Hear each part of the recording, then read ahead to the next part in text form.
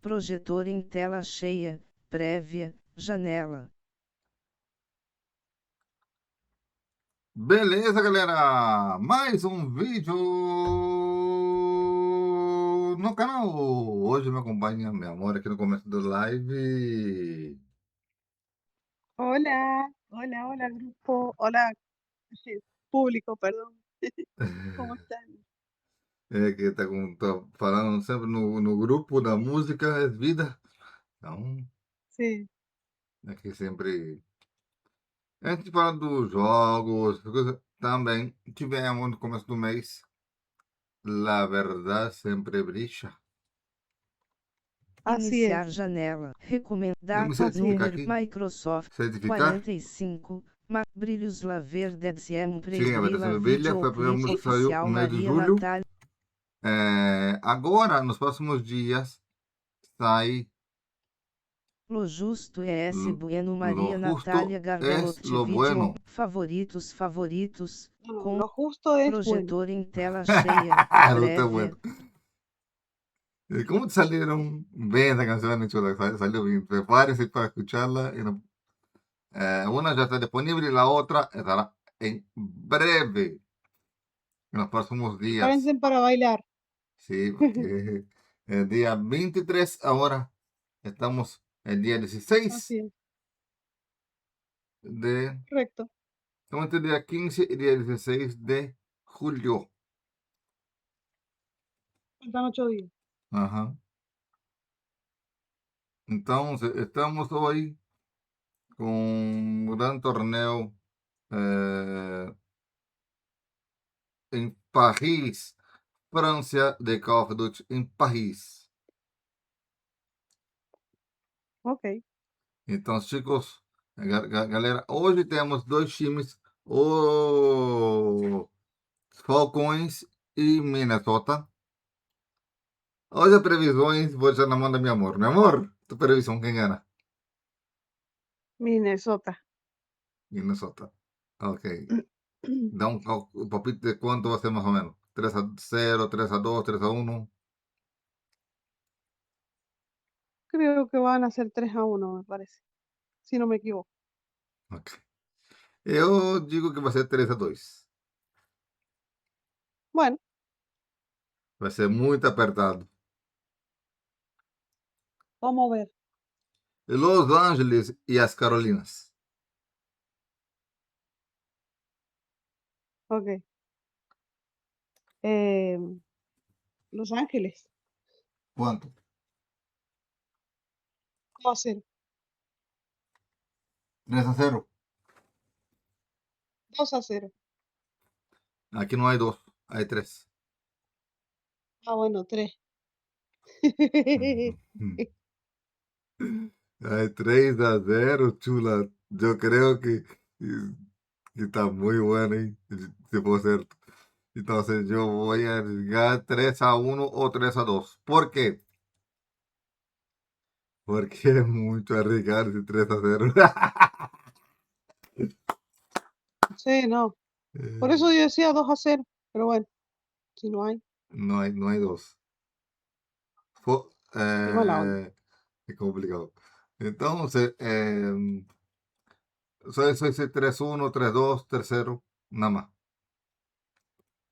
Mm. Cerrar. Es que no es fútbol. Ah, bien. Ah, bueno. Aquí, pistola. Ah, es puro tiro eso. Sí. Ay, Dios mío. Y gana millones de dólares, chulo. ¿Tú puedes creer?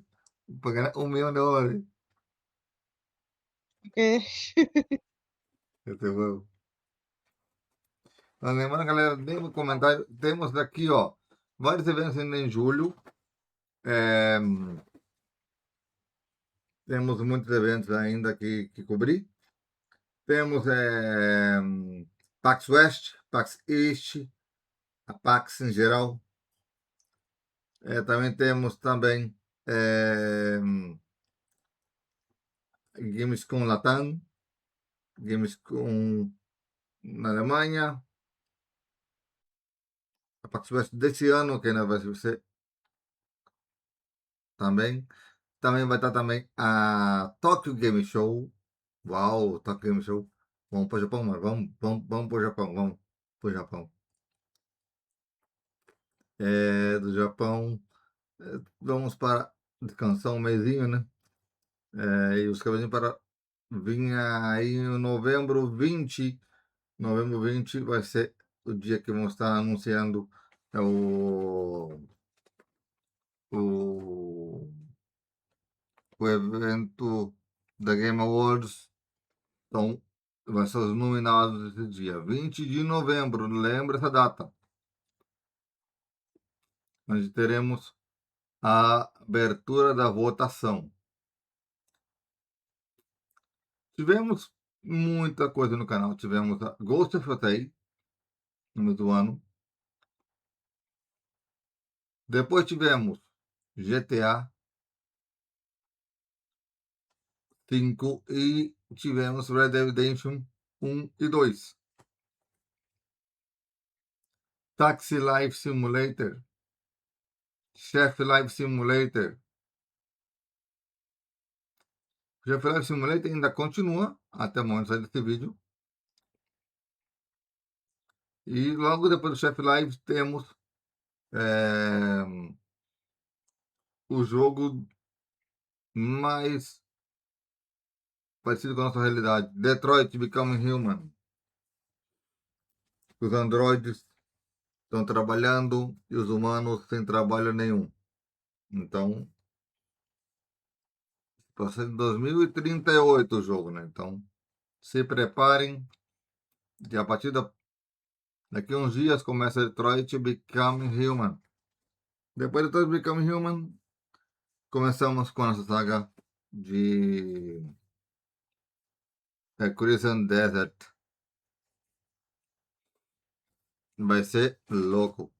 Crimson Desert vai ser a saga mais longa do canal. Aproximadamente mais de 105 episódios.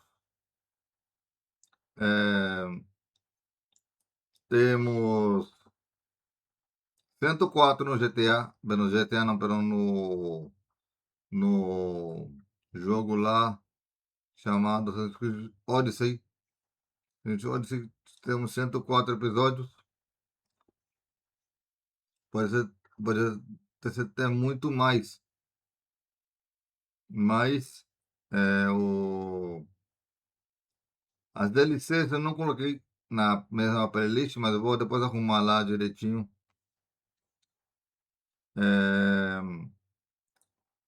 E vamos ter até mais episódios por causa das DLCs. Mas o jogo do GTA 6 já temos a pré-venda aí no canal. Deixa eu mostrar para vocês aqui a tela. Temos já pré-venda, mas não vou estar essa quantidade dessa data aqui. Não vou mostrar a data para vocês, não. Não vou mostrar a data, não, porque senão a data está muito na frente.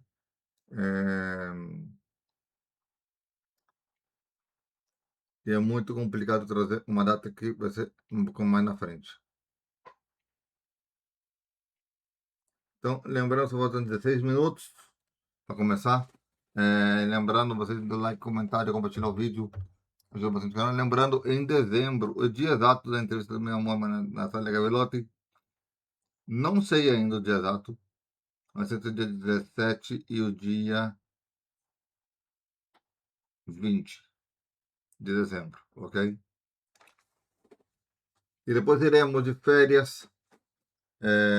Mas, claro, o conteúdo já vai estar tudo gravado já no canal. Durante um mêsinho de férias, eu mereço. Então, umas férias em dezembro, né? Depois de gravar sem parar. Torneios, eventos, entre outras coisas que aqui no canal não tivemos descanso. O ano inteiro tivemos muitos eventos, muita música e muita diversão. Porque tivemos muita gameplay.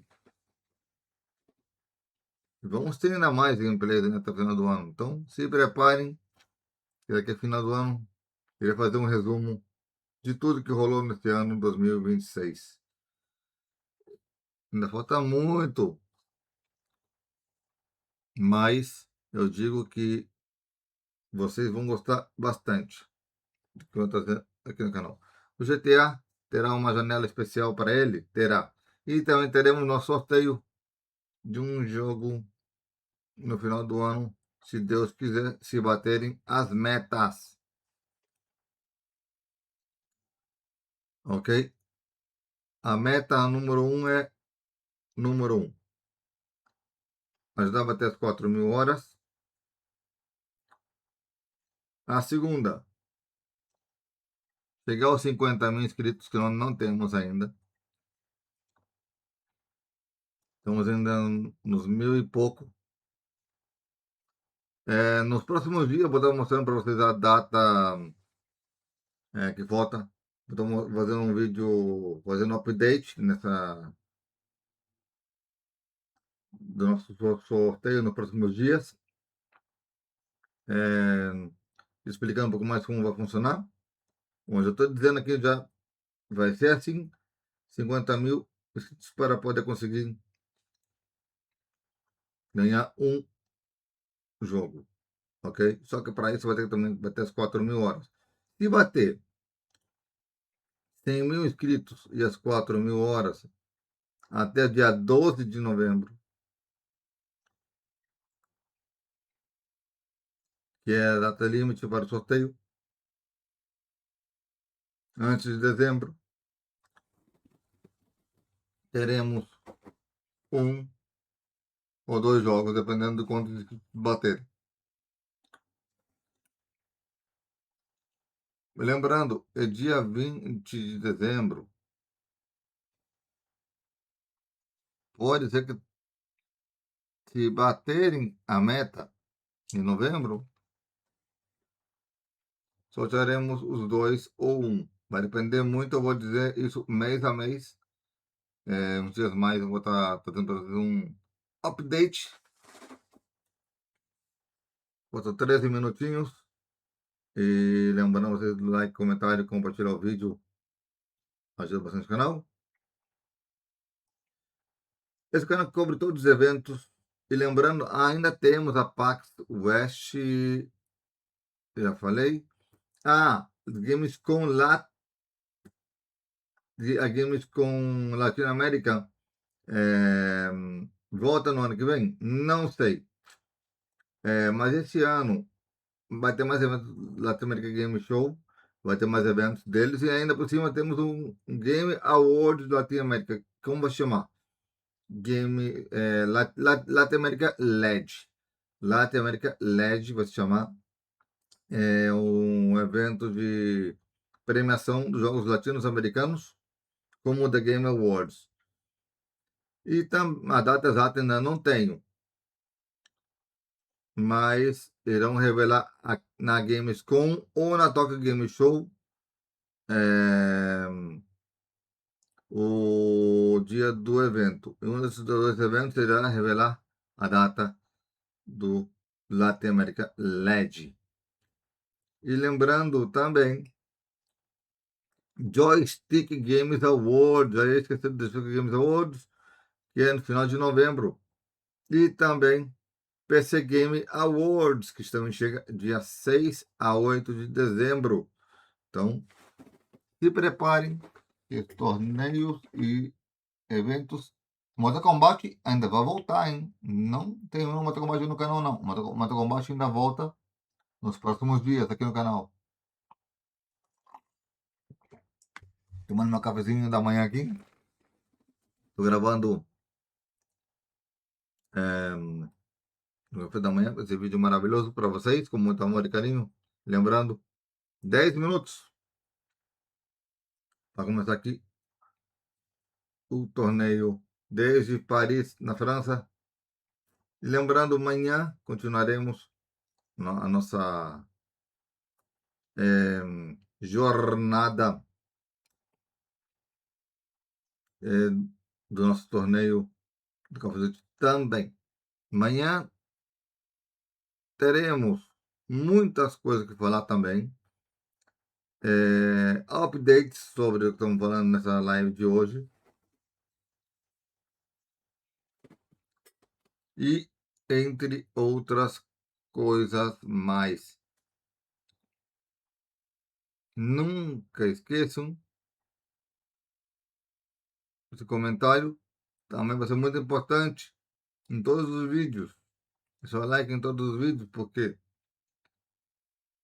quando for o sorteio, um dos vídeos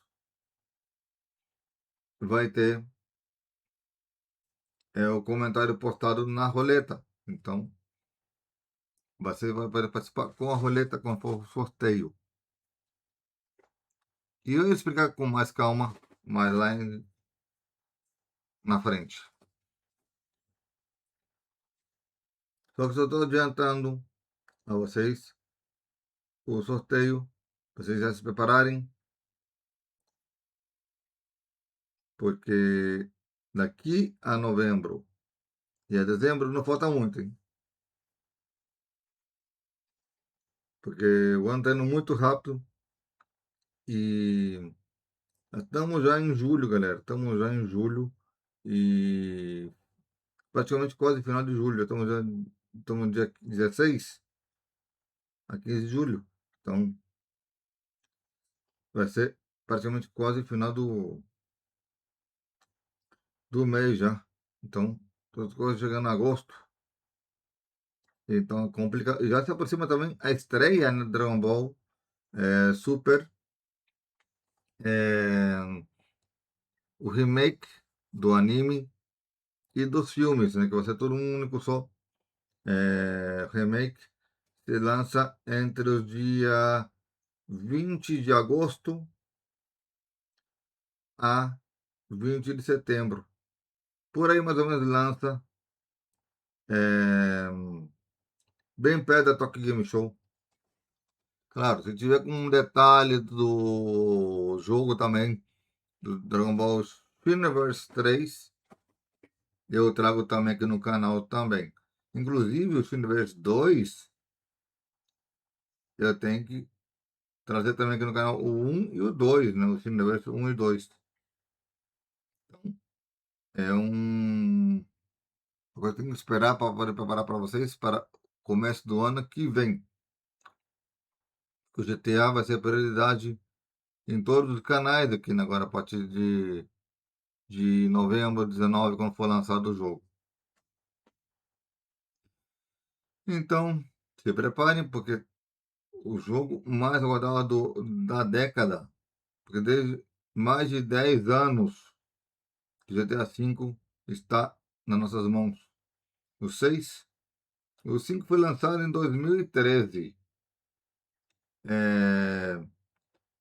E depois foi em 2015 o update dele para o PlayStation 4. E agora fizeram outro update dele para o Play 5 no ano passado, na versão de Play 5. Então quer dizer que se preparem que temos GTA como aqui no canal, hein? A partir de novembro. Aunque Crimson Desert vai estar em um horário provavelmente especial, um outro horário. Provavelmente Crimson Desert entre no horário da noite, às 7 da noite. Vai ter uma mudança de horário do Crimson Desert do meio-dia às 7 da noite.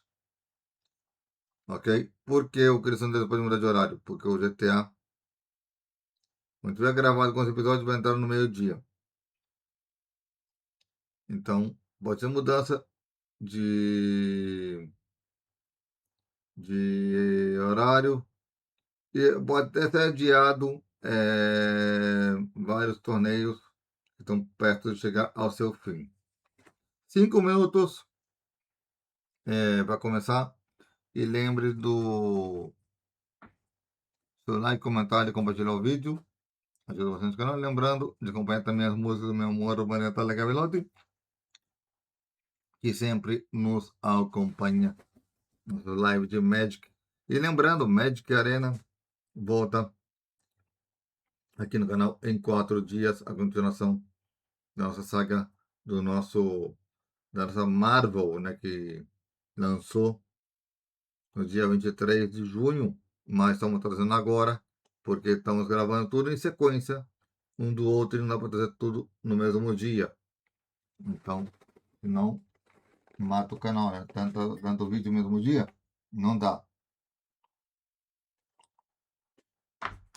Então, lembre também de deixar seu comentário fixado. Deixe o comentário, eu deixo vocês um lembrete, nosso sorteio em breve. Faltam 4 minutos e vamos nos preparar para poder desmutar aqui o áudio, né, da transmissão. Está mutado, né, porque a música deles fica muito alta e vocês não vão me ouvir, né? Então eu mutei da música deles para poder sair. Então 3-2 ou 3-1 Los Angeles em cima das Carolinas, segundo o meu palpite, e 3-0 de Cincinnati. Então Minnesota disseram você 3-1, 3-2, eu digo 3-2 também. 3-0, né? Então vamos ver. Tem hora tentando fazer 3-0 em tudo, né? Tem bloqueando em todos aqui no canal, porque o canal é muito grande, né? Tem que crescer mais ainda. E também já saiu a campeã de hockey no mês passado. Eu tenho gostado também. Já faltam 3 minutinhos para nossa transmissão lá dentro do Paris Stadium. E vai começar aqui. Vamos desmutar aqui.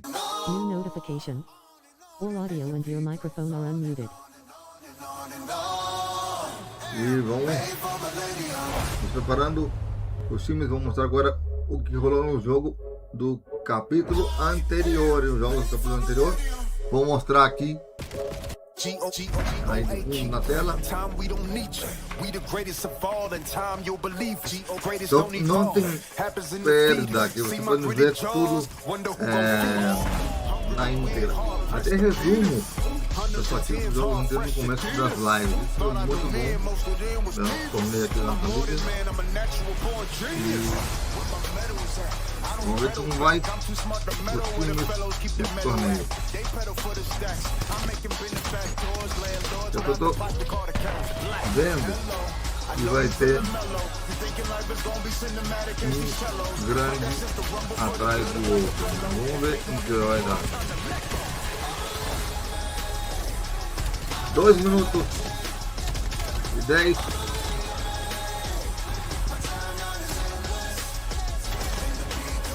E vamos ver quem vai ser os condutores dessa vez. Se vai ser os de sempre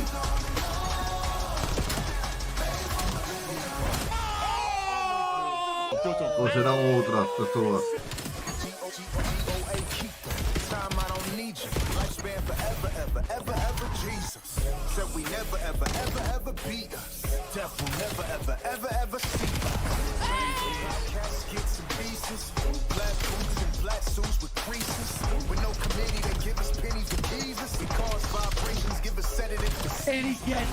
Um minuto e 25 segundos, galera, pra gente se preparar a pancadaria.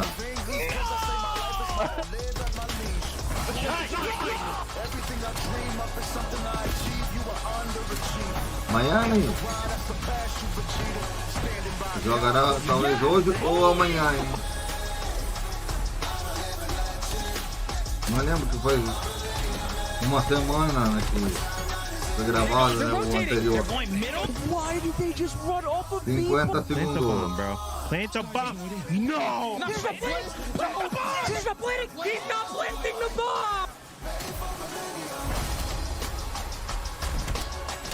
E vamos ver mais um pedaço do resumo, hein? Das partidas, hein? É muito legal ver o backstage dos caras jogando no backstage. Da bastidores. A reação deles é muito marota. God, I didn't think you'd be chowing. Faire le tour mid et il va aider. Oh là là, il a vu le dernier. Non. Oh, Sim. Allez, le 3, faut qu'il aille vite. 10, Allez, allez, le 3, Non. le 3, trace. 8, 7, 6, 5, 4, 3, 2, 1, 0. Paris, France. The city of light. The city of love. And for this weekend only, the city of the Call of Duty League Major 4. About the Zip Sniper, and well, it should be here. Shots are through. Oh my God! For a 1v3. This is a playground for Shotzzy. Picks up all 4. Who will rise above? Who will be the creme de la creme? Only one team will be called Les Champions. Oh my God, no way! Real trying to hold on to it. Real making the play inside at 25 and 16. Hey, how about the rookie doing it by himself? And that's the reaction that is needed after a round like that. G2 at game point. Skies health advantage. Oh! From Skies. Last player on him. Wiggles away. Reshouts and burns. Clutches into round 11. Oh my God, no way! E começamos! All you beautiful people, bienvenue à Tá Paris. anotado, We are galera. here, Major 4 on the B stream to get things kicked off. And I'll tell you, if you decided or didn't decide to come join us here in Paris, you're stupid. It is unbelievable Meu Deus, out tá here. lotado, hein, galera? Really, for Tá both streams, I mean, lotado, the hein? setup here at the B stream also looking hot and fire. I'm Shift with me. I've got Study. Brother, how you feeling? How you I'm doing? feeling fantastic. I'm sweating my ass off. But other than that, I'm so excited for this event to start. É Big shout out to the incrível. Gentlemen who threw probably the best Call of Duty event I've ever seen, and we haven't even started the gameplay yet. It's gonna be a fantastic weekend. It's going to be it's insane. I mean, we've got 9 total matches worth of games coming between the mainstream and here in the Bravo stream. And we got to take a look at where we're starting and what the rest of the day is going to look like. Jogos We got a lot of teremos COD hoje today, na which I know transmissão, hein? all you que guys are coloquei. ready for. Here's our bracket to get things kicked off, of course, starting in the upper bracket. And I will say, like, the way that the bracket Olha só shook out, everyone's a got ordem their dos eyes on times, ó. Paris' face. That is absolutely marquee matchup in the opener. Los But on the Angeles same front, I'm actually Carolinas. here for this Riyadh and G2 matchup, Game 5 when they played Paris, online. Both gentlemen. teams had really good runs when they played in Vegas. Atlanta, so I feel like this is now kind of a do or die and trying to get yourself into the Falcões cream e of what Minnesota. will be that championship crop. E Yeah, without a doubt, Texas because both these teams, e we've been talking about it Boston all Rich. season long. They're around that top 6, top 8 São region. os You want to jogos try to get da better. You vez. want to put Quer yourself ver? in a position to be top 4 consistently. dois, And the last 2 times that they matched up, it's been all the way down to the dois. wire. I know G2 recently just came off of an insane Ai, roster caramba. move Oh, yeah. by adding 2 Ai, new players into the mix. But even though they É, lost a galera, lot of depois matches eu- through their stage, they were pushing some of these teams who are already established all the way to distance. Yeah, it definitely shows potential without question, even though it is kind of a Aí tá aí, ó. makeshift of, all our best players got picked out from us. But Dois. that is actually where we're going to be starting. Riyadh Falcons taking on G2 Minnesota. You don't want to sleep on this one. And then later on, LA is going to take on Carolina. And we ran into the Carolina guys in backstage, and I was talking to a couple of them. They're still feeling really good about the matchup, even though, of E course, vamos Thieves no is final, looking like the galera. top team in the game. Vamos You passar gotta as keep bolas in para mind, os like, locutores Knox e eu is volto freshly daqui a new to the pouco. Ravens lineup, so hopefully over the last week or so, you've been able to prepare yourself for that matchup because you know LA Vengo are já, top dogs. chicos. Já Yeah, vengo. without question. They're just champion after champion right now. They definitely hold a lot of the power in what's happening right now in the CDL rankings. Let's take a look, though, at these 2 particular teams, starting off with the Riyadh Falcons. I will say, I think looking back to Atlanta, outside of the fact that they got, they matched up against Thieves, they matched up against Optic in reverse order. I thought they were playing their best COD of the year at Atlanta. And this qualifier stage, you could tell by the last couple of matches, hey, they're trying to test out their map pool, try to stretch out what they can flexibility-wise. And we saw some, red flags about like things where that could possibly be going wrong. But at the same rate, this is a direct rematch from last weekend. So a lot of familiarity between both these 2 teams. Yeah, it was Falcons who came out swinging in the map number 1, lost the map number 2, dominated in the overload, and then were forced to go all the way to a game 5 where Exnid was making plays happen with his sniper. If you are Falcons, you're going to be without a doubt confident going into this matchup, knowing that you already took down this squad with Celium making 1v3s, with Skies not planting the bomb. There's a lot of things that went into that series, but Falcons, they were able to clutch up, and I think the biggest thing you take away is how good Cellium played. Just playing with that pace, allowing him to fill those gaps with his SMGs, it allowed Falcons to look like a brand new team. Yeah, they look like they're really in prime form at the moment. I mean, you go off of what they did last time on land, but also just their ability to play off each other right now looking really, really good. On the other front, though, for G2 Minnesota, you get Nasty into the mix, and I think that's kind of where everyone's eyes were about, you know, the Vancouver team from last year, 3 of the 4-1 championships. Nasty gets put onto a team that, just simply put, is not very good. Now he finds himself on G2, but it's like, wait a second, this isn't the same G2 that we would have expected. No more Mamba, no more Estriel. Instead, it's Envoy who's in the mix, and it puts a lot of pressure on Envoy to perform. Oh yeah, without a doubt, man, because he's always been that vocal leader for a lot of teams, and when you have an objective mindset, that can allow you to dominate certain games, but sometimes Envoy's prone to the bad game alongside Skies. That's the only thing that's going to be a little bit worrisome for this G2 lineup, is because you lost a lot of firepower with that roster change, but you gained a lot of mental strength with that roster change. So hopefully they're able to just do the little things right to make this one easy. And it's one of those situations, like we talk a lot about honeymoon phases. This doesn't really feel like a team that is going to be like sparked by new energy. No. I feel like this is a team that looks at each other and says, we just need to come in and trust each other, and just hopefully things will work out. And again, they find themselves in the upper bracket, so in a lot of ways, things did work out. I think it's just the nature of how they finished off the qualifying stage. A couple of really sloppy moments, a couple of huge mistakes lead us to believe that maybe this G2 team isn't as strong as how they started the stage, which was against some of the weaker opponents in the league. Yeah, it was some generational breakdowns, man. The 1 versus Falcons, you saw, you allowed Cellium to 1v3, you had 4-4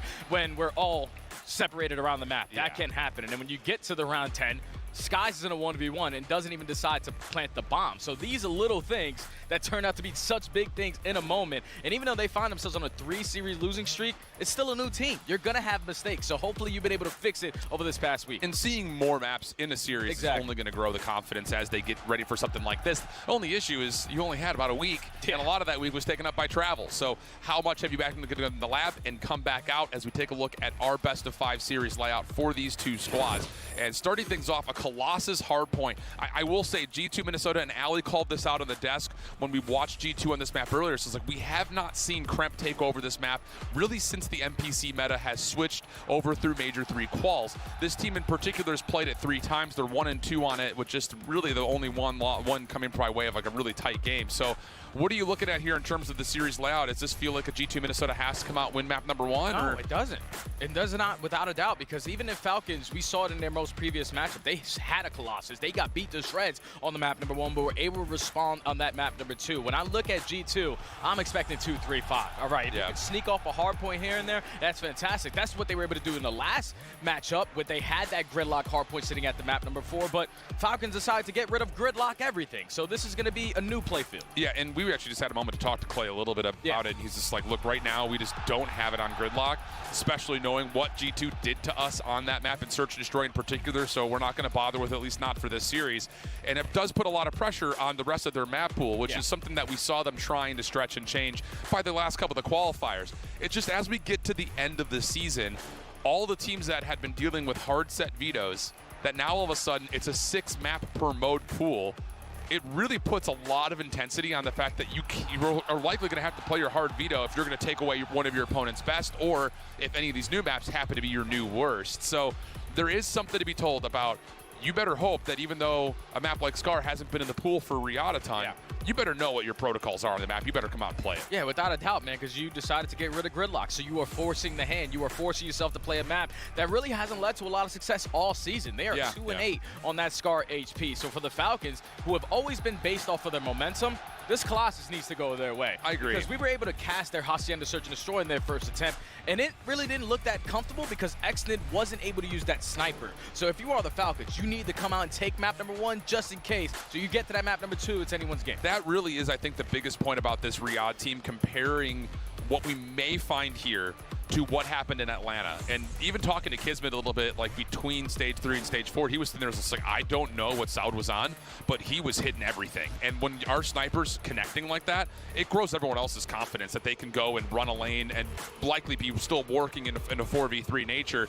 So that's going to have to be something that likely will either have to be the case again for this Riyadh team if they want to try to replicate the run they had, or have they been able to get Xnid a little bit more flexible and feeling more comfortable when it comes to playing alongside someone like Kismet in particular. You know, that's what we see from like your phases and your thieves right now. But here is your scouting report at how this team has gone over the course of the qualifier. Again, 5-2 in series record. They are the 2nd seed overall, and they've done a lot of it by staying consistent inside of the Overload, really. Yeah, their Overload has always been their bread and butter. You're either going to play them on Exposure or you're going to play them on Scar, and they have the slaying presence between those NPC players to keep up with anyone. S&D around the middle of the pack, that is fantastic for them, but their hardpoint has sort of taken a hit. That's the only thing that's truly going to scare me, because a team that relies on heavy momentum, you're playing your map pick. You were able to beat this team by 120 just a week ago. Yeah. You need to come out just like that again. On the other side of things, let's take a look at G2 Minnesota, because these two teams are no strangers to one another. They've played each other a handful of times, and even though Minnesota just squeaks into the top 8, they actually hold a pretty significant hardpoint record against Riyadh, 5-2 overall in the mode. The only issue has largely been down to their map number 1s and what's going on in their Overload. It has not necessarily been there as of yet. So are you looking at this for Minnesota saying you've got to win both Search and Destroys if you want to beat Riyadh today? Oh yeah, without a doubt, man, because that's where you can capitalize. You are sitting at 7-4 all throughout stage 4. Yeah. And then 2 of those losses are generational breakdowns. So they, without a doubt, could be the top Search and Destroy team that we have in the game. And in the back of their minds, they know that's what we heavily have to rely on, because it's a new squad, man. It's a new squad full of S&D minds. You know, Falcons have the firepower to keep up with anyone in the respawn. So the 2-3-5 might be what you were looking for, but if you can steal a hardpoint, especially this map number 1, G2 can get this done in 3. Yeah, you need it, I think, in certain regards if you're G2, just to see if you can get these NPCs running and frying, because you know the pace and the tempo that we've seen from Riyadh, especially lately, on this map in particular. They've looked pretty solid on it. So lots of things to keep our eyes on here as we make our way into the cinematic and the fly-through of map number 1, Colossus. The Hacienda, again, I'm just excited to see what kind of improvements have Riyadh been able to put together, mostly off their identity. And then on the same front, you know, for G2, at a certain point, you know, the excuse of being a new team will be a little bit limited when it comes to the Overload. So let's see what we get. We're going to kick things off Paris style here. Riyadh Falcons taking on G2 Minnesota for a Colossus hardpoint. Let's get the weekend started. Let's get it on. And X is so fast. I know if you are G2, you need to be able to match this aggression. And it's already Kremp locating all 4. That's how you want your MVP of your roster to start the game. They have all statue control. They have all of P1. Falcons looking for a break. A really, really solid start. Sky's now locking down Tunnel and Statue kind of simultaneously, but a nade will connect. Stun, in fact, onto Skies. X able to find 1 in return, and that's been enough for out of the Falcons to come off the respawn, put pressure onto the hardpoint. They clear off Kremp in his 2nd life, and we'll start earning a little bit of time. Yeah, they're able to dominate statue control in their 2nd wave. Now flip these spawns on its head. It's the final 15 seconds for this P1. You can already see X thinking about the next play. He's watching the OE, making sure he's filling the gas correctly, but now he's the last man standing. He has to force a gunfight, takes the first, understands there's going to be pressure around, so all he's trying to do is finesse. Yeah, really nice route here. Exton will be seen on the exit, will not get around the back for the OE, but there's an opportunity here for the Falcons to follow up behind it. Envoy plugging the holes, able to find 1. Does he anticipate the 2nd? Maybe not initially, but he still finds 3 in a row. G2 good off the opening time, and even better here as we start off P2. Yeah, you can always count on G2 to be fundamentally sound, and if they're bringing their slaying, they're going to be a really tough team to take down, but so far locking down this P2. First 20 seconds uncontested, and they have so many NPCs on the map that Falcons cannot keep it up in the trade fights. They have statues still, 30 seconds, Prey with a big opener. Yeah, Kremp able to stay alive. Nice shots out of Kremp. Help now through the side door as G2 still were able to spawn close. Couple of kills though for the Falcons will move those spawns around. Envoy, the last one to try to contest the back 20. He will fall. So good stuff for G2, but from the front, not terrible for Riyadh, still cooking. Yeah, without a doubt, man. It's a good 20 seconds to walk away with. You're basically going to still be in the mix going into the P3. Now the battle for rotations is a big one. It's already a great route here from Exnid. He's going to get the jump onto Kismet, might potentially catch a couple more, but he's quickly going to be traded, and it's going to allow G2 to stabilize off the roto. Here's Kremp, 11-5. Kremp losses. I'll say, my friend, took a while, but it's showing up again. Now he's in tunnel control. Look at the spread from the Falcons, trying to hit everything at once, but G2 are fully prepared for this. They have got everything covered. Just comes down to, can you continue to win your 1v1 gunfights, as now it starts to ensue on the hard point itself. Envoy stunned, a little bit of damage in, but Pred and Exton will combine for a couple. Kremp now feeling like it's his time to go. Lots of damage in, but pinched up, and that'll be enough for Riyadh to get a little bit of time here on 3, 30 seconds to fight. Yeah, that's a big play there from Pred. Just hit that route, win that one-on-one, open up the lane there for his team to eventually flood the gate to get the break, but it's still G2 taking a tunnel route. Effectively finding trades, and Kremp is the last man standing. A good sequence here for G2 because they also flip the spawn. They flip the spawns, which is really important. but there will be another opportunity here for Riyadh to get through the P3 setup. Sky's in some trouble, has to stay alive. He's being chased by Exnid and will be found. On the cross though, Nasty picks up the route. Maybe get another. Beautiful. That is massive. That will stabilize the spawns for G2. So a 50-50 split or so over P3, but that 20-point gap growing as G2 have the advantage on 4. Yeah, and they're already layering to a whole different level. Envoy, even though he does lose that gunfight, finds a trade with the frag. And this first wave from Falcons has basically been shut down already. Now everyone's going to rally through the front doors. This is where the trophy systems start to come into play, but no stuns and nades are connecting. So if you are Falcons, this is taking so long. We need to go. Yeah, it's just another one of those macro rotations that G2 has a massive advantage on them. But now an opportunity as Pred starts to find a successful route around the back. Spawns will move. Exnid's win from the front will turn the hard point. 23 seconds to fight for. And once again, Riyadh's doing what they need to do to stay in this game, but G2 still in the position of control. First challenge from Kremp. Can't quite find Exnid in the corner. Follow-up from Envoy and Skies is good. And now it's finding the last one. Skies is going to take down 3, and G2 will get the break. So G2 are basically dominating a lot of these hard points, going 40-20 split. That's what gives them this 40, almost 50-point lead, but now it's statue control that we are mainly focusing on. Skies on 4 in a row, can't locate kill number 5. But you have already flipped these spawns. G2 are playing 2 steps ahead right now. They feel like they are just dominating the macro side of this map. They're slaying them to bits. Yeah, all the big picture items have gone through for G2. Hardpoint opens, both teams a little apprehensive to touch the zone for now. Falcons able to pinstripe the kill feed out completely as G2 just has Kremp left alive, but a trophy lingers and Skies will find elimination. Advantage to G2. Let's take a listen in to see how they're coming. Kill Chris, yeah, deep right. They're hard pinching, they're hard pinching. I'm in MC, one shot, kill the guy pinching. I'm spawning blue. Iron up, they're on this side. I have you deep, Cole. What's for doing me? I'm heavy, tunnel weak. Two statue then. Two front statue. Wide, nice, another one there. Yo, they're going front P2, 32 in there. Hit side door to blue. Nice, that was it, so. He went till. Nice, one more in the back. One more in the back. They're all spawning junks, they're going right. He's all spawning right, he's gonna go right, trust me. Have your blue plat, I have time. Every dope. He's gonna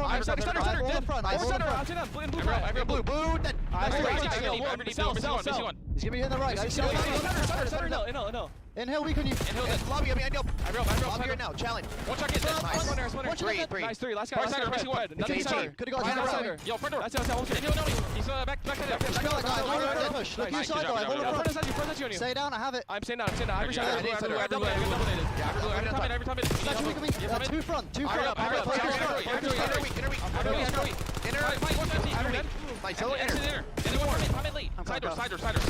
One shot under hill. Don't worry. Back to back. Side. He's going out of time. One side though. He might be going P1. Please stop the pitch. He could be going P1 by the way. I have P4. I have P1. P4 tunnel right now. He's gonna play me. Top mid and tunnel. Tunnel's flinching. Jay, I'll tell you, I mean, just kind of listening in, it feels like what we're talking about, not necessarily just a sparked honeymoon because we're fresh, we're new, but everyone trusting each other. You're hearing all 4 players calm things out, saying, I got you, pick this up, pick that up, trust me, and it's coming through nicely for G2. That shows the teamwork is going to make the dream work. Everybody providing their 25%. Certain people at certain points are leading in the comms, but everyone is doing what they need to do. That's why you find yourself up by 50, but it's Falcons at least with a good timing on this break for the P3. You still don't have the spawns locked in at yellow, but we desperately need this time. Yeah, and once again, here's a little 2-2 split up. G2 trying to pinch out the hard point. Kremp finding a couple. Nasty also getting involved at a major level. Exnid staying alive though at tunnel. Gives his teammates a chance to reinforce a little bit faster. Numbers now coming through. Now gets the 4 in a row. Pistol shots will be nice. And once more, it's just another situation that you were just to watch the minimap, you would say G2 is dominating. When you look at the scoreboard, Riyadh is doing exactly what they need to stay in it. They need to find a moment though to control this map and make up here at P4. Exnid's on 6.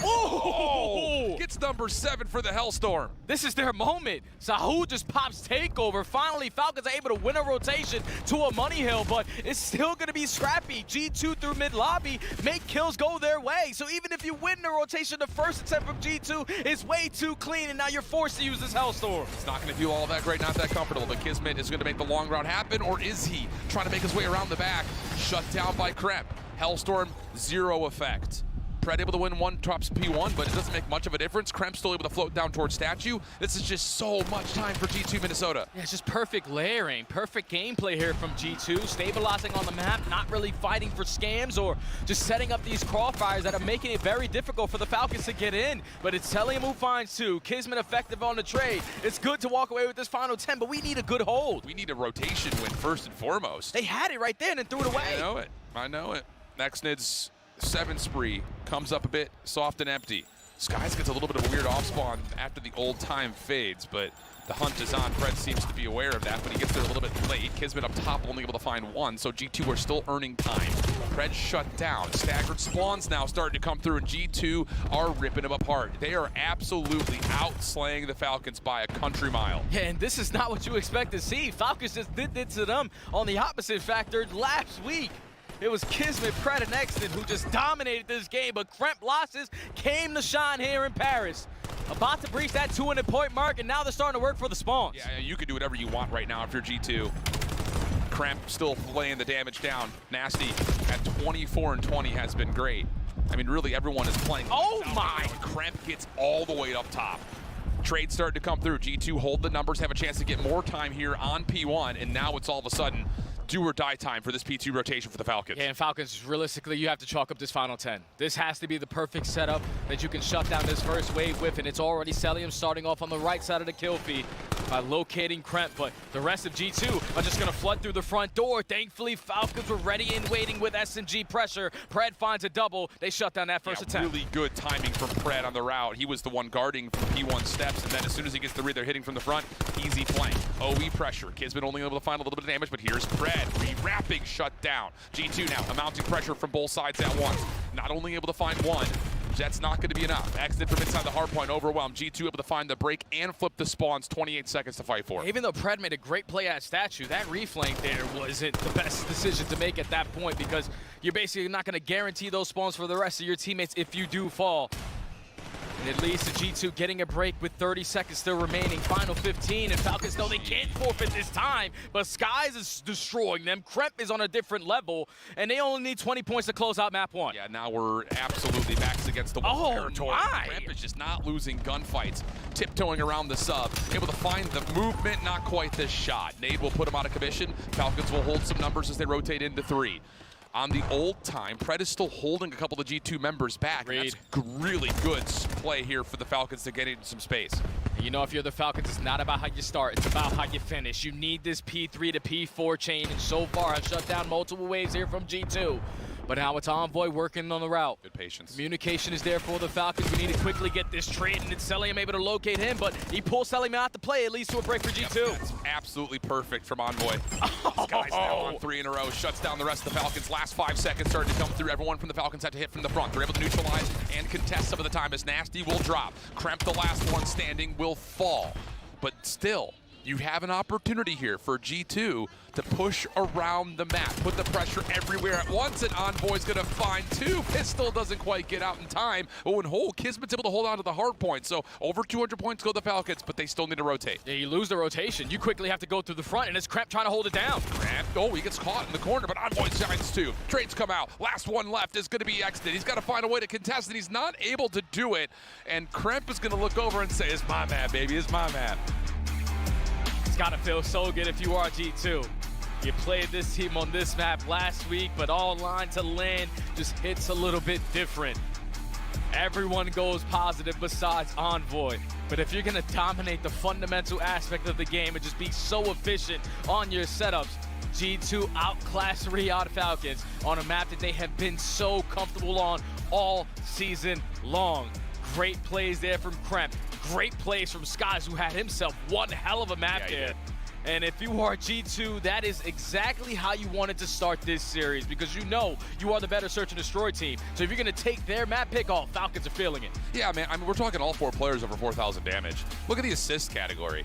Everyone's right there helping each other out. The hill time too, exactly right. And I think it's just one of those situations, and I know, you know, this team is fresh, it's new, we've only had a couple of listen-ins with them, but, you know, I really have to go into the listen-in that we had today with these guys, where legitimately all 4 players coming to each other perfectly, calling out not just who, but how many and where. Everything is covered in their comms, and when you've got 4 very veteran players who are getting that much information, they are going to find ways to make it work, and today in map 1 absolutely represents that. Yeah, and I said it in the last week of qualifiers, the biggest word that I'm going to be focused on to close out the season is efficiency. Sure. The fact that G2 were able to do the little things correctly, put themselves in the right position in the final 10 seconds of old time. All right, we got the better side going into the new HP. We got our trophies down to shut down any stunts and nades from coming in. But then we also have our crossfires being set up to where Falcons think that they have an opening, but you actually don't. You can go out there and get that kill, but my teammate is going to respond with 2. That's how in sync G2 were right there. And I know Coach Dan Looney has got to be extremely proud because everyone is providing their 25% in the comms, in the objective play, in the sling. That's what you want to be. That's a full, complete effort right there from G2. And what a statement that is.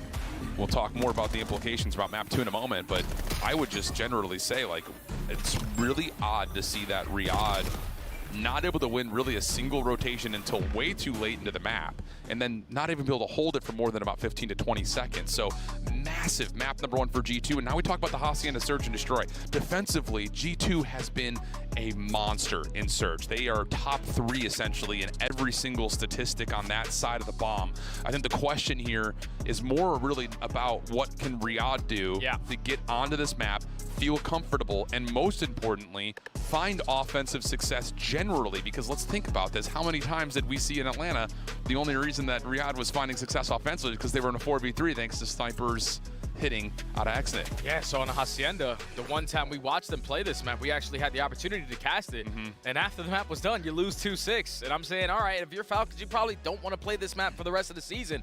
But this is now being forced to be played because you don't want to play gridlock anything anymore. So you have to play maps that you're going to be uncomfortable with. And the reason why I say it's uncomfortable for them is because this is a map that Exnit can't really get away with that sniper play. Correct, yeah. He's been so successful in that first blood column, especially from stage 3 to stage 4. He's been one of the best snipers in the game. But Hacienda can play so fast at times that he needs to be able to keep up with that pacing. So Falcons, who desperately need this bounce back here in the Search and Destroy. I'm 100% looking at the Bulldog, man. That's the guy that's going to really be the difference maker here in map 2. Yeah, and I think just on top of that, you know, if we are going to be looking at Hacienda mostly from just AR presence, you know, is Cell going to make any calls to be like, yo, pull out an extra AR and help me top window to see if we can get some office control?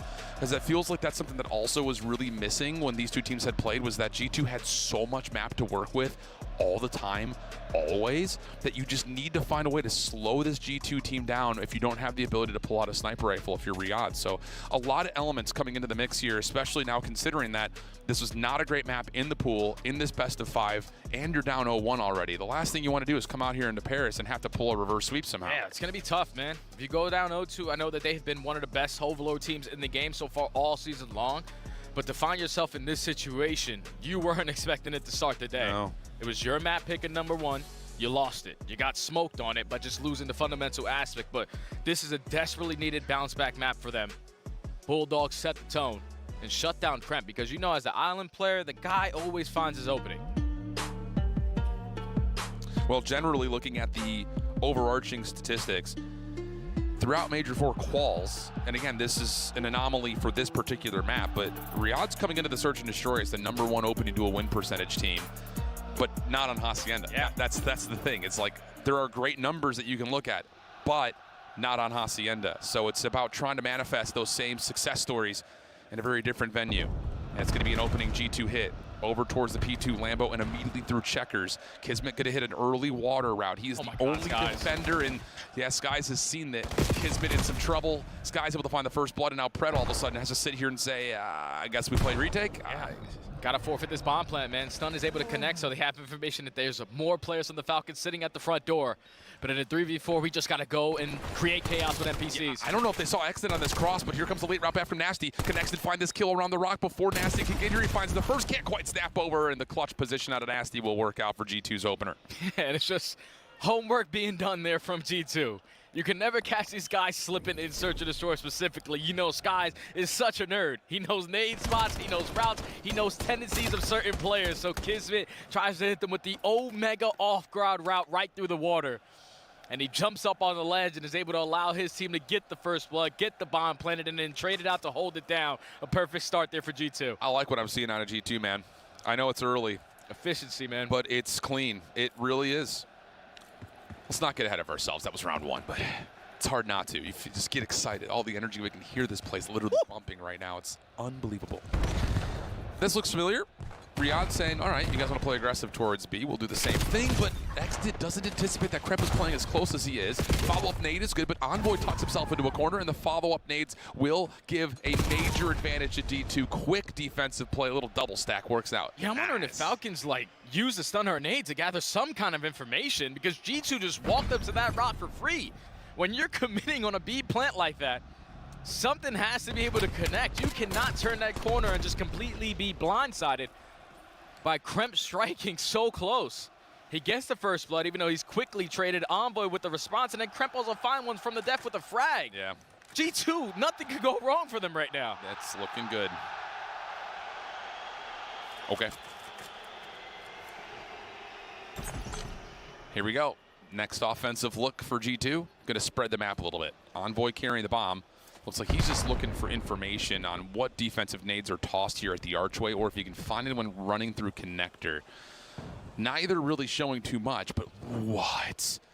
Oh, over the top. What are we talking about? Exnid just gets caught. How would you ever have predicted that route? 4v3 early for Minnesota again. Just playing it patient, man.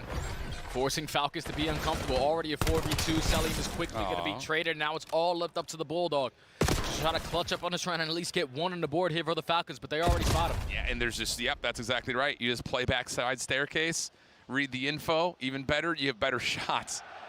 Quickly 3-0, Jay. Falcons need to take a breath, Al. I'm not going to lie. They're playing a little bit too antsy in their gameplay. Just trying to rely on someone to become Superman. But they are not doing anything productive on the map but sitting in their spawn, and you're still able to give them a first blood there if you are Exnid. It could just tell you right off that play. Exnid is uncomfortable on a map like Hacienda. He loves to be the guy sitting back with that sniper, but that time he tries to take some space and gets caught. Falcons, we got to relax. Got to have something here. I mean, Envoy's 6-1 right now through 3. It's going to be Riyadh playing through Secret. And this is the easy setup to go to. Play over through Secret steps, toss a couple of nades, play a little bit of isolation. But Exnid gets some info. The rest of the team's still playing their way over through the spiral side of the map, and counter nades are perfect. It's just taking too long to develop after you get the early intel. And they instantly find the second kill as well, so another 4v2 scenario. Selim and Kismet left to clutch on up. Selim is able to find one, and he's also able to get out. And then the Bulldog on the opposite side was able to scout a couple players working over towards Spiral. But they have that bomb down, and G2 are waiting for them to make the play. Well, Kismet's going to be able to collect the bomb. You saw him. Ooh, yeah, sure seems that way. Yeah, a couple of arrows for G2 will turn, now manifest their way back up towards Spiral. Kismet going to try to hop on and get the plant. There's the slide out. He has to drop. Reroute from Nasty. Big win from Cell at the office. So now it's the 2v2. Envoy able to catch kill number 6, looking for number 7, predicts it, but doesn't find the shots in time to find Kismet. So now to the 1v1, 22 seconds. The onus is on Kismet to plant. Desperately needs this round. Try to provide your team some momentum, but Kremp is able to spot him. It's going to be a one-on-one. Oh, but that little bit of a head fake gives Kismet just enough space to hop over and plant. Quickly, though, comes Kremp. He should be able to find him on the timing of the exit through the rock side. And, yep, nowhere to go. Wow. Wow, dude. This is not the Falcons I was expecting to see today, man. Me neither. But when you're put in uncomfortable positions to play maps that you usually don't find a lot of success on, and the other team on the opposite side of the stage has gotten a lot of reps on it, they are outclassing them again. The first blood category is all dominated by G2. Yeah. And if you are Exnid, you have 3 of those first steps. Sit the spawn. Allow teammates to take space in front of you, and change your gameplay up a little bit. Or just play off of somebody else, especially from the defensive side. Like, we don't have to be the ones getting super proactive. You could set a dual setup around and just play counter nades, just slow things down. Let the round develop in your guys' name. At least give yourselves a chance, but has not been great. So now G2, a huge lead. 4-0 up. Falcons going to go to a 3-1 split, and Exnid's the one on the island again. You feel like you can do no wrong if you are G2, so what a play push. call you make is bound to have some success. Already G2 Gonna take hallway control, but Kismet instantly able to respond, but it's still numbers immediately to G2. And he's got nowhere to go at that point. He has to continue to run to try to make a play happen because you're stuck. So now Xnid, AR in hand, is in some trouble over on the B side of the map, and he's aware of that. Cell is going to get proactive and at least strip away the A side to try to give this defense a second chance at this retake. There's a couple of footsteps in a shadow seen. I don't believe Nasty has the same information, but he doesn't need to do anything besides sit here and wait for contact. And there's the follow-up. Envoy's able to slide, catch Xnid, nowhere for Cell to go, and it's 5-0. Yeah, this ain't even close, brother. Oh. They taking the baguette and putting it to their backside right now. It's a day-old baguette right there. Yeah, this is unbelievable what they're doing. Every single round, G2 give themselves an early advantage. Every single round, G2 are taking the map control to keep that advantage their way. And Falcons, you blink, they're already down 5-0 and haven't found a first blood. What you said before this map started out, they were number 1 in first bloods. Just not a Hacienda, and it's on display. Yeah, it's not good, Jay. It's not good. Yikes. I mean, I won't lie. Us casters never biased, but I was feeling really saucy about this Riyadh team. They are getting absolutely smacked right now. Quick offense starting to develop over through Fire Hall. Nasty reads all of this, and now he can just reposition, try to keep his life, and he's able to slip away. That's all you need to do. Look at the rest of the defense. Yep, play the other side of the map, take it away. Kremp able to smoke himself to safety, just right in the mix. Xnid is desperate to find him, and at least we'll be able to catch a freebie here. Chance to plant at B. Yeah, but just around it, you have no idea where G2 are. This presence behind you, this presence in front of you, but thankfully Xnid is able to locate Envoy. So finally around here where the Falcons have the ban advantage. Don't drop They're trying to instantly work this bomb plant, but G2 turned the corner, 2v2, 1v2. Pred lucky to be alive. Clean shots out of Nasty Skies, 1v2. He's been in this position before. First shots are clean, can't quite get away, and the Falcons are on the board. Just to give you numbers, nerds, something to think about. 55.8% opening to a win percentage across the whole map pool right now for Riyadh in Major 4 quals. 37% on Hacienda, Jay. And it's even worse right now, bro. Yeah. They have yet to find one, but thankfully this round, shout out to Xnid for not dying so early. Was able to push through the smoke, locate Kremp, and then also get the info onto Envoy that someone was working the pinch. So potentially a start of a full sell on the cards here for the Falcons. But you need to quickly keep on gathering this information and potentially rock flat because these frags are having way too much of an impact. That's such a good shout. Well, G2 can throw whatever they want into the next couple of rounds. Cell's able to find first blood, traded by Kremp.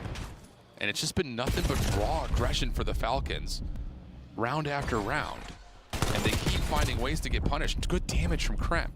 No follow-up immediately. Envoy knows there's a second contested. Xnid runs out, finds a freebie, and now you know the last player's down low. That's just information gathering turned into flawless execution. Quick 6-1. Yikes, dude. Yikes. Yeah, it's not good. This is not good if you are the Falcons. Not the way that you want to start here at Major 4.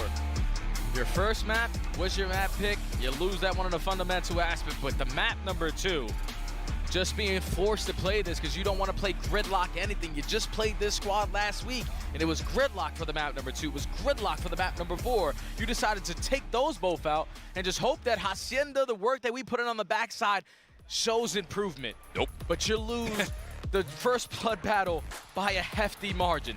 6-1 is in that column, and 6-1 is the score. G2 up 2-0. The thing that really kind of baffles me and maybe showcases a little bit of the one-dimensionality of the Falcons is you could go back and watch every single one of those defensive rounds, and every single one has at least one, if not two players running through the 50-yard line. They're trying to get active and find a first blood on their terms. And even in that last round, they get one. But Minnesota know exactly how to punish you because you can't help all three sides of the map at once on a map like Hacienda. So as soon as G2 say, okay, they've got a double hit through Fire Hall, okay, cool, I can run up towards Spiral and be in a good spot to either watch another defensive rotator in or help out my boys at Staircase. It's just the knowledge is so complete right now for G2. And you mix them into a pretty much flawless rotation game on Colossus.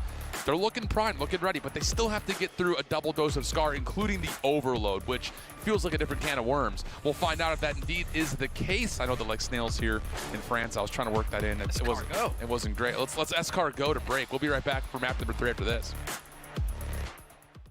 COD Champs tickets are on sale now. Come see the best teams lock in for this season's grand finale in fabulous Las Vegas.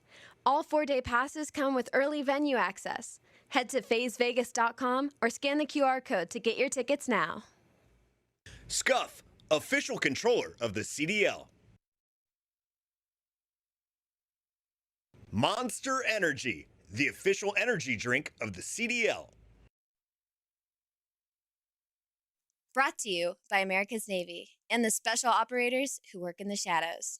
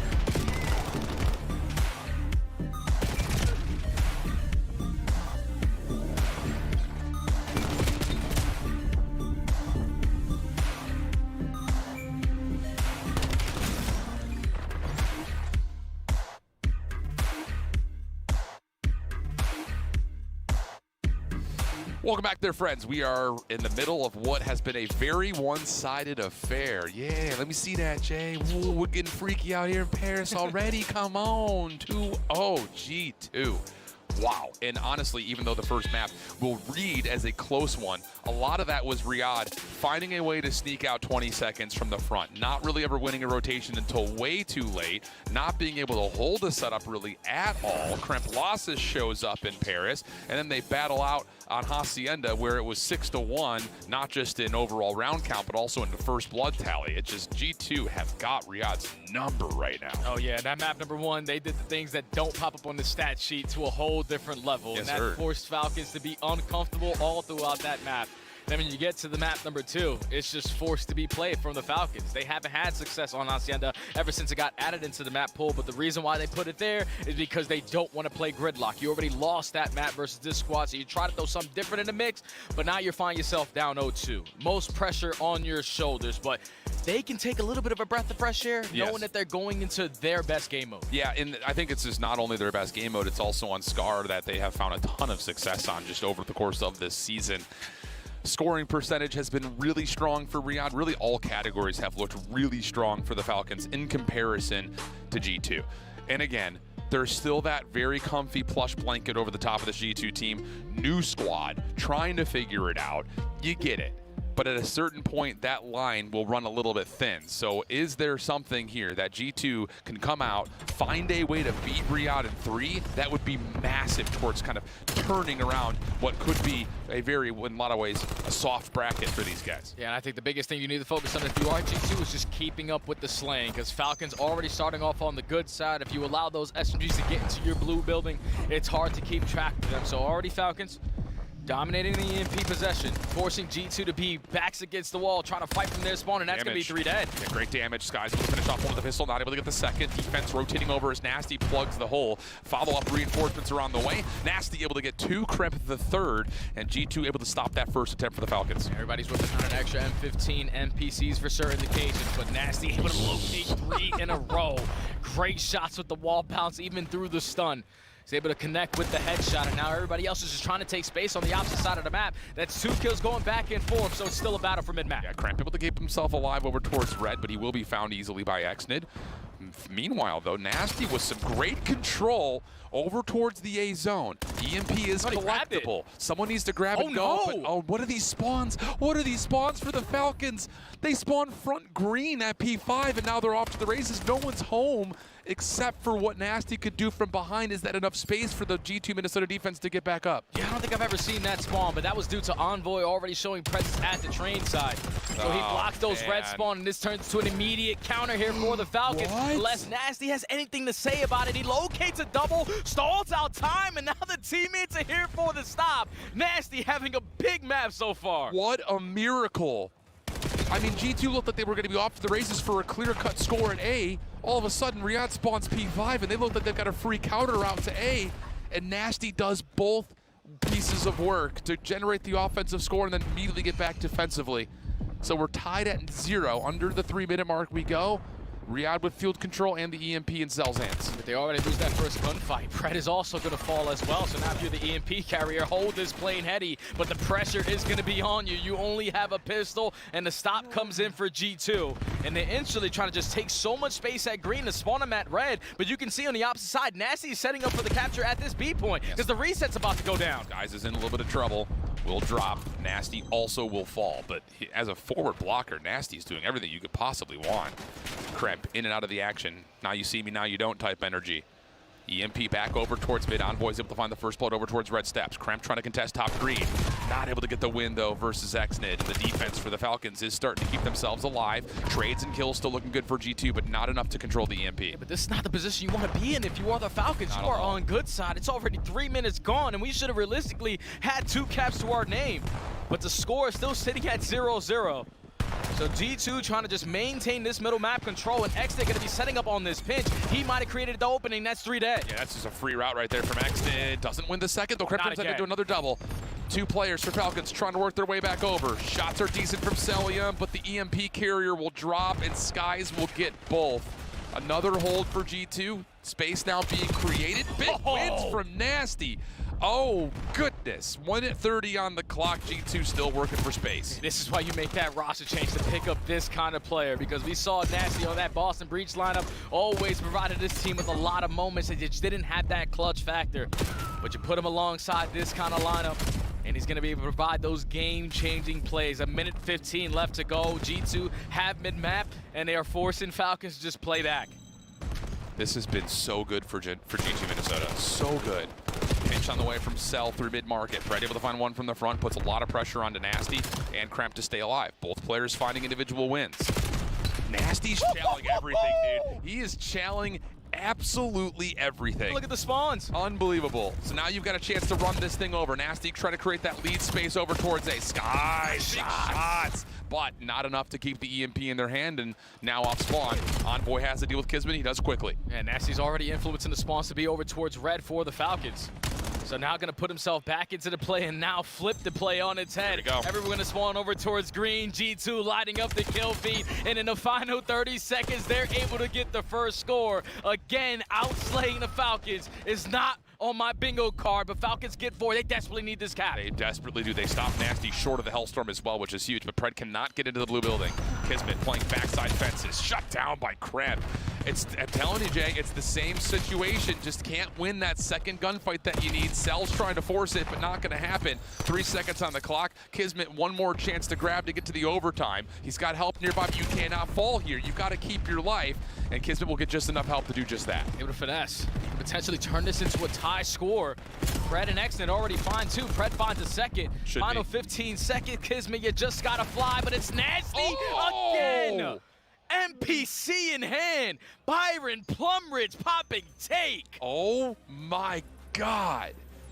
How does he keep doing it? Dude. Unbelievable save. 21 and 11 from Nasty. 21 and 11 in 5 minutes of gameplay. And he has 5 carrier kills. Holy cow. He's getting away with murder, man. There's been so many times where G2 are just relying on one player to make the play. Nasty did it all throughout this first half. Crep had one moment.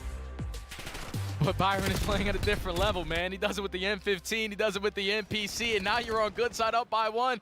Oh yeah, it might be good for a 3-0 for G2. What a statement that would be. Well, so far, opening breakoff looking really solid for the Falcons. They're able to control the entire red side of the map, but Kremp gets behind, immediately shut down. EMP now in the hand of Cell. Sky's now the one playing defense, only able to find the first. Nasty watching the cross. Is it enough to stop Cell? No, it's not. And a quick opening capture here in the second half for the Falcons. Okay, on bad side, Falcons do a little bit better. When they get their kills, they turn it into map control, and that leads to a very quickly tied game. 4 minutes left to go. Reset now over at Plane. Falcons are starting to bring their Slane presence at the right time. Battle for field side still waiting to echo on. Kismet for 1, turns over. Good damage onto a second, but eventually overwhelmed. The rest of the Falcons not quite here to help out, so G2 will get the EMP in hand. Now looking to work their way towards White Wall. Up close and personal, Kremp in some trouble, steps away. Respects the battle. Not going to be able to respect it for very long. Falcons take it straight to him, and now they're chasing down the EMP. And you've got mid-map control starting to come out, but wow, Envoy is able to find 2 with the pistol, 3 in the life, and as long as you get this trade into Cellium, you've got a clear coasting route to possibly get into blue. Yeah, and Krep was just baiting, hoping his teammate could keep him alive, but Cellium still initiates that gunfight.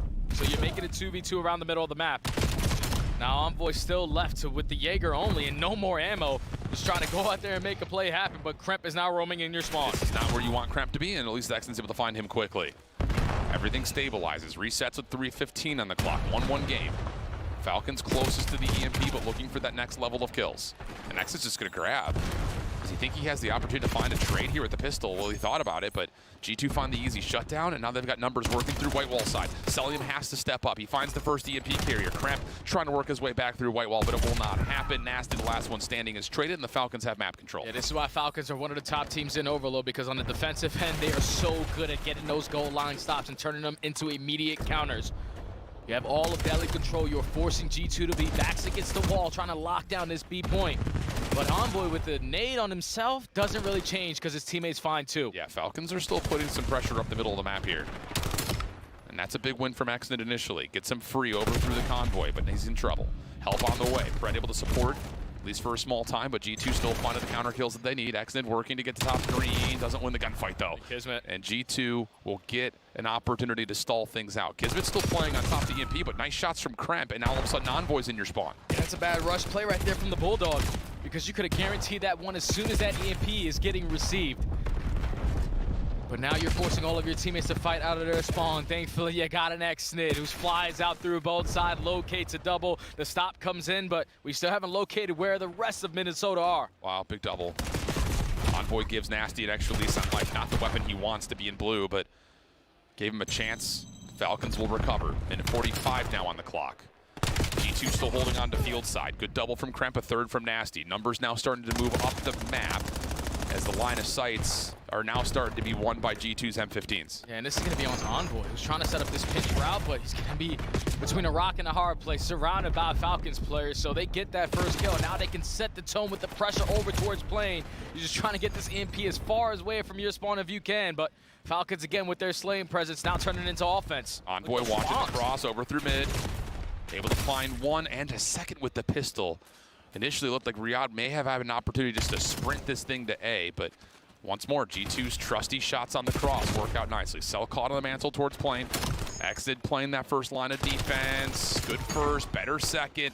G2 has to hold back. 55 now on the clock. Yeah, they keep on taking care of their lead blocker with ease. So every time a G2 player is thinking, I have space, and all I need is this one gunfight to potentially lead to a score. Someone on the side of the Falcons locating him quickly. Now taking the map back. There's only 40 seconds remaining on this second half. Reset is about to go down again. Look at the route out of Envoy. Oh, he tries to work his way around the backside of field. I don't know if he needed to help out of this play. There's just not enough Falcons defenders here. Exnid starting to heat up a little bit. Now gets himself a second. Defense for G2 still playing over through the mid cut, but that's a third down from Exnid. Trying to make his way in towards P5, but the cross still being watched. Good damage comes through, makes this defense that much more sturdy, and that will be all the Falcons falling. 13 seconds. G2 will have an opportunity with their next spawner to bounce back, get the EMP, and put overtime in their name. It's nasty, hitting this route. Cellium last go around was watching it, but this time he already knows that he has the opening. He's gonna quickly find this trade. It's between him and his EMP carrier. Brett wins a one-on-one, and the final push is bound to get shut down because Envoy's the only one here. Okay, we get to the end of regulation, 1-1. And I will say, off the break-off so far, Falcons have been better. Yes. But it's only led to one score so far for them. And from the favored side to start, I believe, you want to set the bar immediately. You need to get this series some green gas, because right now it still feels like G2 are still controlling how this match is being played. Yeah, well, when you had the leader's advantage, at least for the first 30 seconds, it was cool, but you also know we're on good side. It's going to be hard for them to get captures, especially if we just keep this EMP over towards plane side. It was consistent battles for mid-map and that plane heady. And even though it was going back and forth all throughout that half, we are going into regulation time where G2, again on the bad side, relied on a lot of nasty to bail them out. But Falcons, you know what you need to do. Get 3 kills, push forward. Now, opening nade plus a follow-up from Nasty will give G2 some motel control here. Envoy in trouble but keeping his life. Help over to the mid cross as Cell's trying to work his way in. And he's been seen tagged. The kills are still good for the Falcons. And now you've got Cellium in a really good position to block the spawns outright. But Skies is watching the cross the EMP. Slows down the play just maybe long enough for the G2 Minnesota defense to spawn up. But now we need to trade Cellium. Cellium already found that initial kill. He's creating that space, but it's Nasty and Envoy off the rotation, off of the respawn, and Mr. Plumridge again locates 3. Just something about this blue building that's got him turned. I'll say 34 and 25 from Nasty. Gonna get caught with a knife out here on Sprint. And now it's about who can find that next wave of kills. Good patience here from Envoy. But wait, didn't see him. And Sky's maybe thinking he's safe. Oh, he may find the timing here, tagged up over through the middle of the map. And at least you're finding the kills if you're G2, but they have still lost Kismet, not the player you want behind you. As he finds open. 2, he's going to have an opportunity to get over to B. Can Kismet find a way to score? And yes, he's got Cellium underneath him. No problems there, and that's just unfortunate timing right there because Kismet just gets jumped over that satellite position, and his double leads to the score. Yeah, Envoy thought he had it locked. All right, everything on the left side is crystal clear, but Kismet hits the route, gets lost. Finds a multi-kill, and then the redirection from A to B. Allows Falcons to get their first score with a minute and 13 on the game clock. So now if you are G2, spawning in on the preferred side here on the Scar Overload, you just got to do it a little bit quicker. Just a little bit quicker. You need to have a good break-off. You need to put the pressure on and see if somebody can sneak through. You called it really nicely. It just feels like every time we watch G2 try to move across the map, it's a lot of ARs that are out. Can we sneak an SMG through this defensive line, which for Riyadh, they can choose to play a little bit more defensively focused. This time it's a quick hit over towards Motel. Envoy gives you the first. Trade from Pred. Follow up from Nasty. He's got some space to work with here, but you don't want to allow this EMP to be a little bit too unwatched. So he'll head back over to mid, and Kismet has shown himself to top green. Yeah, Falcons are the perfect break-off. Who's the most difficult kill on the map? Cellium. So let's put him on the mid. Heglitch watching over that EMP. He's able to locate a double while both of his teammates fall at red, and now off the respawn, you're turning into 3 dead. Falcons are scattering. You have one player who's all the way across the map. I don't know if he's going to be in a position to stop this, and Falcons force game 4. Okay. That's more like it, I think, if you're watching this as a Riyadh fan. It took a while, but finally, through the measure of break-off, we get just enough advantages for Riyadh to continue to do what they do best in at least the Scar Overload in general, obviously, but in the face of Nasty, like 21 in the first half, you thought that this is going to be it. I mean, 1-0 up from bad side, you're sitting here like, wow, we're chilling, but Falcons, is that enough enough to get them going into this series, knowing that you still have a Scar to come up with the hard point, a map they don't love. And you've got legitimately all 4 members for G2 playing some of their best COD right now, it feels like. Yeah, I don't know if it's enough, but that's the start. Because you didn't want to go down 0-3 and start your weekend off like that. Already in the loser's bracket and instantly got to spawn into another match depressed as hell. But you get your captures done. You get the overload in the back pocket again versus this G2 lineup. So many times where G2 were playing realistically a little bit sloppy. They were relying on one player a bunch of times to bail them out. It was all nasty in that first half. And then they try to do it going into that regulation time with Skies because they set the tone with all those kills that they found through the middle of the map. But then when you go 3 dead and relying on one person to just lock down this EMP, that's where Falcons start to capitalize. And then the Bulldog also getting lost. So if Falcons are looking to gain some kind of momentum, they found it there. But now going into a Scar hardpoint, which hasn't been a bread and butter for them. No. What did map number 1 tell us, Al? Yeah, you got to win a rotation. Yeah, rotations. And that legitimately is 90% of what it feels like is going to be the conversation point as we look over towards Scar in general. I mean, just through Major 4 rotation percentage, they only won 44% of their rotations. They only held 1 time. 1 time. Out of the 4 opportunities. Yeah, they played Optic with that one. You know, Optic on Scar, one hell of a team.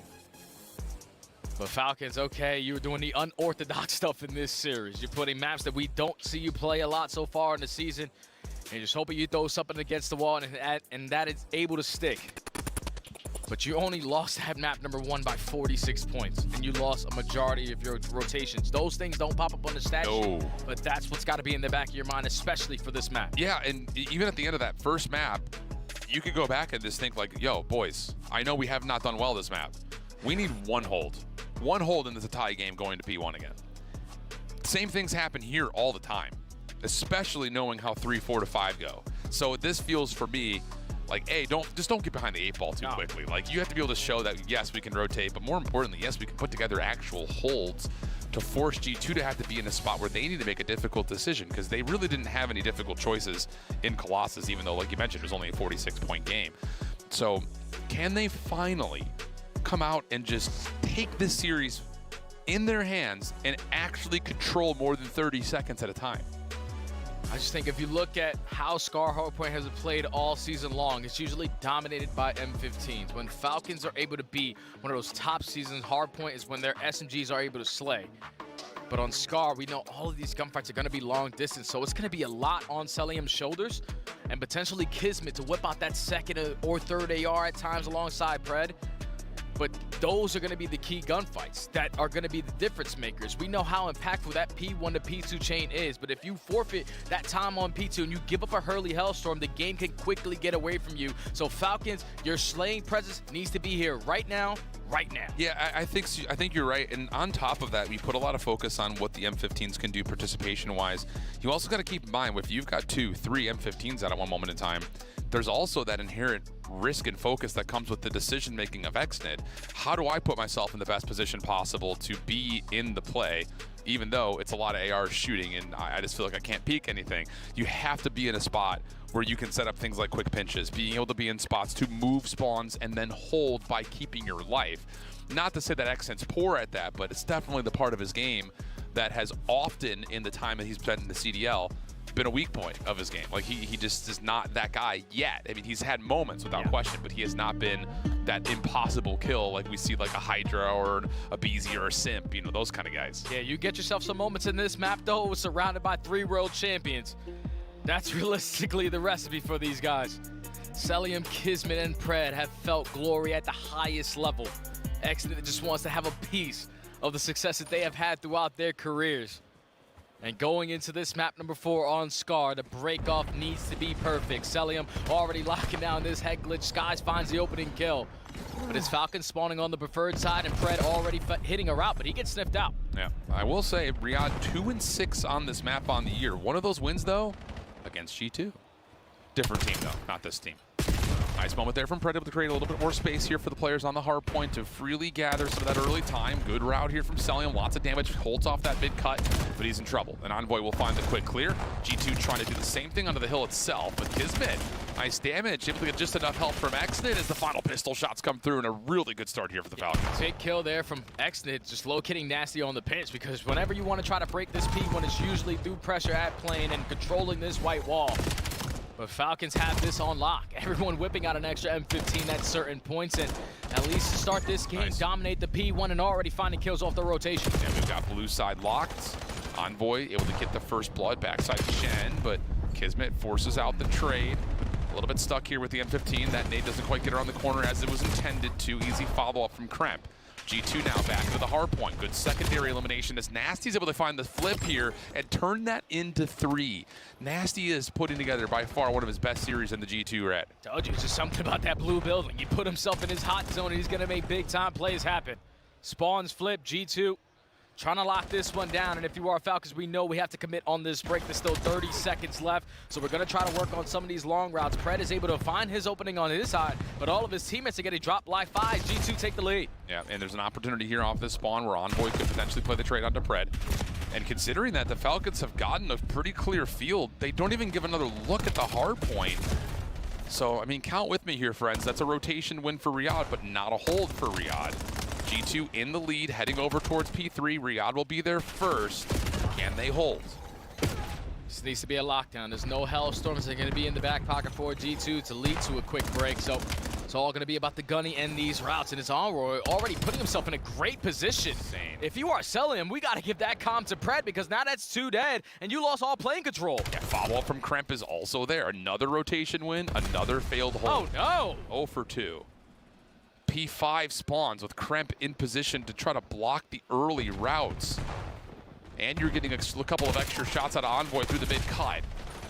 2 for 2 the exchange. Hardpoint opens up. Envoy in some trouble, not able to get the full regen back, and the Falcons will counter break. And this is a good break opportunity here for the Falcons, because now in the final 20 seconds, you want to turn these kills into aggression and potentially flip these spawns on its head. But G2 are ready and waiting. They already find the initial 2.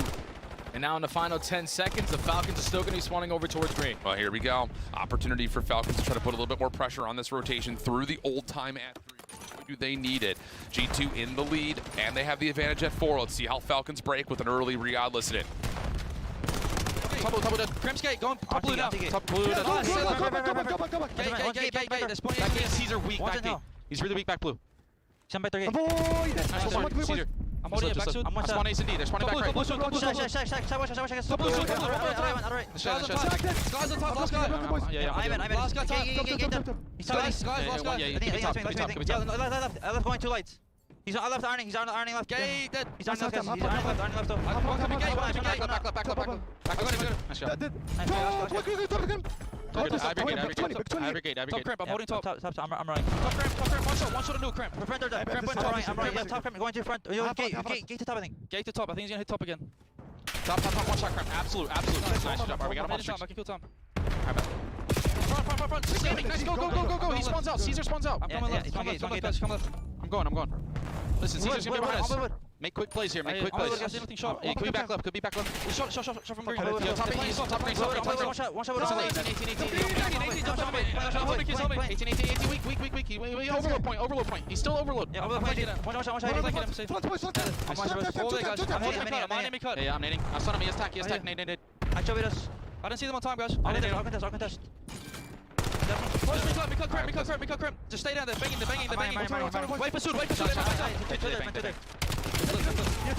Two time on blade. I got the left. I wrapped the left. I'm gonna wrap plane. I'm trying to make it. What's top green, I think? How's the plane? I'm playing top green. Yo, play nasty plane. He wall bait. Last guy top green, guys. Last guy. Nice. 20 back right. 20 point game. I'm nading your alley. Tight game so far. Absolutely tight game so far. You're hearing the right reads from Riyadh. It just comes down to that last moment right there from Pred. Just can't quite find the angle on the bomb site, or the bomb site, over towards the hard point, and that just leads to the small gap we have right now, G2 up 30. Yeah, I think the Falcons just put way too much focus on the spawns right there for that P5, because it was everyone, including Exton, who locates a double, but then pushes out and then gives up the space to the front. That allows G2 to basically dominate a majority of the time at the P5, and now off the rotation, find a clean 4 dead, and have the Falcons trapped over towards green. Not the spot you want to be in. Not at all. Lead now growing to 40. 30 seconds till the fight, and Falcons are having a tough time working back the middle of the map. You get shut down into Envoy. Skies, though, at half HP, still able to find one before dropping, but the Falcons able to work their way back through mid-cut, get onto the hard point, clear it out. Couple of kills come through for Exit, 3 in a row for him, and there's a chance to put some pressure not only on this old time, but also over towards new. Yeah, they're going to win the rotation again over towards the P2, but this time you desperately need to lock this one down. It was nasty from the blue side, able to locate 3-4 break, and it eventually turns into a good chunk of time, but look at the M15s lighting up the kill feed. Falcons dominate, all 4 dead, but they still are not in control of the spawns the way that they want to. You are forcing them to be ahead blue, and they have so many crossfires being set up. Yep, and you've got a route developing through mid. Preds is not a part of the play right now. He's trying to get to the hard point, but he'll be shut down, leaving Exton by himself. He is on 5, but pinched up, overwhelmed, nowhere to go. Kismet up top, able to find one. Manifest, maybe a chance for the last couple of members of the Falcons to jump back into the hard point, but Envoy off the spawn just peppers that back heart wall. He's able to find one. Pred's timing on that route perfect as he's able to repinch and get the maybe this last 30 seconds back over to the Falcons. Yeah, this is the biggest moment here for the Falcons, the potential to take the lead and grow it by even more. Cellium on 2 in a row. Knows that the pressure's going to be from blue. That's going to be a freebie. I saw the second guy spawn up as well. Oh, yeah, I'm Cellium. I'm going to go for the chow.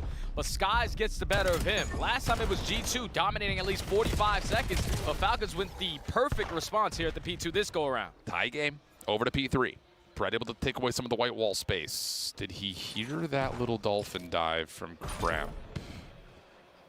Timing of this is going to be excruciating. Kremp is just waiting for this to develop over through P5, but no, he did not know that Pred was playing that close. Exit also shuts down one of the players through green, and an opportunity here for the Falcons to grow their first big lead. Yeah, they are locking this down, man. A perfect sequence of events here for the Falcons to chain the ending of that P1 to the entire P2, and now to the P3 with trophy system. G2 know we are not going to be able to break this from the front. Someone needs to hit a route, and Kremp is able to win a big one-on-one there versus Exnid.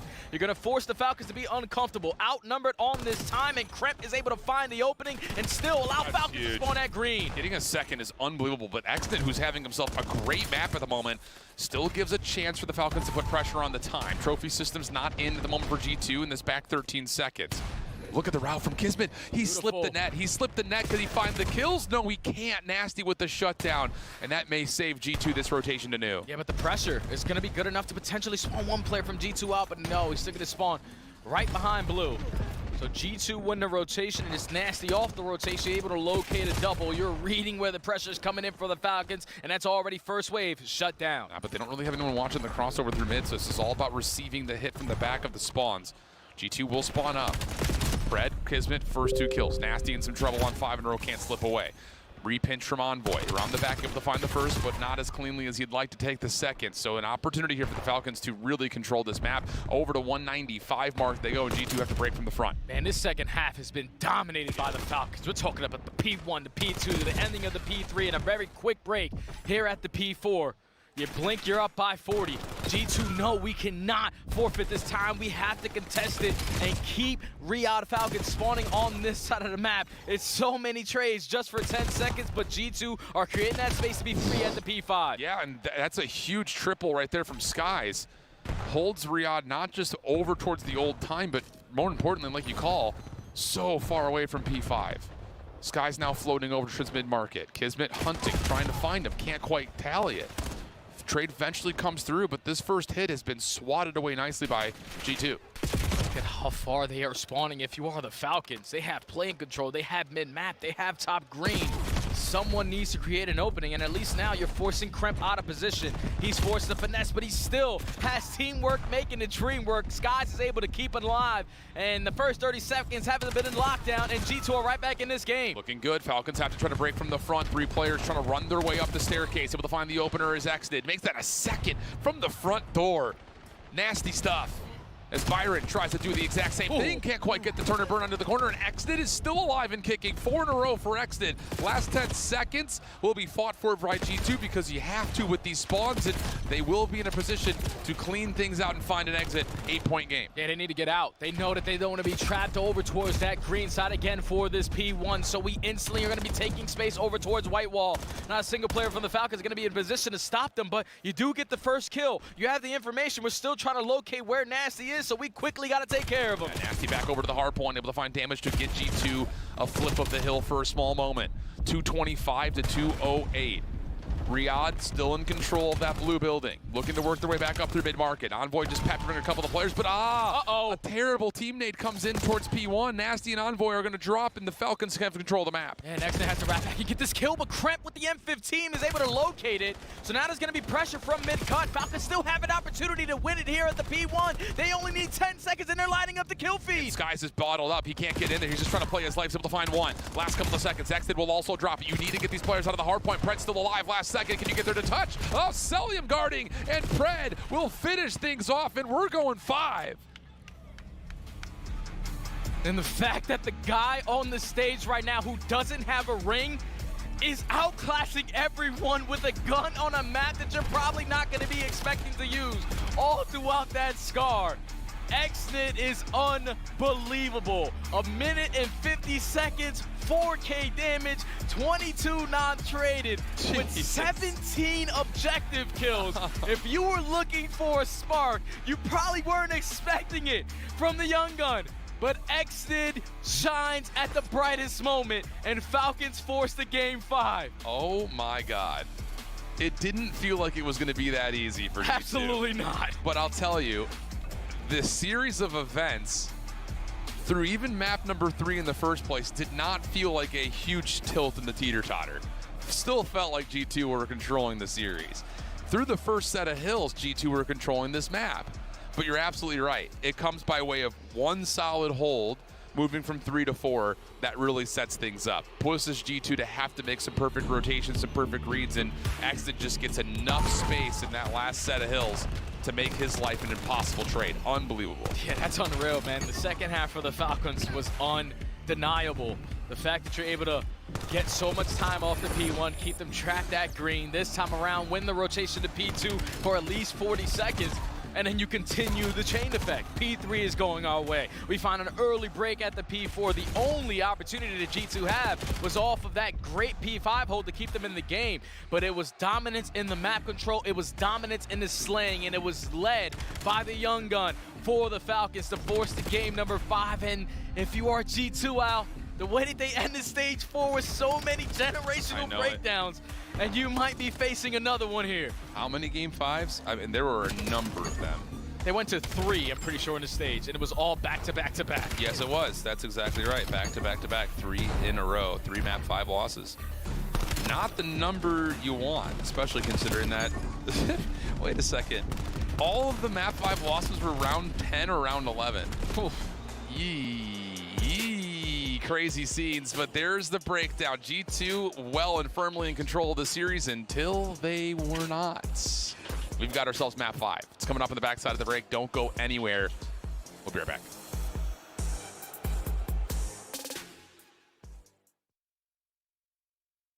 COD Champs tickets are on sale now. Come see the best teams lock in for this season's grand finale in fabulous Las Vegas.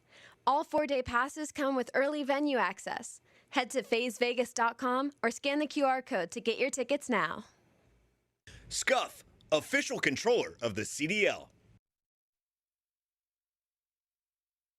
Monster Energy, the official energy drink of the CDL. Brought to you by America's Navy and the special operators who work in the shadows.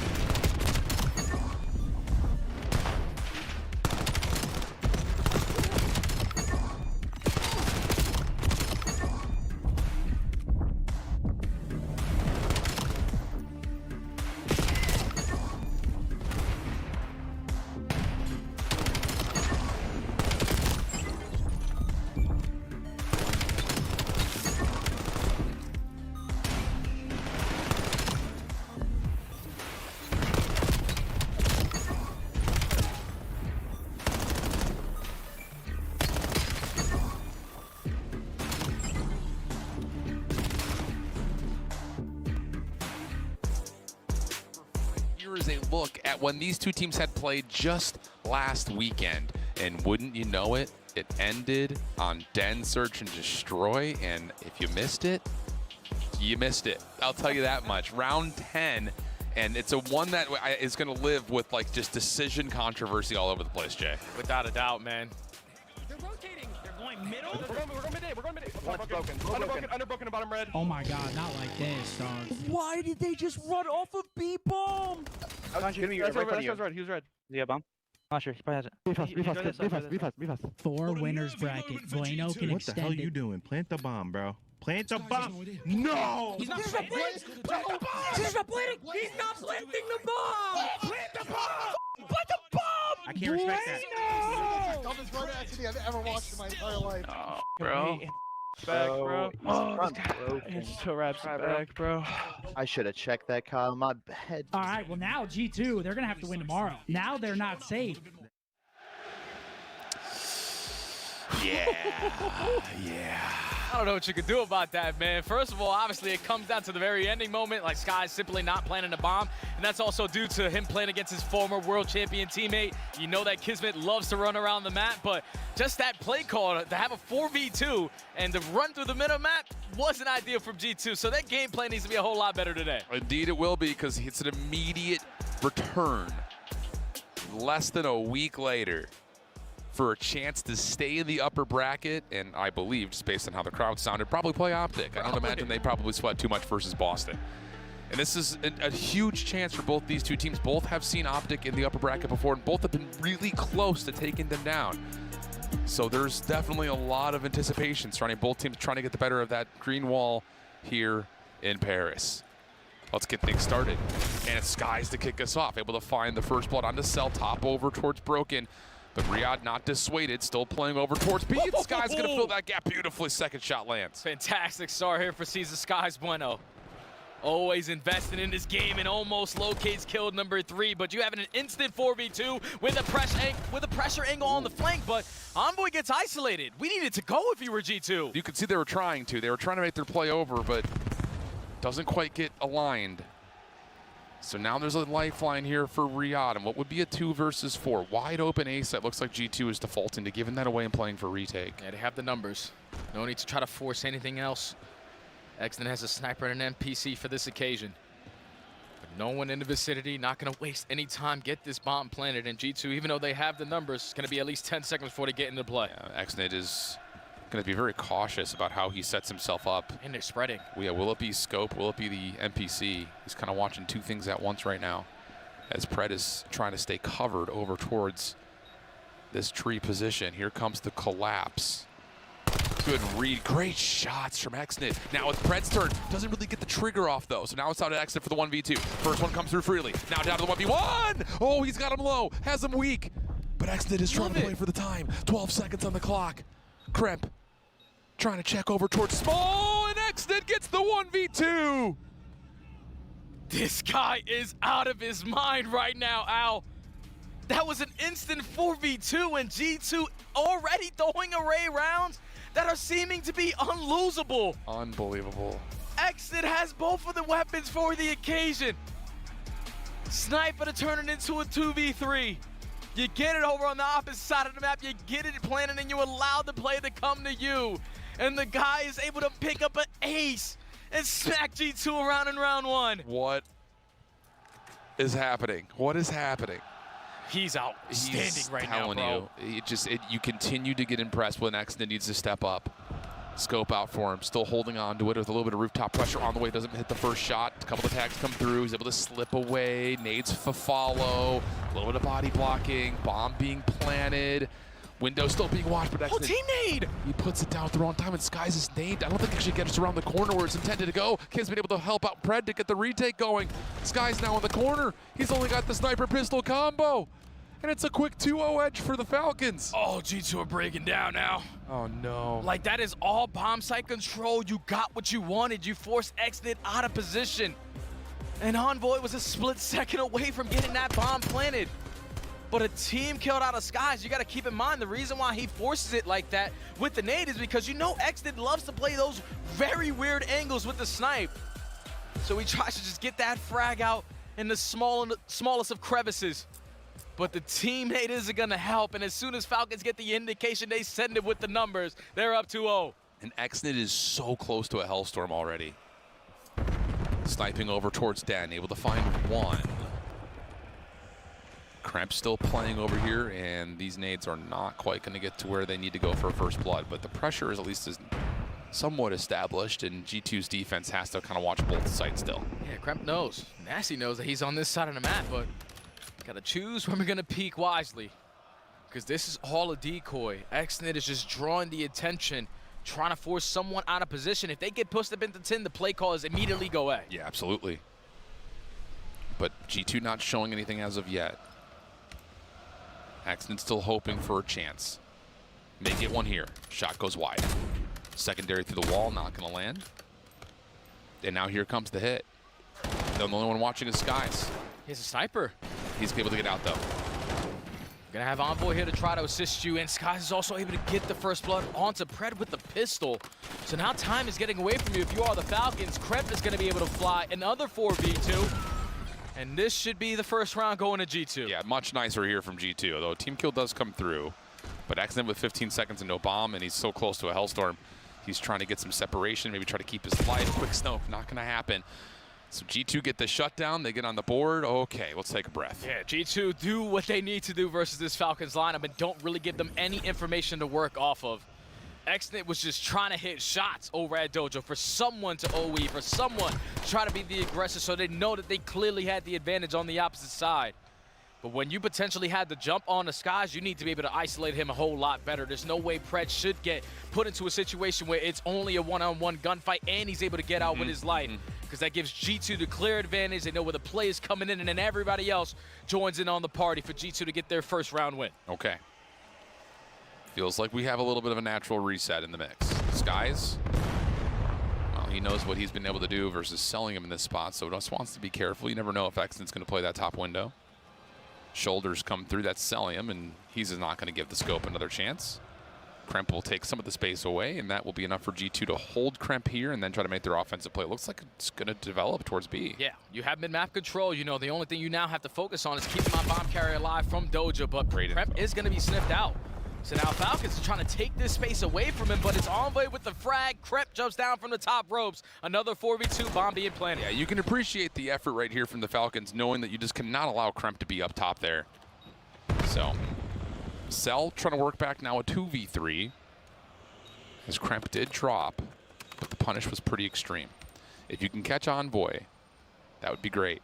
I don't know if Nasty, okay, Nasty has seen this. I was gonna say, like, I don't know if Nasty's gonna see it in time, and maybe he hasn't. But he's able to at least find one trade in return, leaves it down to Cell for the 1v2. 20 seconds left. Selly has to sniff out both players. He's able to spot out Skies, but you know Nasty is gonna be value in his life. He wins the one-on-one there versus Caesar. And now he has time to finesse a little bit, but Nasty isn't going to get caught off guard. You peek at 7 seconds, and that allows G2 to quickly tie up the game. Really, really heads-up play right there. And again, it's like it's one of those situations that, okay, Cell's just throwing like little slidey shoulders towards bottom mid. You see the scope that direction. You weren't able to toss any utility. You have to have something in the back of your mind saying there could be someone else pushed up mid. We need to re-clear that space. It's just so tough to do that against the scope and not having any info, and not wanting to give away too much of the map. 2-2. Yeah, it's a beautiful combo there from the teamwork out of G2. Skies backing him down, allowing Kremp to take that space, and then once he gets to that position top window, if we can get this bomb planted, it should lead to a round win. So a perfect play call there from G2 Minnesota.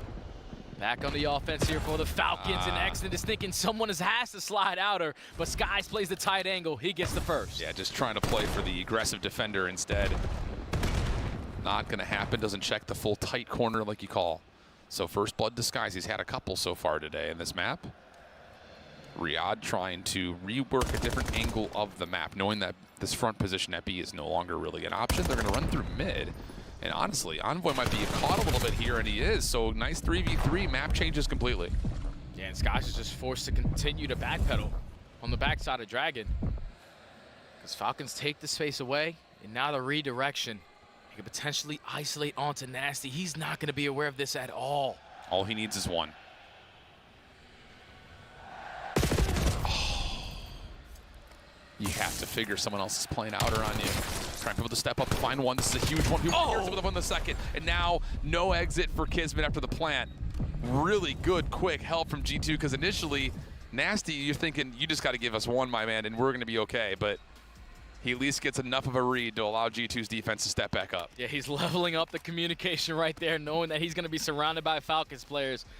He was just trying to rely on the trigger discipline to potentially catch 2 instead of 1. But once he gets sniffed out, thankfully G2 were already in the mix at Dojo.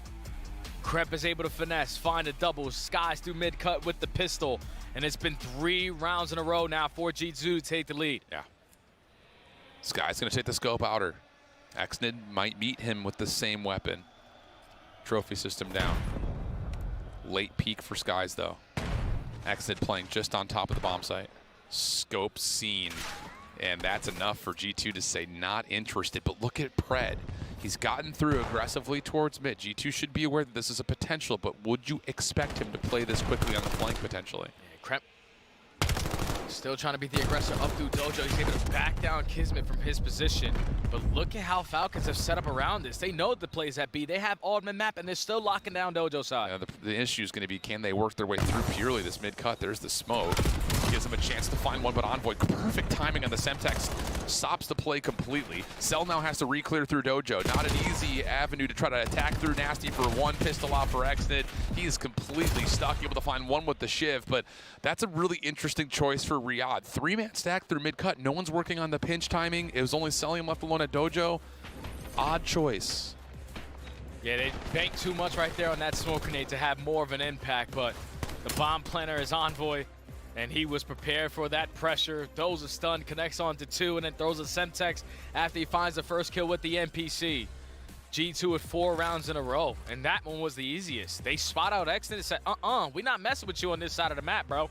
We know that the SMGs on the other side are potentially going to be isolated because Celium loves to play that mid-map, so quickly off the rotation, and you get the bomb planted. G2 starting to run away with this S&D. Exnid looking for the scope through mid this time, nothing home. You got to be a little bit weary of trying to take a delayed peek through rooftops, and Exnid's going to switch to the NPC and say, well, if no one's mid, I'll go ahead and try to take some of that space myself. Yeah, that timing is just not ideal. I think those shots were intended for Celium initially, and Exnid just pops up at the wrong time. Yeah, it's just like the worst Mantle animation you can potentially get there as an SMG. It's got to be devastating there if you are Exnid. Now your teammates forced to clutch on up, but they're already putting the bomb down. Pred is able to isolate a one-on-one, but no one watching the pinch. Yeah, Envoy is able to take away some of the space. Dojo still being manifested on the retake here. And G2's being held back a touch by Pred. Follow-up finally, Kismet's able to shut down one side. We have a 2v2 from the front, but Cell will only get one. Down to Nasty, trying to play up against Kismet. First shots are there, and Kiz will break up and cauterize what has been nothing but straight G2 for the last 4. Yeah, it's a big round there from the Falcons. Even in the man down, they said, screw this, let the play come to us. And it's the Predator who creates the opening, finds that one-on-one to turn it into a 3v3, but then consistently keeping that space at Dojo forces them back. Because I thought Envoy on the pinch was going to make the big-time play. Yeah, but once he's not able to finish a kill, there's no need to rush it. We still have to man up. We need to set up a proper pinch. But Pred stalls out so much time to eventually settle him to get the trade. And then if you are Kismet, hold that head glitch, hold the crossfire, an easy closeout round there for the Falcons. Really, really well done. And it's as much as Exnid gets caught, I still like the idea of him switching and trying to put an extra little bit of SMG pressure through the map, make G2 have to be more mobile. Skies, stun check works out through mid-cut. Quick read from Kremp, but he can't turn that into a second. Good trades, and now the focus goes past to Exnid by himself. First little bounce over comes through. Exnid slips away through small as he usually does. He just has to get out. You gathered all the information, and G2 know that Exnid is still going to be on this side of the map, but now playing the mind games. Hit the rotation back over to the opposite side, and not a single player from Falcons are prepared for this. I mean, they can choose to play retake, and we've seen this, where Exnid will be sniping through mid to try to get the defensive retake going. Misses the first 2 shots. And G2 are going to push through over to Dojo. They have to try to win this battle outright, and Cell and Pred will not allow that to happen. Skies also stuck on a sniper pistol combo at the moment, is in a 1v3, and this is a hard one to get through, but he finds the first cleanly. Now has a chance to pick up a weapon. It's an NPC. He wants a second. He knows that it's going to be Celium playing that position. And he should know, yeah, that Exnid's still playing through mid. Skies with a clean connection. Does he guess Cellium's action correctly? Not quite. Oh, and as he plants, he's expecting the rewrap to mid. Not going to happen. 4-4 tied. Scott's just thinking about getting his get back, because last week it was Cellium in that same scenario. But all those gunfights came immediately after he just fought the previous one. This time, MC stalls out a little bit more time. You force him to think a little bit more if you are Caesar Skies. And time was all Cellium need. You peak at the right moment, and Falcons are able to tie the game. But it's all due to Xnid just installing so much fear to this G2 lineup. Yeah. Skies, though, builds some confidence with those couple of shots to land. Xnid sniping, making his way very quickly to the front side of Dojo, and he hits a hit marker. Kremp does have a trophy to keep him safe. And it's really just Xnid here. That was Kremp's smoke actually tossed right there as well. So no defensive smoke. Keep that in the back of your mind. It's because last week, Kremp crossed without the smoke and got sniped. So he didn't want to allow that to potentially go down at this moment. But it's again another fail around here for the Falcons. Just trying to work with the information that G2 are going to provide for them. And Pred is now going to take top window, realize Skies is there. And now with mid-map, we need to get this bomb at B. Yeah, we do. Cell's able to make his way back over. Nasty in a corner with an SMG. No one checks it. Pred gets found for free. Nasty gets away. So 4v3. G2's defense now fully wrapping back through. They force a team kill. Kremp still alive, able to force it. Shotgun out another. And G2 are on map point. Just making the proper adjustments, man. Hit marker for X to start off the round isn't ideal. But the fact that they kept all that space at that B site, even with Falcons dominating the mid-map, because you get mid-map, it's so easy to get that bomb planted, but Nasty, the jack of all trades. M15, Sniper, MPC, this go-around just plays tight in that corner, gets that first blood onto Pred, and then with only 39 seconds remaining on the round, Falcons don't have any time to make anything happen. They are forced to take those fights, and now G2 at game point. Can they close out a map 5? After dropping 3 series in a row through map 5s. Focus through mid-map here for G2. Defense, though, for the Falcons have already felt out and pushed through the majority of B. So Xnid, once again, currently by himself. Will wait till he gets any contact before he really tries to pull this Riyadh defense back over his direction. Yeah, look how much space his teammates, though, on the opposite side have. B is on lock. Mid-map is completely open. That's why Cellium is playing so far back at Dragon. But it's all about this timing here for Xnid. He spots out Sky still with shoulder. Now they gather that information. Not going to mess with him. Let's go B. And Kismet loses out on that forward heady. So now the SMGs are in a little bit of trouble. No Pred falls off the map. Oh no. Kismet now in the corner trying to make up for it. They get one back. 2v3 situation. Kismet making his way over through 10, tagged up heavily through the mid-cut. And there's this easy foul ball for Envoy. Cellium last one left alive. Too much damage into the tree. And G2 stave off the reverse sweep, close out the series, and will meet Optic in the upper bracket. They avoid another breakdown scenario. Ever since this roster has been formed, they had tough situation for closing out series. But online to land just hits a little bit different. Big plays from Nasty. Big plays from Skies early into the game. Another map where they dominate the first bloods. It was 6-1 in map number 2. It is 8-2 in map number 5. G2 get their get back. They're moving on through winners. By far best series we've seen from Nasty in a G2 uniform. Unbelievable stuff out of him. Saw Kremp losses come back into play. That's going to be another added boon towards this G2 team to keep it in the pool. They look good in a number of other maps. It looks like they're really starting to click, even in Overload. A couple of great defensive holds, a couple of heroics, sure, but they put together a lot of really good offensive looks. Honestly, they probably win that map number 3 if it isn't for those Riyadh spawns in front of P5. So at least you get the job done. You get a couple of more extra reps in the back pocket as well. But I mean, really, this whole series for me is it's largely the Nasty show. Yeah, I feel like if you are the Falcons, you didn't come out of the series any way that you wanted to. Very flat on that opening Colossus. And that's usually one of those maps that you build heavy momentum off of, but we really couldn't get our SMGs going. And then you're going into a map where you barely have reps on. Yeah. We can't allow Exnid to be the impactful S&D player that he was able to do here on the map number 5 with that sniper. You get ran over, and you get to the overload. You're able to clutch up by the skin on your chinny chin. You dominate the Scar hardpoint. That's a big one that you can take going into the rest of the weekend.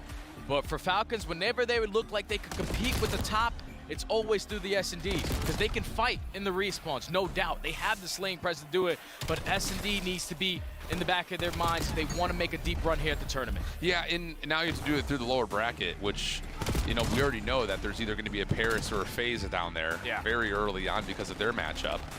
Now all of a sudden, you put the number 2 seed down there. And I will say, I think, you know, looking at the rest of the lower bracket competition, unless like Heretics show up and like have some land magic, it feels like a team like Riyadh should be fine no matter who they play. But as you get to that round 2, round 3, some of the big dogs are going to start falling back down, potentially this G2 team again. So, you know, there's a lot that comes with winning your opening round game. And for G2, the confidence is feeling high. And let's think about it this way, like just to paint their picture of a bracket, they go to play Optic next. And to be fair, like Optic haven't lost the map until they get to a grand finals. Yeah. But this is a very different environment than what we normally see when it comes to Optic-based crowds. So maybe something in there that G2 can try to look back on and say, okay, you know, we played them tight, we beat them essentially, right? Didn't they beat them in the quals? Yeah. So I mean, like, you've got that going for you. And the biggest thing that you want to take away with is just your S&D dominance, man. The Hacienda Search and Destroy was picture perfect. It then perfect counterattacks to not allow their most impactful players on the opposite side of the map to make those big time plays. Just great play calls, and he dominated in the first bloods, man. Yeah. That's good stuff from G2. That's the big part. The first bloods, without question, something that you can look to and say, well, let's just keep that going and we'll be all right. So great series from G2. Let's look back over at the bracket and, oh, wait. I forgot that. I forgot Toronto's in the lower bracket. Woo! Now, granted, Toronto's not the same Toronto that we come to know, but like they still look solid. So hold on a second. Riyadh has to go play the Toronto Koi next. That is maybe going to be saucier than I would have just framed up. Yeah, it's a tough matchup, man, because Koi, ever since they added in Abe into the lineup, obviously you lose your MVP caliber player in Joe Deceives, but you make the most of your situation. They've been pushing a lot of teams to the distance. Abe has actually been playing phenomenal to aid out stage 4, so Koi can potentially match that slave presence or outslay them a little bit. So Falcons, you better quickly wake the hell up. Okay. Yeah, you're right, though. I didn't realize that Boston had taken a map out of from Optic. It must have been the Overload, I would imagine. Actually, yeah, right. Probably Gridlock. Yeah, probably. That's fair. That's totally fair. So there we go. First set of matches are done. Coming up next year on the Bravo stream, LA Thieves taking on the Carolina Royal Ravens. That's going to be interesting just to see how Nox handles, you know, trying to get a little bit of a warm-up into the main stage focus. Yes, you're still under the lights. Yes, you're still up across an opponent that's very, very tough, but at least it's not out there. Yeah, you got that going for you. Not in front of all 20,000 people out there. Yeah. Yeah. Insane stuff. There we go, though. Match number 1 done, dusted. Thieves Ravens coming up next. We'll head to break and be back with our second match of the day. Dominate the competition on main stage with the CDL Major Hunter Tracer Pack. Collect your chip by scanning the QR code or heading to the in-game store now. Go pick up the 2026 Call of Duty League Championship Tracer Pack. You can support all 12 Call of Duty League teams. Monster Energy, the official energy drink of the CDL.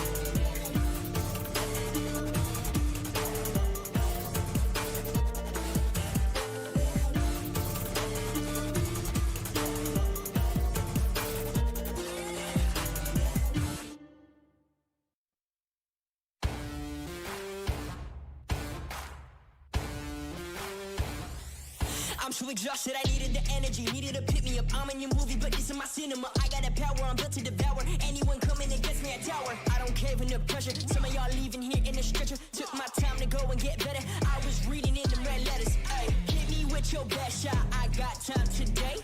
Feeling like a matador with that Red Bull. Oh, no, you can't stop me. I'm running my own play. For the game win, I can't pin anything that gets in my way. Been here, done that. You all know what we came for. Been here, done that. You all know what we came for. Energy, energy, energy. I need that energy, energy. Energy, energy, energy. I need that. Been here, done that. You all know what we came for.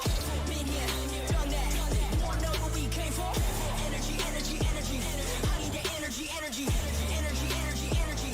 I need that energy, energy. We've been here, we done that, we done that. You all know what we came for. You all know what we came for. We've been here, we done that, we done that. Energy, energy, energy. I need that energy, energy. I'm in the game like EA. Been in my prime since pre-K. Shooting my shot from long range, going over heads like a toupee. Treat every day like payday. Y'all been living so mundane. My work week is Sunday to oh wait, that's every day. Putting in overtime, punching the clock, I'ma get what's mine. While everyone's sleeping, I'm living my dreams. I got a calling that's so divine. Lord, take the wheel like 10 and 2. I'm losing energy, I'm overdue. I've been on the top ropes, hitting my pose. Watch me hit the power moves. Been here, done that. You all know what we came for. Been here, done that.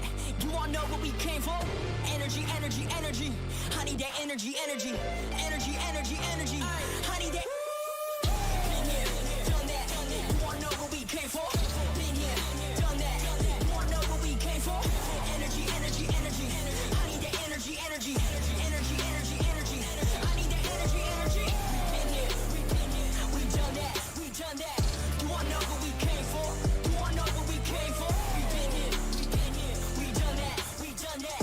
Energy, energy, energy. I need that energy, energy.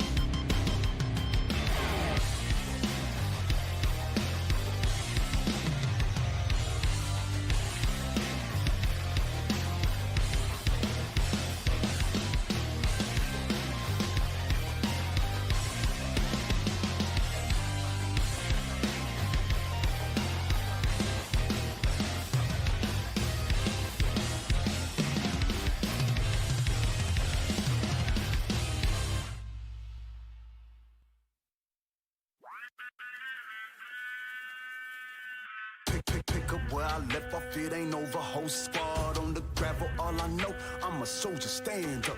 Add attention, shake it off. Taylor Swift, forget the trip. Back to mission, no surrender, just commitment. I see visions, eyes closed, shut, heart monitor going crazy. Medics panicking.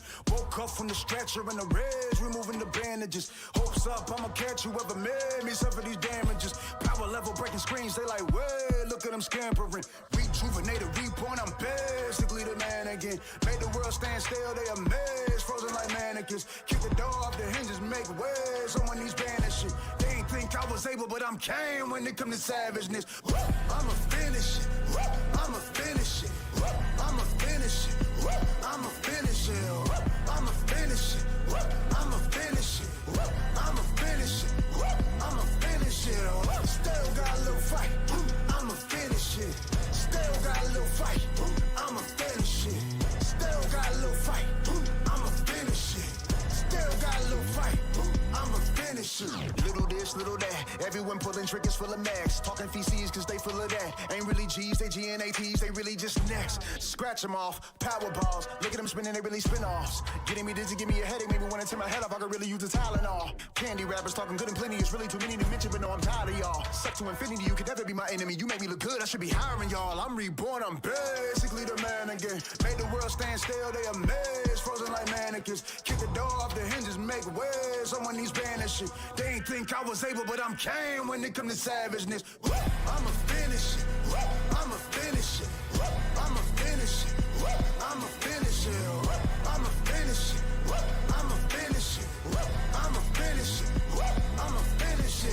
Still got a little fight, I'ma finish it. Still got a little fight, I'ma finish it.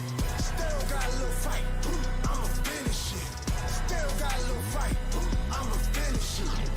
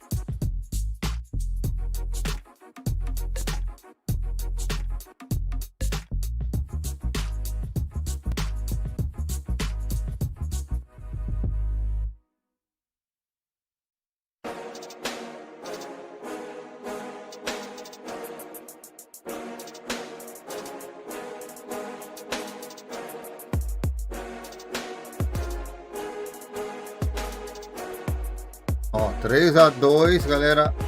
Minnesota em cima do Falcons. Então, é agora que Los Angeles vai começar a correr atrás, hein?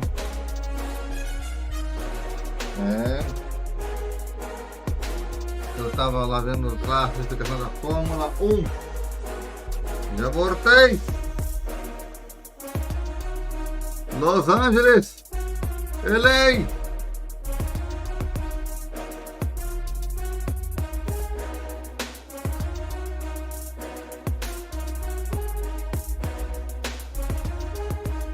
Lembrando, Espanha acho que é a próxima, hein? Espanha não, é o Itália, Canadá. Eu nunca fui Europa, sabia?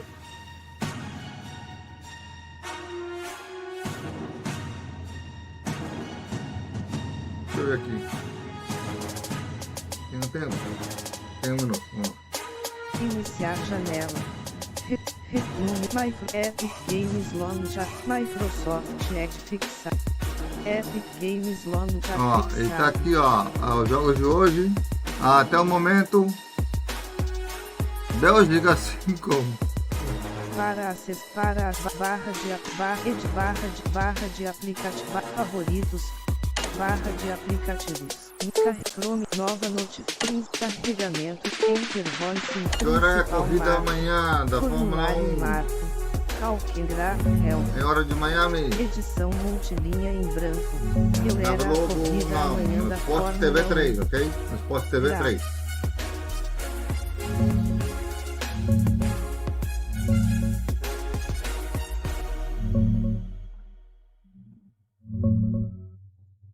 Amanhã, às 7h30 da manhã, no horário de Miami. Isso é 10 horas no horário de Brasília. Transmissão ao vivo no Sport TV 3. A Globo só pega a corrida, exatamente como você disse. Isso é 10 horas no horário de Brasília. Não é uma hora de diferença, mas Transmissão ao vivo no Sport TV 3. A Globo só pega a corrida, exatamente como você disse.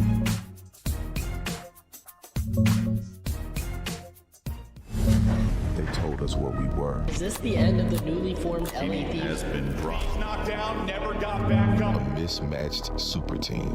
Then we picked it up. Thieves take the chip. Three tournament wins in a row. Miami está no fuso do leste. Então a corrida amanhã fica às 8h30 da manhã no horário de lá. Desculpa o vacilo na primeira. Agora tá certo. Sport TV 3 transmite ao vivo, como você falou. E a próxima corrida na próxima semana, qual será?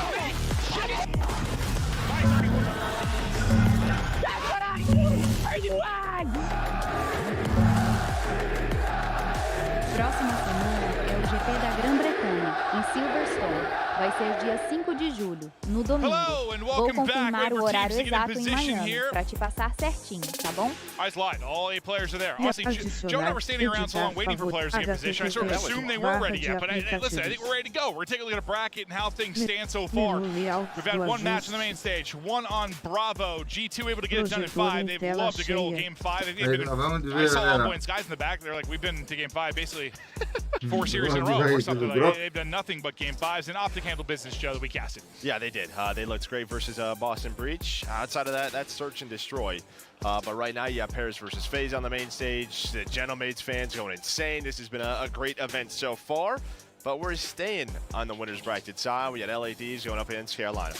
Listen, Thieves are the favorite. I know the home crowd here is going to be insane for Paris, but Thieves are the favorite, and they're going to have Hydra on their team, which also, I imagine, is going to be a crowd favorite as well, getting back to outside of Genomades. His home here in France, outside of Genomades, correct. If they both play, will people cheer for Hydra at all? I have no idea, honestly. Probably not, based on how things are looking, but we'll check out some of the big plays here from this Thieves team. Already able to win an event, win a minor.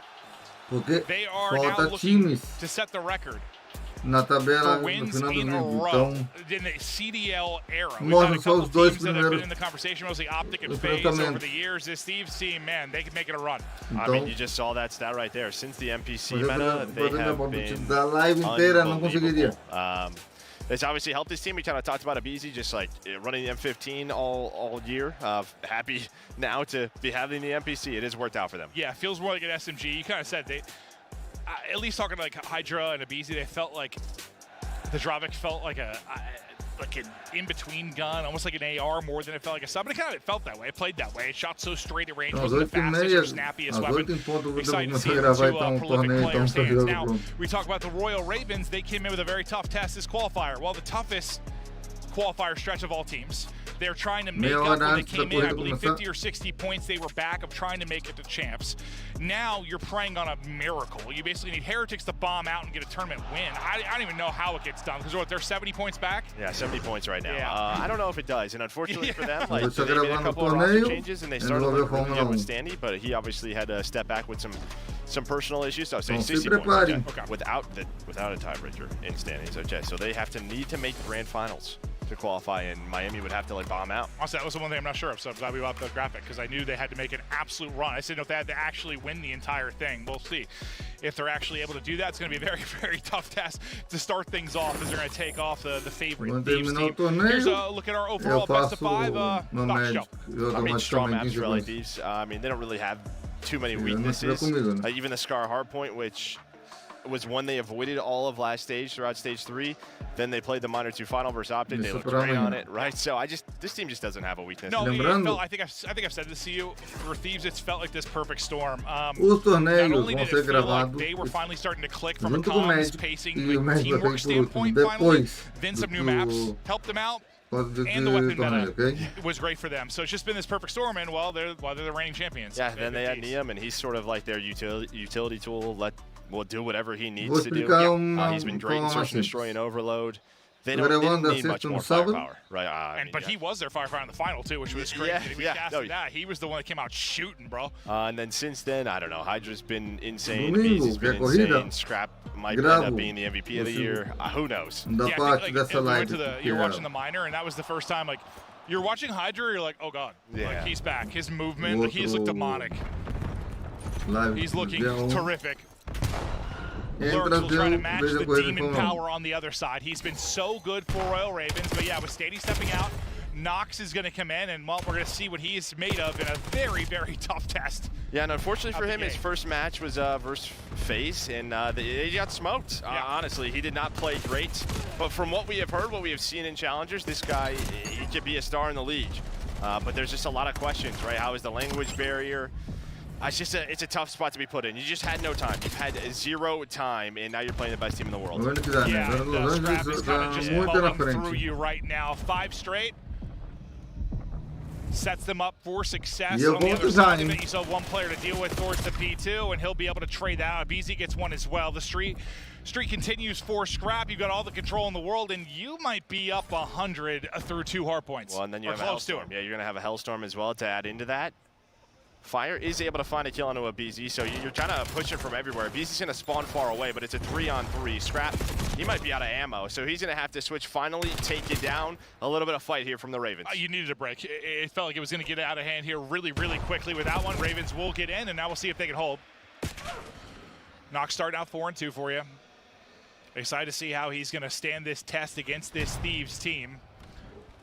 Thieves trying to re-break, and behind Neum's 2. That's going to be the opening. I can make it 3 from Neum. He's going to fry everybody. Comes down to 2-1 on the point, and Thieves will get back in with 20 seconds remaining.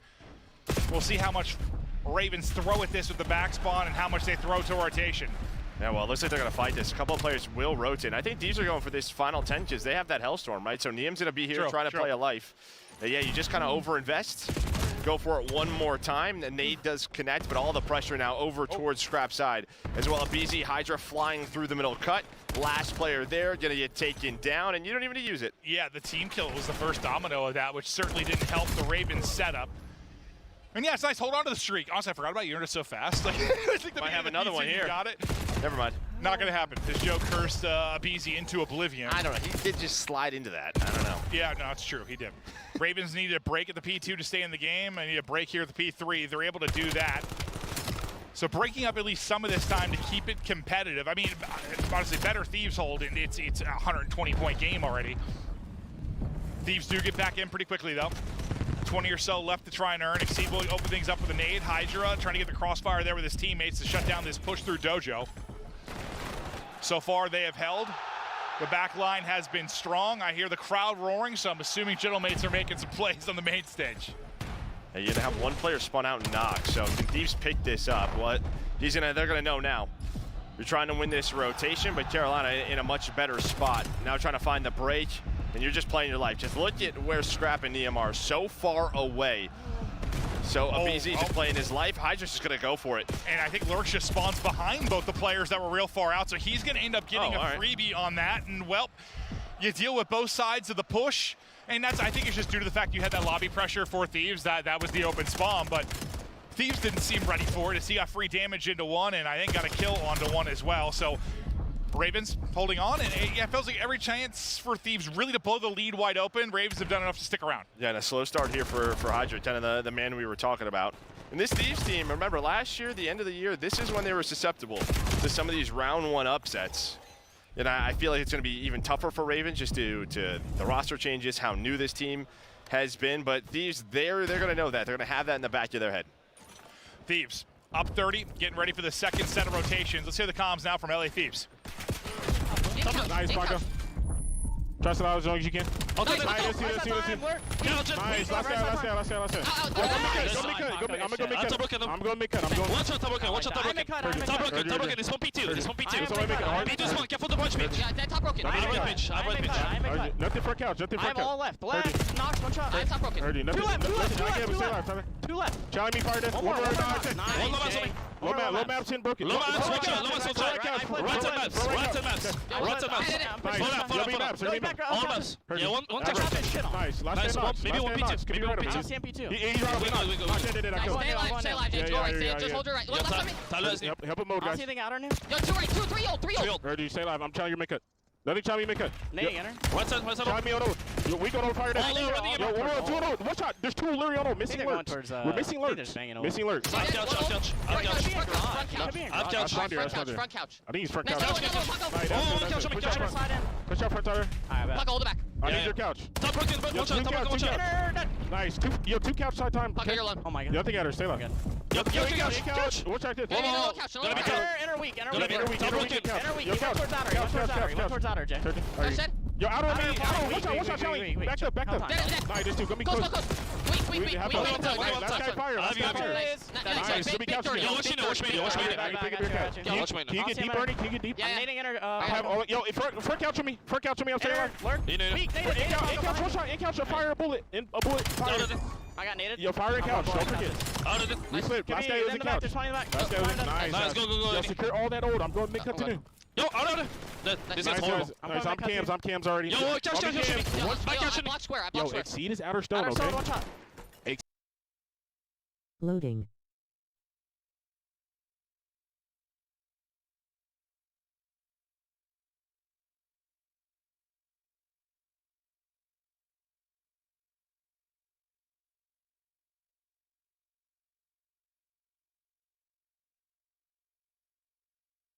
Play button.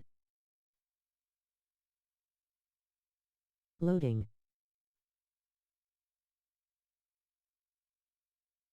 Play button.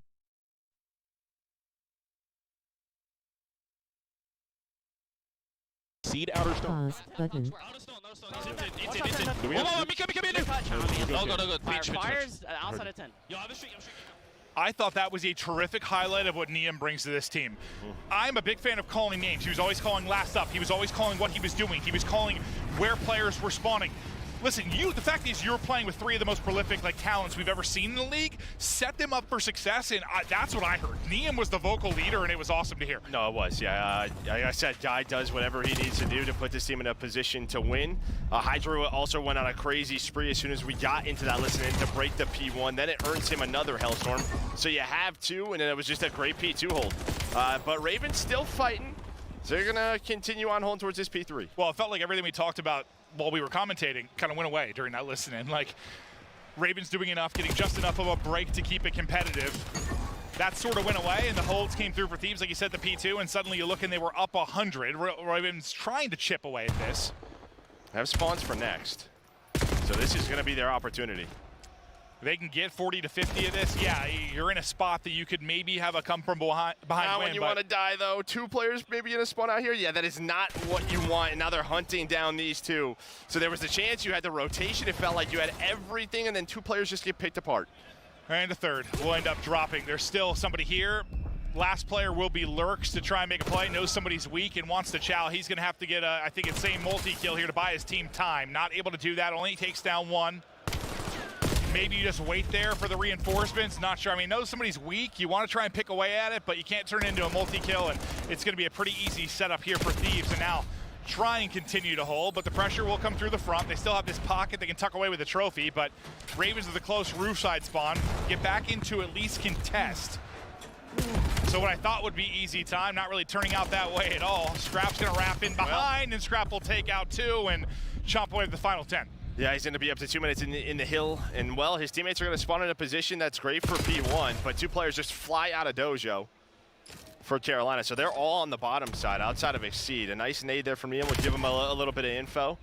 And if you have to, do you still have to, you might have 1 more streak, John? Yeah, okay, I was going to say, if you have to, you got 1 of these. And this is the one earned, like, I think P2. Yeah, a long time ago. Our first rotation, like 5 minutes ago, if not more. But missiles start to rain in, clears mid-map, gets your teammates in, also able to pick up a kill, set up Hydra now to walk away with 1. That's a clearance outside of the last player. Scrap out of the streak and into the gunny. Deals with that. You have 20 or 5 seconds or so remaining on the hard point. You need that for the win. Thieves can close it out here.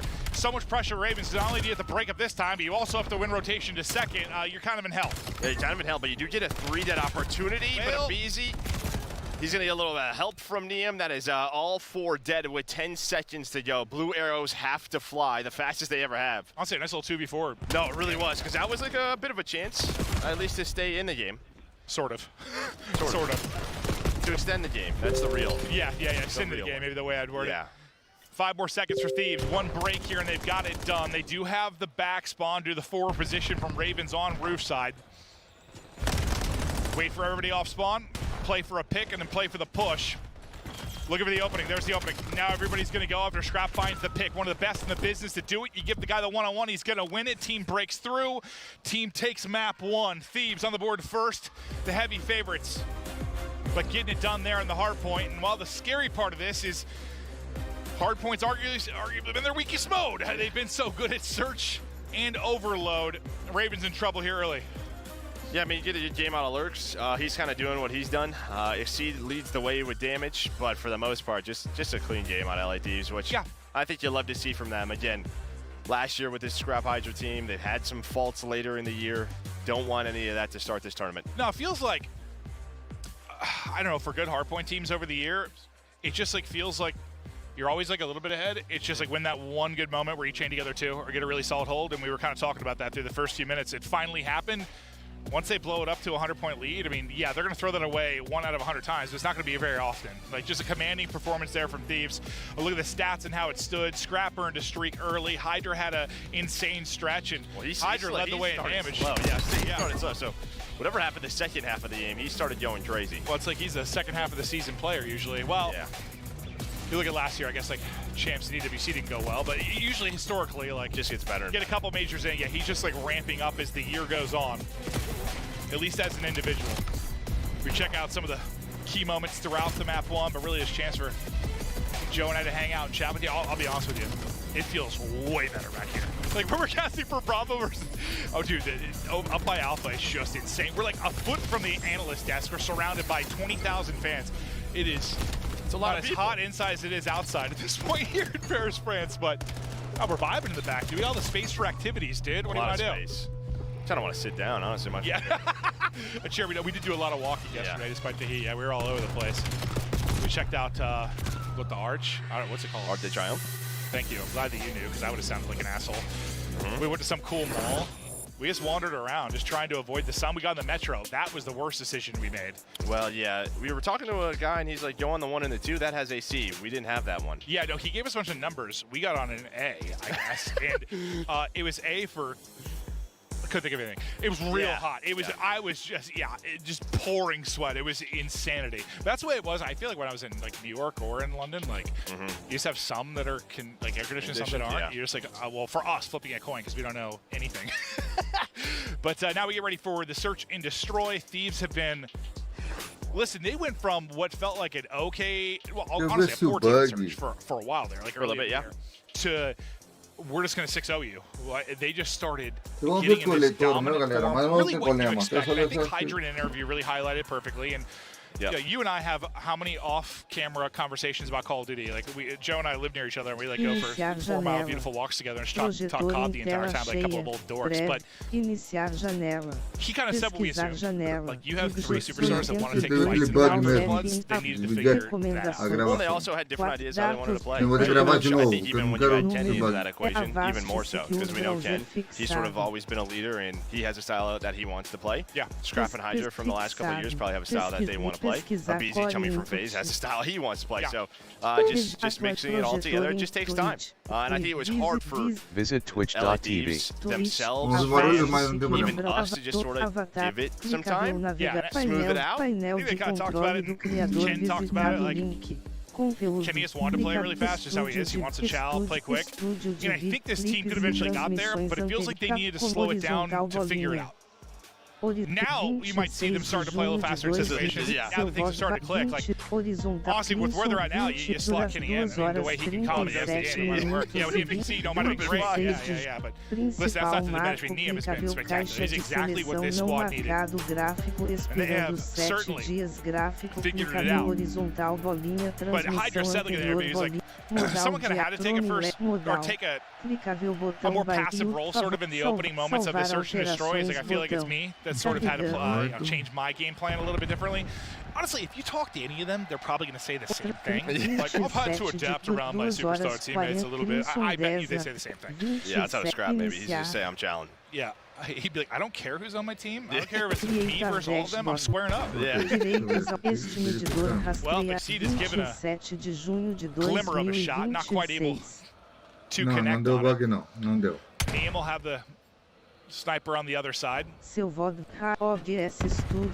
Well, this is what we see sometimes on Fringe on offense. Double check, tem que checar sempre. Tem que checar sempre, senão vai dar aquele problema de transmissão. Yep, and this is one of those positions where we'll highlight players sometimes where you can play very aggressive defensively, you get caught, and you kind of cost your team. BZ will not let that happen. He's able to get you the first, take down a second, almost line up a third, but I thought set his team up to close it out, but Lurks able to walk away with 2 and maybe hold on a second. Yeah, you got a sniper, so they're not going to expect this. Can he find a pick with it? He's going to get a little bit of info. The big problem, though, is the time. He does not have a lot of time on his side, and now they're going to know. Now they're just going to back away. Finesse, throw shoulders. 10 seconds for Lurks. Tried to make this into something. Able to hit shots. Hold on. Oh, I was thinking swap to the snipe. Quick scope his forehead off. Lurks 1v4. Well, now what happens? No, Thieves close it out. Scrap didn't miss. So that's what happened. Yeah, Scrap doesn't usually miss. And I'm a little surprised. I mean, we kind of talked about it. Hey, Shane. Abizi's position. Normally you check that, throw a stun in there, but Exceed just kind of walks up and he got smoked. No, I do. I remember I think it was Heretics, right? We casted like Trakes playing that position a lot, and you were going through it. He got caught every single time. He died like 5 times in that position, offensively, defensively, like could not find openings. It is sort of like a hero. Like you're playing to get one sometimes from that, but I mean, Abizi played it perfectly, or you're more thinking Ravens just didn't play that well? No, I just don't think Ravens. Yeah, normally you got to throw a shoulder. You can't just get caught that easily. Yeah, I mean, this game has omni movement. Throw a shoulder. Slide across, dive. I don't know. They give you everything. You throw any shoulder to that doorway, he gets spotted, you double chow, he's dead. Yeah.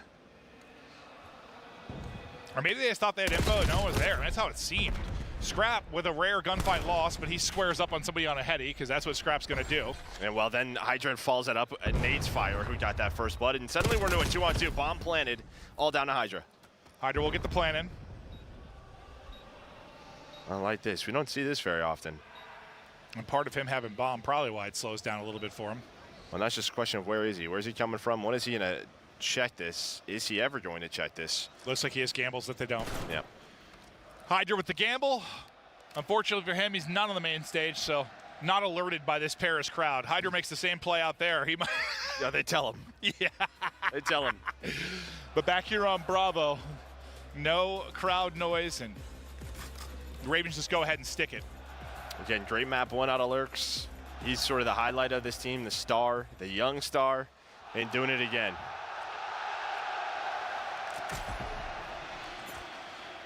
Knox will be your bomb carrier. Exceed will be the lone engine over toward Trax. Other 3 grouped up and trying to push here into junk. Knox to tag in, but kind of ripped. They get a little bit staggered in how they're taking fights because everyone just kind of takes damage from the back line and they all just get shut down. On the other end of it, Hydra's able to win his one-on-one fight and Thieves just bully them. Well, and it's kind of what you want on attacking side of Fringe. You want them into a split setup. Like, they have a 2-on-4 for a while. I know a third player gets involved, but that's because this tin fight takes so long. Well, I think basically both players in 10, the first 2 got ripped right away, like down to half health, and they just kind of threw everything off. That's what it seemed like. Yeah, but that's what you want. You want these into a split setup.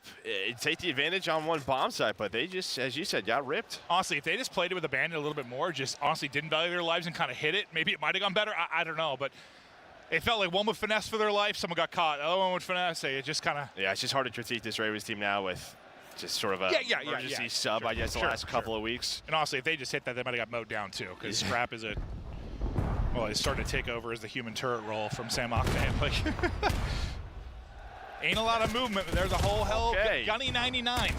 Movement 6. Fire. We'll get the blood. Plant comes in for Thieves. Last time they planted it here, it was that Hydra scenario. They ended up losing the round. Smoke somewhere. I just don't know if it's deep smoke, Carolina side. Neum playing close to catch somebody. He's going to go ahead and pounce. Gets 1, damage into another, but knocks the difference maker there as he gets 2. I think Hydra's thinking he is a free trade. A lot of time now. This is the tough part for Scrap. It's just like, when are they on this? Well, they have to find him. And now you're thinking, all right, maybe he's won this, but still time, so he's got to recheck it. And well, they know that, and there we go. That was the kill. But if maybe there's, I don't know, 5 seconds less, maybe the Scrap's able to clutch that one? Yeah. It came down to a scenario, he just needed 1 more kill off bomb, maybe. Yeah, but that all kind of starts with a BZ, right? We kind of talked about the train side on defense. Oh, did he get caught that time? Also the opposite on offense. He's the one guy over there just playing tracks, looking at the flank, and he got beamed. Nah, it's like I don't know if delicate's the right word. It's a tough position to play, I think, on both sides, like tracks. Just because like the entire thing is like a game of peekaboo, or like everything's a heady, right? Because the tracks, like you'll think you clear something, you get a weird timing, and just here comes a head pops up and you're just fried. And it's literally just the entire thing's a heady. Well, speaking of tracks, we're hitting it. This time they do go ahead and clear small room, and no BZ to be found for now. BZ is still playing it pretty aggressively. Yeah, right outside the door. Exceed is working up the middle of the map, but Scrap is, well, it just depends what sort of timing Scrap does get. It feels like that's what Carolina is waiting on. Maybe what on Exceed finds? Yeah, it's a rotation out of Scrap and let Exceed find a freebie. Yes, they want to get out of this. There we go. Now you can rotate if you want to, or you just run at them with numbers. Looks like they're going to go. BZ's going to get caught as well. Massive number here to Royal Ravens. Both players for Thieves remaining inside a barn, but they're getting hunting down and dropped. Hydra last up, 1 versus 4. Nice movement to take out 1, but he takes a ton of damage trying to back out and get back to full. Not gonna be able to do it. He just gets absolutely swarmed. Nice round there from Ravens. Yeah, it's just 2 rounds in a row where a couple of just early first bloods and nice spacing out of them, waiting for Exceed. Nobody getting caught trackside, as there was a chance that they did. I mean, you had 3 players from Thieves sort of waiting for it, looking for that push. They opt to just sort of stay patient, wait on their in-game leader. He's able to find it. Oh, I just realized that's delayed. I was I think it's frozen. Oh, is it? Our stats? I looked over. I'm like, those stats aren't correct at all, Joe. No. Okay, that's what it is. Thank you. We'll get that fixed, but it's just for us, not even for you guys. You guys don't have to worry about it. Yeah, we just have this like data view where we can see damage and stats and stuff while we cast. And I was looking at it. I'm like looking back and forth. I'm like, something's wrong. Yeah, it's definitely frozen. Hydra, maybe in trouble. We use the smoke to get out of it. Good finesse. Good finesse. No plant through yet, and while he's not playing, he's just trying to square up, and The smokes, I swear, like are working this weekend, whereas like some situations, someone just gets beamed there. Exceed will find the opener with the snipe. Numbers to Thieves here early on. And look, Carolina, they're quick on their feet. They are just flying. Trying to use those numbers, fighting as a unit. But it's going to be the pinch. You bought enough time if you are Neum. And that is a flank. And, well, it's been a lot of clean first bloods for Ravens the last couple of rounds. I was just like, is anyone going to pick up this Abizi bench? Nope. It's just too slow. At first, I was worried his flank was too slow, but it worked out. Good job just staying alive in the back line. That's just a play that won't be shown on the scoreboard. He just buys so much time for Abizi to execute that. Yeah, he's got one to lay down, right? Put the controller down. Let Abizi ice up.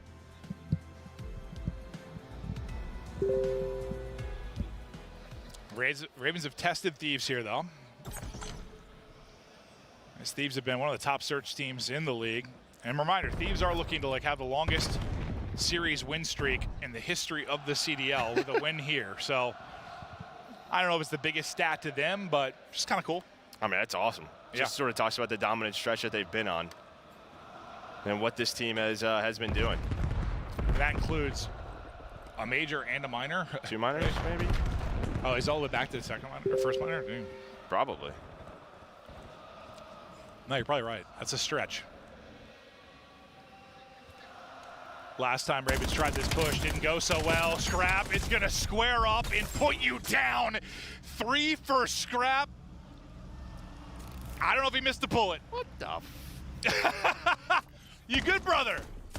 He's looking at us. I had no idea. I mean, again, just the first shoulder from Fire. Like, you did your job. You got the info, and then he squares up with him. I feel like you just have to wait for your teammates to fly out there. Yeah, but maybe just don't square up with Scrap. Well, no, I mean, you literally, it's what we talked about the train side. Like, you shoulder it, Scrap starts shooting, it's like, all right, we know his spot. He was playing an off angle, and... Instead, they just like straight right back out and got fried. Yeah. Yeah. Scrap with 3 in that round. A beautiful 3. Tearing them to pieces. And that's back-to-back rounds for Thieves to now go out in front.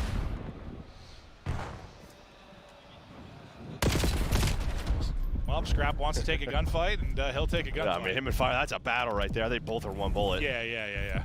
Both very, very weak, but Scrap does reposition. Trying to look over Hydra the best he can. Fire getting more damage in. Yeah, I'm guessing Scrap got a few bullets in because Hydra started to push up here. Yeah, what are you trying to set up here? Because look, I mean, you're the bomb carrier if you're Hydra. Everybody else was very spread. Looks like you're just going to wait on him. Maybe trying to pop up and catch Fire. Here comes the challenge. Fire, able to win it. Fire, 200 damage in the round, but didn't get a kill. Scrap on the other side is going to end up dropping. On the backside, sorry. Will end up dropping. This is all a bait. And now you're setting up Neum. Watch that number 4. He is wrapping through all the way across, but it does take some time. Exceed has like a little tickle, like maybe this is happening. Instead, though, gets caught. A little tingle or a little tickle? A little tickle, like, you know, tickle the back of your neck. Like, maybe I should turn here. Yeah. Lurks. 1 versus 2. Plant starts now for Thieves as they had to get it down, running out of time with an extended round. Lurks just looks left for a second, but he's behind the truck and tucked away. Thieves now string together 3 straight. And that was an impressive round. There's a lot of like layers set up there, right? It's Hydra, you're sort of allowing to move up the tracks, trying to catch Fire. That works out, nobody dies.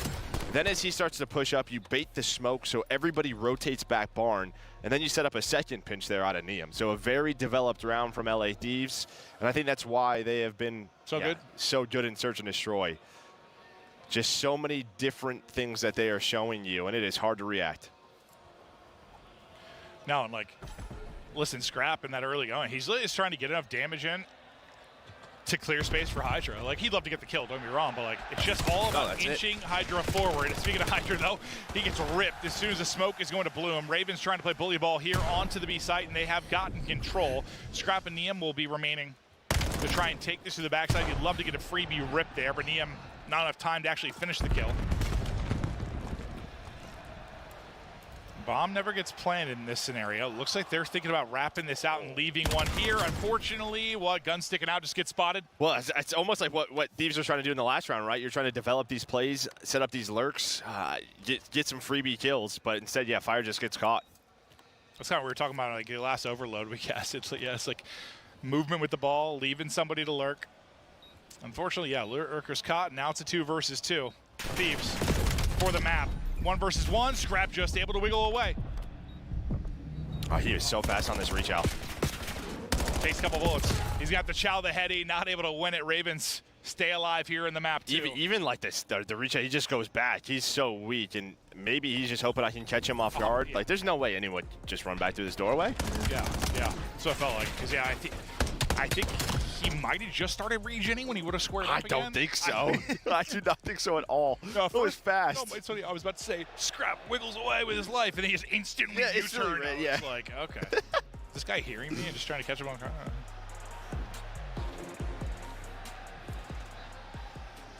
I can't tell what's going on in the Alpha series because I heard like cheering. I've also heard it very quiet. So I feel like that series has got more interesting. I'm assuming it's a battle. Yeah. That's my assumption. That's the way I assume, just based on like crowd noise. That's all I'm going on. Hydra up close and personal, there to greet you with a double here in round 10, and that might just call game. Scrap trying to stay alive and then take a fight. Just got back to full HP and able to win it. The Scrap Hydra do it, takes out everybody, and that is game 2. Over to Thieves. Up 2-0, completely in control. Listen, the fact is they're a superior team. 3-0 was the expectation with this particular matchup, despite some of the great plays coming out of Royal Ravens as of late. Yeah, I mean, this is one of their weaker maps too in Fringe. It's one they've gone to, but they've been 4-3 on the year, so like I think it's one they're working on still. But you can see they've been putting in work. They're setting up a lot of things, and good to see. And Ravens, I mean, they've been battling. I think it was the tweets that like Brian Saint and them when they first got here, like whatever they had booked, the Airbnb or hotel, like didn't have AC. Listen, I saw like some European fans like roasting them in comments. I'm like, listen, it is 100 degrees outside. If you do not have AC, that is a battle just to try and get good rest. I don't think they're getting roasted. Well, no, there were some. No, I saw some mentions that were like, "Oh, you babies." I'm like, dude, it's 100 out. Like that is terrifying. Yeah, I see. Most of Europeans we've talked to, it's like, yeah, this is tough. Yeah. This is insane. Here in person, you know how people are on social media. This is insane. I think they finally ended up moving places and were able to get some rest. I was worried about these guys coming into competing. If you basically had 0 sleep, be some delusional COD at its best. But fact is, even with the rest right now in a hole, down 0-2. But fact is, you did enough with a very hard qualifier that Ravens were able to qualify for winners bracket. So a loss here is not the end of the world. Yeah, but you should still go home today. I mean, we will have a couple of teams you're going to play right after this. It's just again, I just feel bad because they were looking good, man. Like they were looking competitive with Standy. They were. Now it's just tough. You just have a full reset. So you're just trying to do what you can. Yeah, one-man swap with Noxon, hoping they can get things to gel here at the major. Right now in 0-2 hole, trying to bring it back. We're going to head to a quick break and we'll be back with the overload. Black Ops 7 returns to the Esports World Cup this summer. Scan the QR code to get your tickets now. Scuff, official controller of the CDL. Monster Energy, the official energy drink of the CDL. Brought to you by America's Navy and the special operators who work in the shadows. At COD Champs, it's more than Call of Duty. It's you whipping an F1 go-kart at the Grand Prix Plaza, testing your aim and movement at Summerlin Paintball. It's you driving supercars at Speed Vegas, surviving the best escape rooms at Escapology, experiencing the immersive art in the Arte Museum.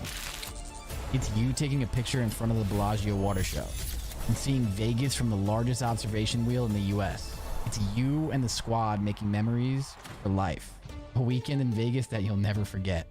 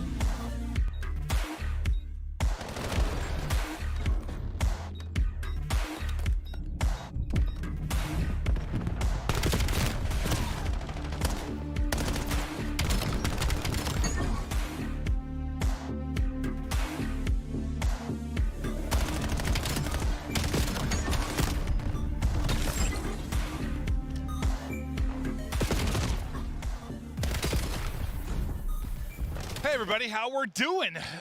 How are you doing? What did I just say? Did I skip a word? How we're doing? Dude, our producer has asked me, how you been doing with the Heat? And I said, fine. And how are doing? You called Shartsy? That one's going to live forever.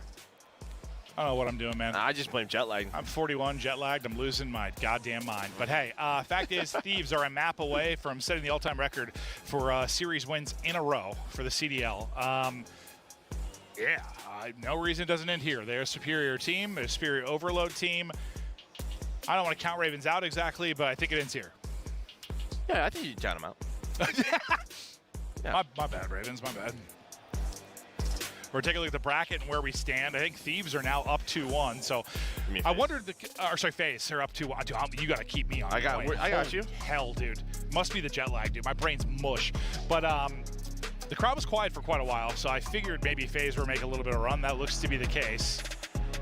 The crowd trying to get Gentlemates back into this. I think, I'd love to see a Gentlemates run just because of this crowd. Like, it's absolutely insane here. Yeah, honestly, props to FaZe for doing that. Just after map 1, I'm like, this is unlosable. But that is the worst team to play in this scenario. FaZe, yes. They're just used to it? Yes, yes. Like, FaZe have been booed. All of them have been booed, like, their whole careers. Yeah. When they play off, yes. That is, if I had to pick a single team not to play round 1 with the crowd behind me, it's FaZe. Yeah. Yeah. They are very used to that. You think Dross is used to getting cheered for, Joe? I hear you. Only when cheering for him is his girlfriend. Yeah, I got it. Yeah. So that's just a nightmare matchup, I think, for the Gentlemates fans in Paris. But back to our series. Coaches were kind of chatting through things with players. A little bit of a bathroom break for the squad to get into this overload. Should be locked and loaded up here shortly. Hope you're enjoying the matches, whether you're watching here in Europe, you're watching back home. It's going to be, what, 10, 11 a.m.? 10:30, yeah. Everybody's still waking up. East Coast. West Coast probably is waking up, making your morning coffee. Hello. Bonjour. Bonjour. Merci. Merci. I said Messi. Dude, Messi has been on my brain a lot lately. Oh, my God. Goat. Dude, I am, for those of you that are watching the World Cup, I've watched just about every game. I love it more than anything. But, man, let me tell you, being able to watch France-Norway later today, a big game in France, it's be awesome. Wait. I've only watched a game in like a foreign country for that team. Like Mexico I did once. It was so cool. Like this place, it better be bumping. And I think it absolutely will be. Gonna be bumping. I don't know what they say here in French. I'm not sure. Oh, what do you mean? You know a couple phrases, right? I pulled some up on my phone. Yeah. Like, I don't mind when we go to Spain and stuff because we took a couple years of Spanish. No, I can get by in Spain. I don't know any French. No. None. I kind of feel bad sometimes. Yeah, it's all right. People have been very friendly here.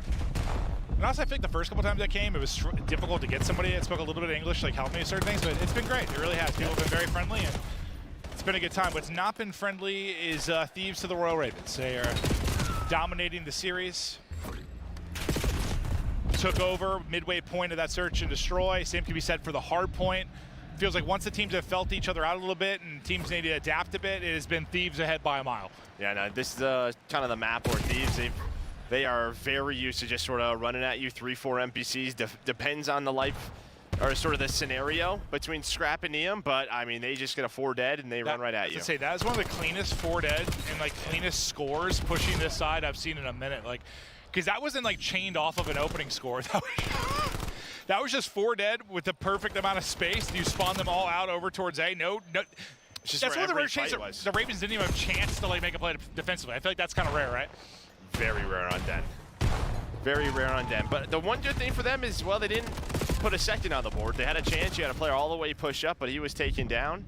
So now Abizi's just going for a run. He's wrapping this out, and you're hoping Hydra gets you a kill or two. Well, they walk away with nothing. EMP dies as well. Look for Thieves to be very active with Overload, or with EMP in hand. But yes, active in the Overload as well. Yeah, Ravens are actually switching it up. Scrap might get caught out here. He is all the way at the bottom side of the map. Knocks the seed fine too. And I think this should tie things up unless Hydra goes God mode. And right now, he seems to be doing a lot. Hold up. He buys enough time. He does. Just enough time. Scrap NPC out to get in behind. Wow. Nice play from Hydra. Good follow-up from Scrap. They hold the line, and now you try to push on the other end. Hydra's already pushed up towards that mid-cut. Doesn't walk away with anything. I was going to say, maybe did enough to hope they're not in position to deal with your teammates, but... Still, I can't believe Hydra. I don't know what happened there, but Hydra ended up with that multi-kill to stop that score. So great stuff from him. Niam's turn to try and pinch. Exceed deals with it perfectly. Pressure is still here from Thieves, though, and Scrap is getting kills with EMP in hand. Trying to get damage into the players on Henny through the cut. Now it's aBeZy's turn. It's one after the other. Someone trying to follow it up through the mid-cut to make the play. Finally, aBeZy gets two. Unfortunately, at the same time, you lost your 4 players with EMP control, so that dissolves. It's like you needed that out of Hydra or Niam on their first attempt. Honestly, it was a heads-up play out of Nox because you have that pinch come in and he runs forward. But now Hydra, well, he's the one. He's going to steal that slam dunk in. We've seen that so many times this year. A little bit of theft from a player like Hydra, and Ravens thought in a good position. No longer the case. You still have to deal with Lurks, though, in your base. He's in an extended fight, I think, with Niam, waiting on his teammates to get to it. aBeZy is going to be in behind, and Niam's able to stop the overload. So good job from Niam in that position, kind of leaving Lurks, taking the fight to EMP, making sure they can't get forward. This might turn into a bit of a counterplay. Yeah, it showed him. Well, they're just not finding that first player. And now you're setting up a pinch. It looks like Niam's going to go all the way through. They wanted to go through couches, and I just wasn't sure which portal they were going to go towards. And it ends up them being 3 dead. Uh-oh, not another one, right? Yeah, run the other way. They're running at him. Okay.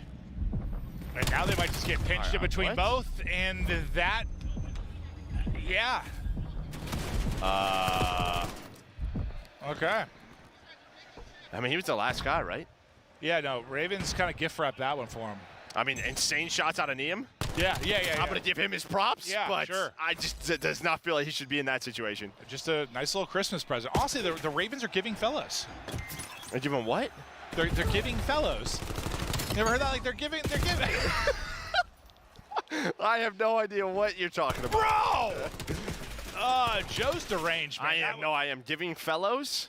Yeah, they're giving fellows, like giving lads, like they're giving people. All right, okay, got it. Yeah. What did you think I said, Joe? I have no idea.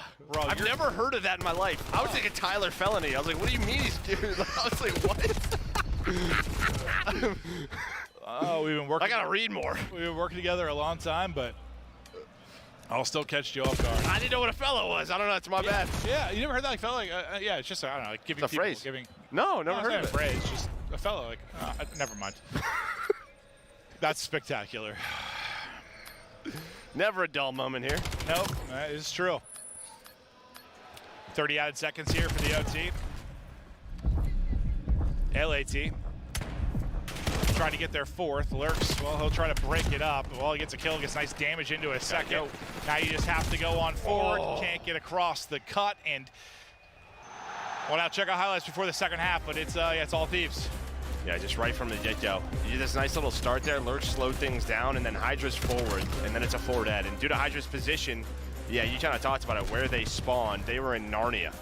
Yeah, no, that is what I'm sure it has happened, obviously. One of the few times where, like, there is just no chance defensively on that side to even, like, attempt to stop. Like, that was a full-on, like, we have to get this up. No stuns, nades, nothing. Yeah, it just perfectly executed by Thieves.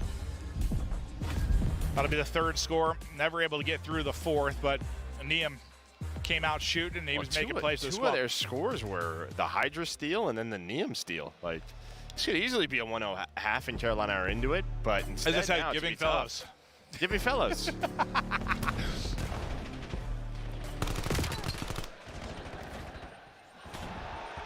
Hydra looking for his opening, and well, he's gonna reach out of that fight mid-cut and not find any success. Exceed got damage into Niam as well and able to push forward. Exceed mid-map is in the reason they're able to apply a little bit of pressure here, but as I say that, pressure has dissolved. Scrap and aBeZy deal with you, EMP into aBeZy's hands, and we try to get forward. And again, just throwing a little cut over towards B. Gets everybody from Carolina moving, and now you can set up this pinch. While you're waiting for Scrap, though, unfortunately his teammates die, so Lurks is like, I'm just going to look this way. And now I like this. Just you spawn A. Let's wrap this all the way roof side. No hesitation wrap. So despite taking some damage, he is able to get away with his life. And now it's just like instant pressure on the other side. Ravens having to do Lurks, nothing but react. What just happened there? They left Lurks. He was prone in the window. And I think aBeZy might have just gunned him, or he turned around. I don't know what the timing was like. But Lurks, it felt like he was set up for success to stop that. He did not. 4-0 to Thieves. Looking to chain this together with number 5. Nox able to win a fight to maybe allow his teammates to get forward, but Hydra has just done simply too much. That is a 5th on through. Dominance here from Thieves, running away with the game. And again, it's the little things. As soon as Neum spawns up P2, I think he recognizes a scenario of this is going to spawn roof side. I'm going to push up and block this spawn right away. Hydra reacts to that, so they're already set up for 3 in a row. Like, they're just so on point with the little details. Now, coaching staff has been putting in work. Players have been putting in prep. They still haven't put this through. Like, waiting for their teammates to win the fights, but finally it's going to end up putting it through. Like, that was he doesn't know. He's like, I don't know where they are, so I got to score. Yeah, it was about 30 seconds of just sitting by the goal. We don't see that very often in this mode either. Thieves up 6-0, and this has been one of the more lopsided overloads we've cast of the year. I mean, Royal Ravens, how many chances they even had? I don't know if they've had one. I don't know if they have either. I could be faded, but I don't know if they've even, I don't know if I've said the word Ravens on the attack this entire cast. Yeah, maybe like one time last half, but yeah. This half, there's been none of it. Maybe just been none of it. Demoralized. And I feel bad for Nox. His first 2 series have been phased in LA Thieves. Yeah, not the most fun thing. That's number 7 on through. Royal Ravens getting their backs blown out in the 3rd map. Whew. I might be sore after this one. Ravens might get a touch here, but you still have somebody in behind you, and that is Hydra making plays. 1 player left to do something defensively. Lurks is going to have to dance on him. Only able to get 1 and then drops. Hydra's already all the way back in the lobby. That's it. That is it. That is number 8 with emphasis. Thieves.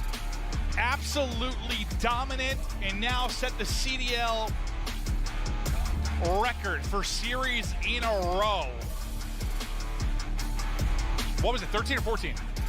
It's 14 now? 14. Holy. Yeah, I just saw the graphic the other day that had, like some of the FaZe Ross, like FaZe Cold War. You had Optic or FaZe MW2. There's been like several teams have gotten to like that 13 mark. So yeah, here we see it. FaZe did it twice. MW3, now. Cold War, Optic, it was BO6 and BO7. Okay, they got the 12. Thieves now with the record at 14. And listen, I think these guys just care about trophies, but still, that's one that could stand for a while. It really could. Hydra. Listen, I think he had the most damage in map 1 after a slow start. Here he goes, 30 and 15, 3,800 kills. Bunch of multi-kills to either alleviate pressure, which there wasn't a lot of, or set up plays for scores. Yeah, I mean, we're going to go through the highlights. It's going to be a lot of LA Thieves. Just destroyed them. BZ gives me a little head nod. He's like, yeah, you like that? Yeah, that. And well, now they'll be playing well-oiled machine. FaZe 1. And that's huge for Hydra, right? Just he's going to have them behind them. Well, that crowd behind them when they play. A Simp drop 40 and 30, so 4,700 damage. He's pretty happy about that. Sheesh. Yeah, Simp versus BZ again at a major tournament. They played so many times, bro.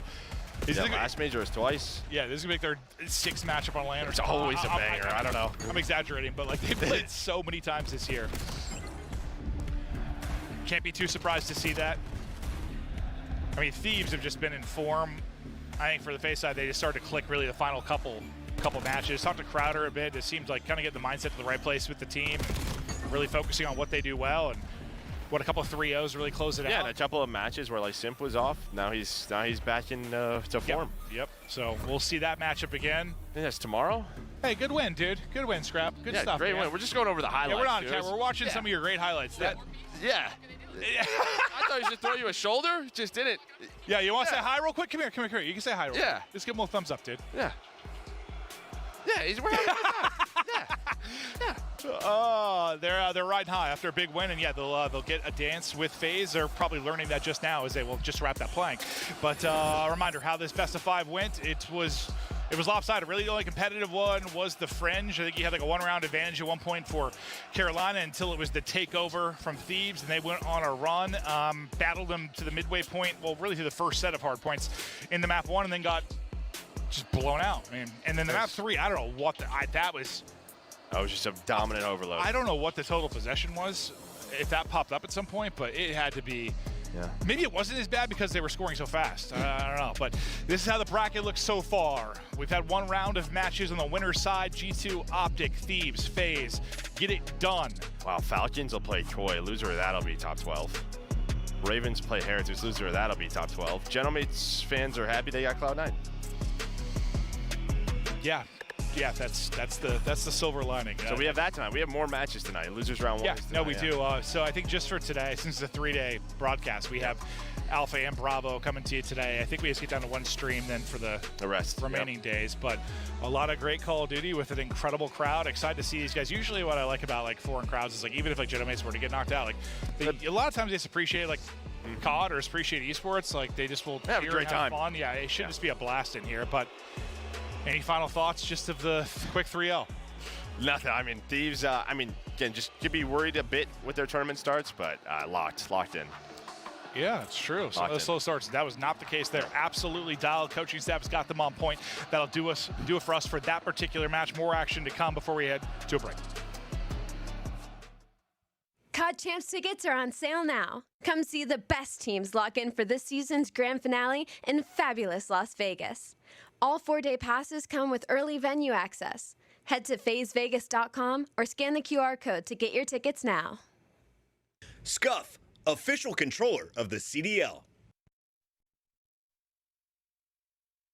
Monster Energy, the official energy drink of the CDL. Brought to you by America's Navy and the special operators who work in the shadows. The greatest finale to your Black Ops 7 season, where the best COD teams in the world fight for 2 million and the crown, where every moment freezes time or sets the stage on fire. And I will never fall. Legendary round 11s. The S&D God! Classic battles that fuel rivalries. It's a 3-0! Game 5s that have you holding your breath. Clutch plays that leave you speechless, and seeing your team finally lift that trophy. It's history in the making! Find out if a new king takes the throne at CDL Champs in Vegas this July.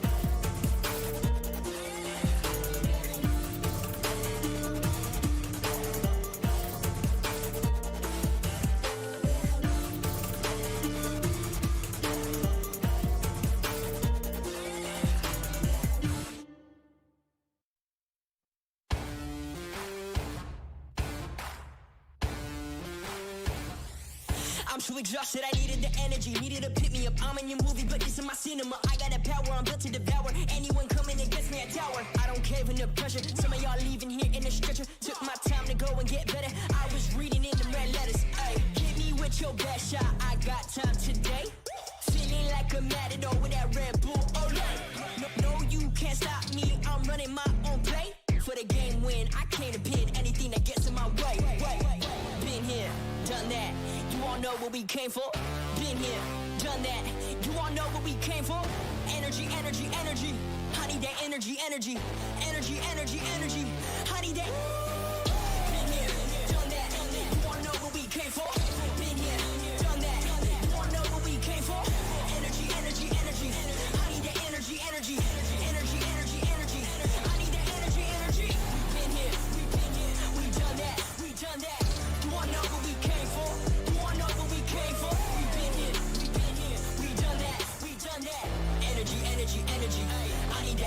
Energy. I'm in the game like EA. Been in my prime since pre-K. Shooting my shot from long range. Going over here's a good toupee. Treat every day like payday. Y'all been living so mundane. My work week is Sunday to sun. Oh wait, that's every day. Putting in overtime. Punching the clock, I'ma get what's mine. While everyone's sleeping, I'm living my dreams. I got a coin that's so divine. Lord, take the wheel like 10 and 2. I'm losing energy, I'm overdue. I've been on the top ropes, hitting my pose. Watch me hit the power moves. Been here, done that. You all know what we came for. Been here, done that. You all know what we came for. Energy, energy, energy. I need that energy, energy. Energy, energy, energy. I need that. Been here, done that. You all know what we came for. Been here, done that. You all know what we came for. Energy, energy, energy. I need that energy, energy. Energy, energy, energy. I need that energy, energy. Been here, we done that. We done that. You all know what we came for.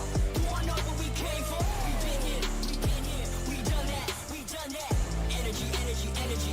I need that energy, energy. Done that. You wanna know what we came for? Energy, energy, energy, energy, energy. I need that energy, energy.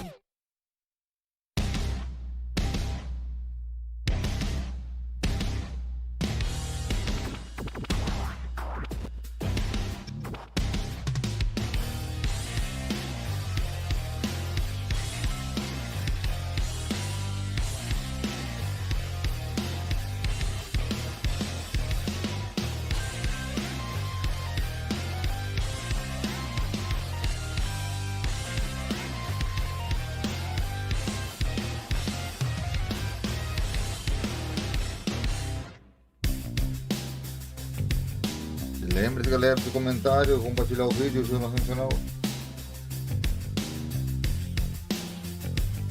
Bom, galera, antes de continuar aqui, montei aqui um momento que está muito barulho.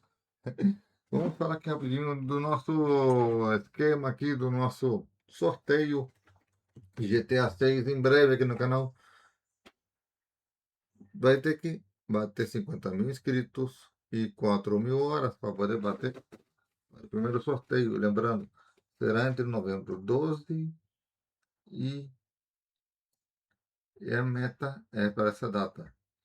E eu digo mais, se vocês quiserem 2 sorteios, terá que bater 100.000 inscritos e 4.000 horas, hein? Fiquem ligados aqui no canal. E Iniciar vamos sobre o janela. Mundial aqui, galera. Número. Microsoft. No PS Remote Play fixado. Espanha. Vamos ver aqui o resultado da Copa do Mundo. Favoritos. Barra de aplicativos. Nova notificação. Carregamento. Enter Voice. Grok, me Principal diga o marco. resultado da Copa do Mundo. Formulário marco. Os jogos de Me hoje diga o que já resultado tiveram. da Copa. Já rolaram, melhor dizendo, né? Vamos ver aqui o Grok vai dizer pra mim.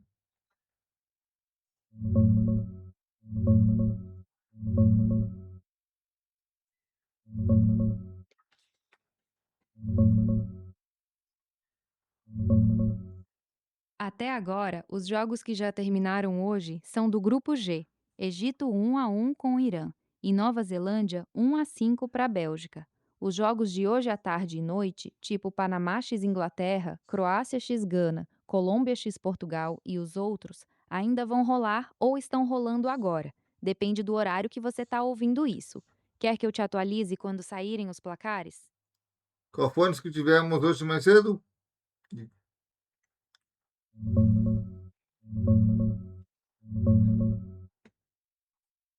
Hoje mais cedo tivemos os jogos do Grupo G. Egito 1-1 Irã e Nova Zelândia 1-5 Bélgica. Esses dois já... Projetor em tela cheia. Vamos lá, galera. Prévia, Vamos voltar aqui. Janela. 4 minutos. Vamos desmutar aqui. E voltamos já. Lembrando, like, comentário, compartilhar o vídeo ajuda bastante o canal, hein? Vai ser complicado, hein?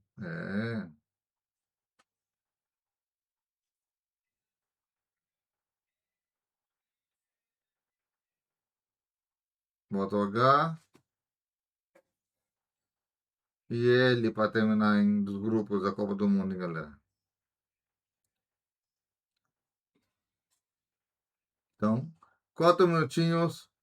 Já voltamos com na nossa transmissão. E lembrando, tá 3-0 Los Angeles. Nath acertou. E eu disse. Então agora, o próximo jogo é Boston Rich e Vancouver Surge. Boston Rich, Vancouver Surge. Então, já tivemos 2 jogos, hein?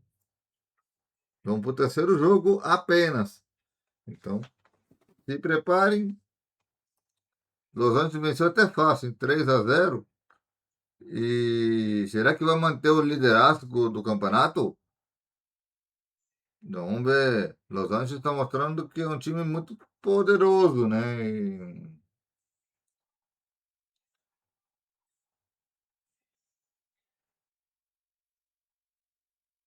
Então, não sei o que vai dar aqui, de certo ou errado, né? Mas vamos lá, voltar para os narradores, porque é muito, muito gratificante trazer isso para vocês aqui.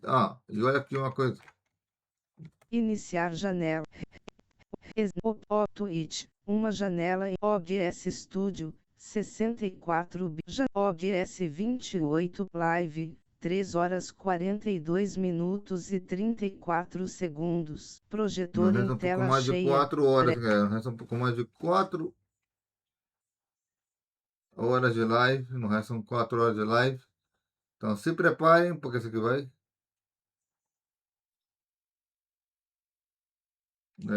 Temos 3 horas. Então nos resta um pouquinho mais de 3 horas e meia, para ser exato. Então, de live. Para nós trazer para vocês o melhor torneio Call of Duty League aqui no canal. E vamos voltar com o áudio aqui, porque já vai começar. New notification. All audio and your E eu microphone are volto unmuted. daqui a pouco com mais um pouco mais de informação. E lembrando, e trago também no final minha opinião do que eu estou vendo aqui na tela. E eu digo o seguinte: 2-1, 3-2 foi muito apertado em cima dos Falcões, hein? Diz que começou até melhor, hein, que o Falcão. Los Angeles amassou Carolina e vamos ver Boston Rich e Vancouver Surge.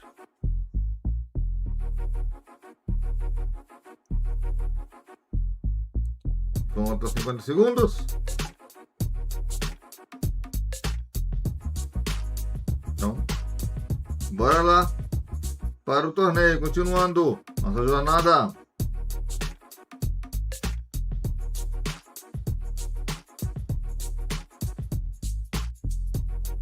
Segundos para a gente voltar os narradores.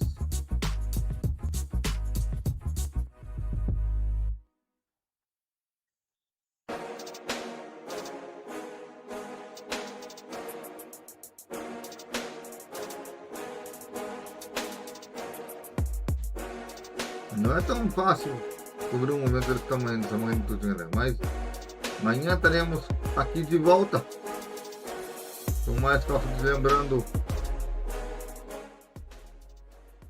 Mesdames et messieurs, welcome back to the Call of Duty League Bravo action here as we look across the gorgeous Arc de Triomphe, and we have triumphed so far in a couple of series of today, but we got another one for you, boys and girls. We've got a fun one for you, our first elimination matchup, as La Défense Arena is packed here in Paris, France, and it is scorching hot outside, and inside, actually quite hot as well, but also dumb lit. Fantastic games being played so far, and we have ourselves another good one, and Chance, we have the distinct pleasure of saying goodbye to a team. It's my favorite part of every tournament. I don't care. You're evil. I also just did the math and realized there is a world now that exists potentially where Cloud9 eliminates Paris Gentlemen in Paris. Now that's a different series. Me evil. Odds are going to be low, but dear God, did Satan cook that one up. Called Either me way, evil and then spat that out. Yes. Well, for us, though, it's going to be Boston versus Vancouver Surge. Boston already played once today. They fell earlier to the hands of, well, an opponent that certainly had their number. Optic looking good. So Boston, maybe you say they get the warm-up series in, a little bit of opportunity to play, get the sort of vibe flowing. Depois dele, joga o Texas. At least Texas. as of recent, it's been looking pretty good. Playmaker Purge has quite literally gotten better as the year has gone on. Afro, honestly, been a key piece for the team. We have heard them talk about it in interviews. This squad not going to champs. They're absolutely playing for this tournament, EWC, in spots next year. They need to be able to deliver. Well, Boston, this is a team that has they've found success throughout the season. They've had a couple of wonderful ups and downs. An opportunity to keep that thing rolling here. Breach fall prey to Optic in their opening match of the tournament. A closely fought series, though. I mean, they didn't go out without a fight, so a strong showing there. And for the Ravens as well, Thieves got their number in their first match of the tournament as well. Here in La Défense, again, it has been a real tough series for both of our squads. But now, again, opportunity to stay alive here in the tournament, to make that losers bracket run, that storied, legendary run that so many teams have done before. Spark there for Boston Breach has also done what alongside Slasher Racine and Hook and LA Gorillas way back in Vanguard. One of the greatest tournament runs in COD history. See if they can do it again. What a time it could be. On the other side of the stage, though, it is going to be, of course, Vancouver Surge, Nero Luna's Mamba, and Craze. A late mix-up for the squad. We'll see again if success can be the name of the game for them. Chance, not necessarily a massively high ceiling, but a solid floor, I think, for this squad. A very interesting team. I think both Mamba and Craze, now that like the band's back together, old duo ship, a little bit coordination. I think Mamba especially, so maybe, has been looking quite good. The results for the team not quite there, but maybe on LAN they'll be able to kick it up, because certainly they have had results on LAN in a similar situation. Not going to champs, they're playing for this tournament, they're playing for EWC, they're playing for their spots next year. So a lot of pressure in this series and the opportunity to deliver Keep in mind for that Hacienda for the map number 5, should we get there, Boston Breach look fantastic on this map, already have a rep in, so I think Vancouver Surge really want to strike in this series early. Yeah, so I think 2 early maps would be great, have a cushion, a little bit of upset potential. There we go, folks. Our Lanimals soon to be uncaged. We'll get Coach Yatura off stage ASAP. Get them bumps quick. 1, 2, 3, quick, fast. Come on, Ricky. We've got to go, mate. We've got to go. Map's loading up right now. I can hear the guns getting cocked. We are ready to party. Here we go. To our first map of the series. Again, an elimination matchup here at Major 4. Neither team wants to go home early, although you do get to spend a little bit of time in Paris, and it is gorgeous at this time of the year. However hot, and we will keep saying that because, guys, it's hot. Chance, is it hot? It is quite warm, Miles. In venue, out of the venue. I mean, the venue is 30 degrees cooler than it is outside, and it's still warm in here. Unbelievable. Climate change, not a fun thing. Scary sights for everybody, as the den is going to be for one of these teams. Boston really going for the mid-cut control. Sent 2 players that direction. Afro, at least he gets the trades, but he's also last man standing. Vancouver Surge in the time first. Opening P1 and Afro's life taken care of there by Craze. So worrying now about the mid-pinch. Lunas has got a lot on his plate to deal with here. And so far, dealing. Oh, lovely work on a Purge there. Playmaker gets traded out as well as the next 25 seconds go hella green for Boston. And Nero, lovely damage in there. I know both these teams got a chance to catch up with them before the match started. They are both itching to get onto that main stage. We'll see which one of them has the chance to here. Dreams being dashed as P1 comes to a close. You know, this is a crowd you absolutely want to be able to play in front of. This is a lifetime memory if you're able to achieve it. So Boston at least able to secure that memory. You want that opportunity for it, though. Vancouver Surge trying to make it happen. That is a 5-2 start from Nero. As P2 pops, Vancouver Surge right inside the time. All right, mate, Boston Breach. A huge amount of fans here in Paris, thanks to Optic being on the other side of that stage. Shots in from Craze. Can we get any more? Nope, good break here from the boys of Vancouver. Last man left alive on the outside is going to be Spart, and he's certainly shooting hot. Wicked work. Unfortunate team kill there. Purge, he gives you a window to play with, and Breach, they're unable to get involved. Mamba from the hip, lovely shots. Afro yet again, back and forth here on P2. Those are great wins to be able to make this happen. Both Purge and Spart sort of making the heads-up play.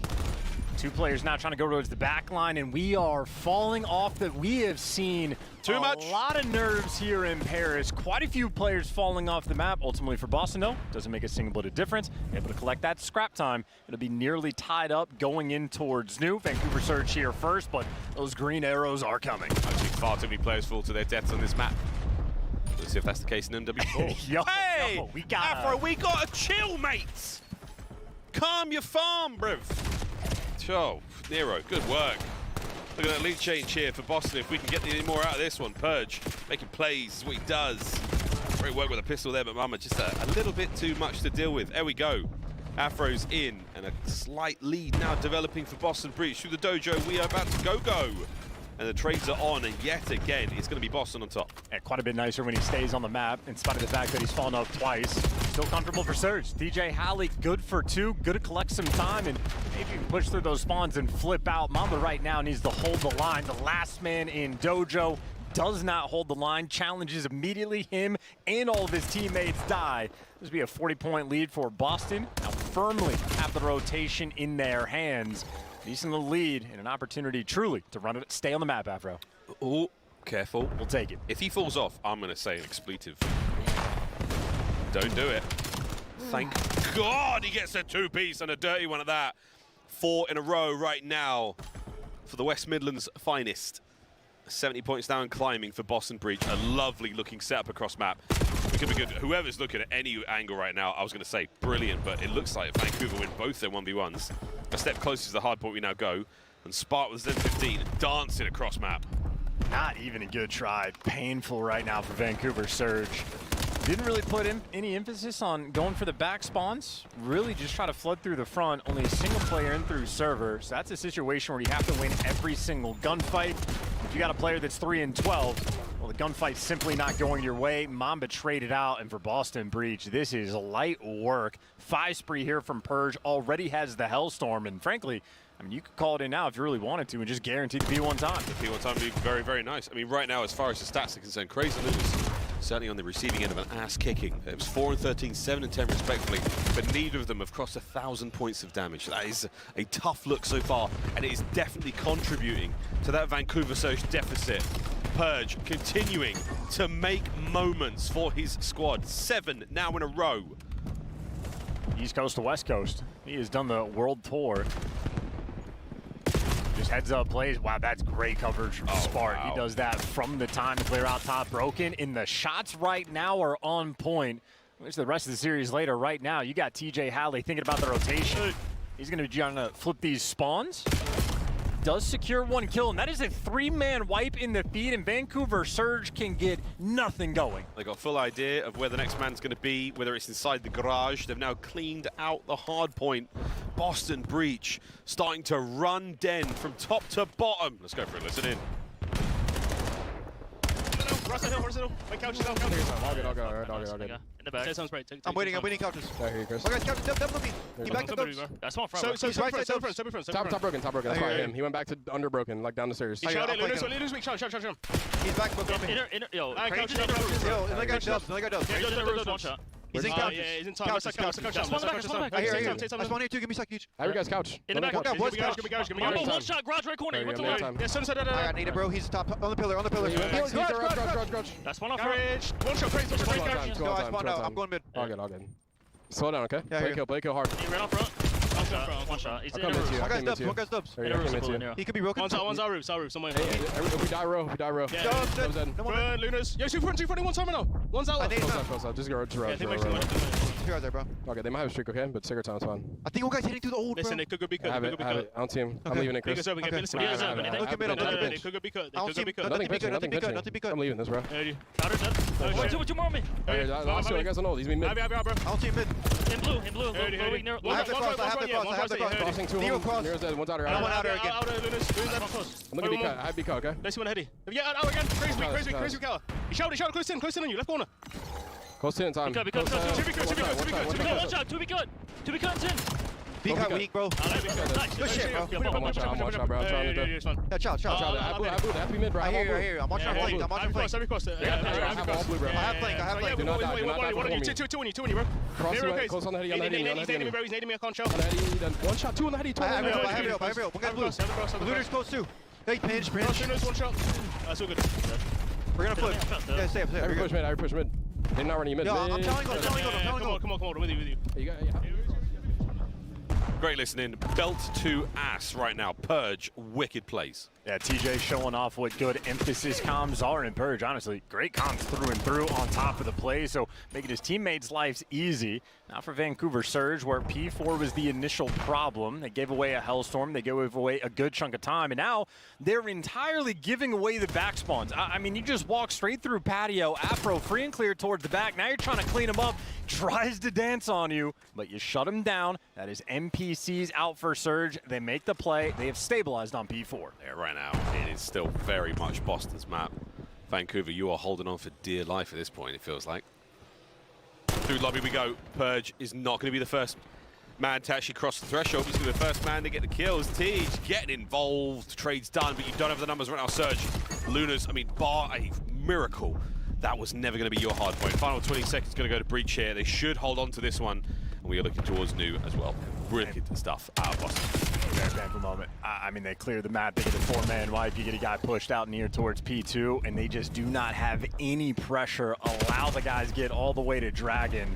Vancouver Surge not handling the map very well. Still maybe a fight, though, in the game. A 50-point deficit isn't fun, but it is manageable. I think, though, on P1, Boston have been on point. They got all the power positions covered, and it's all guns forward.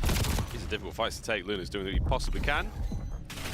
Mamba, the third NPC in a row now to fly at that time. Doesn't get any success for Vancouver, unfortunately.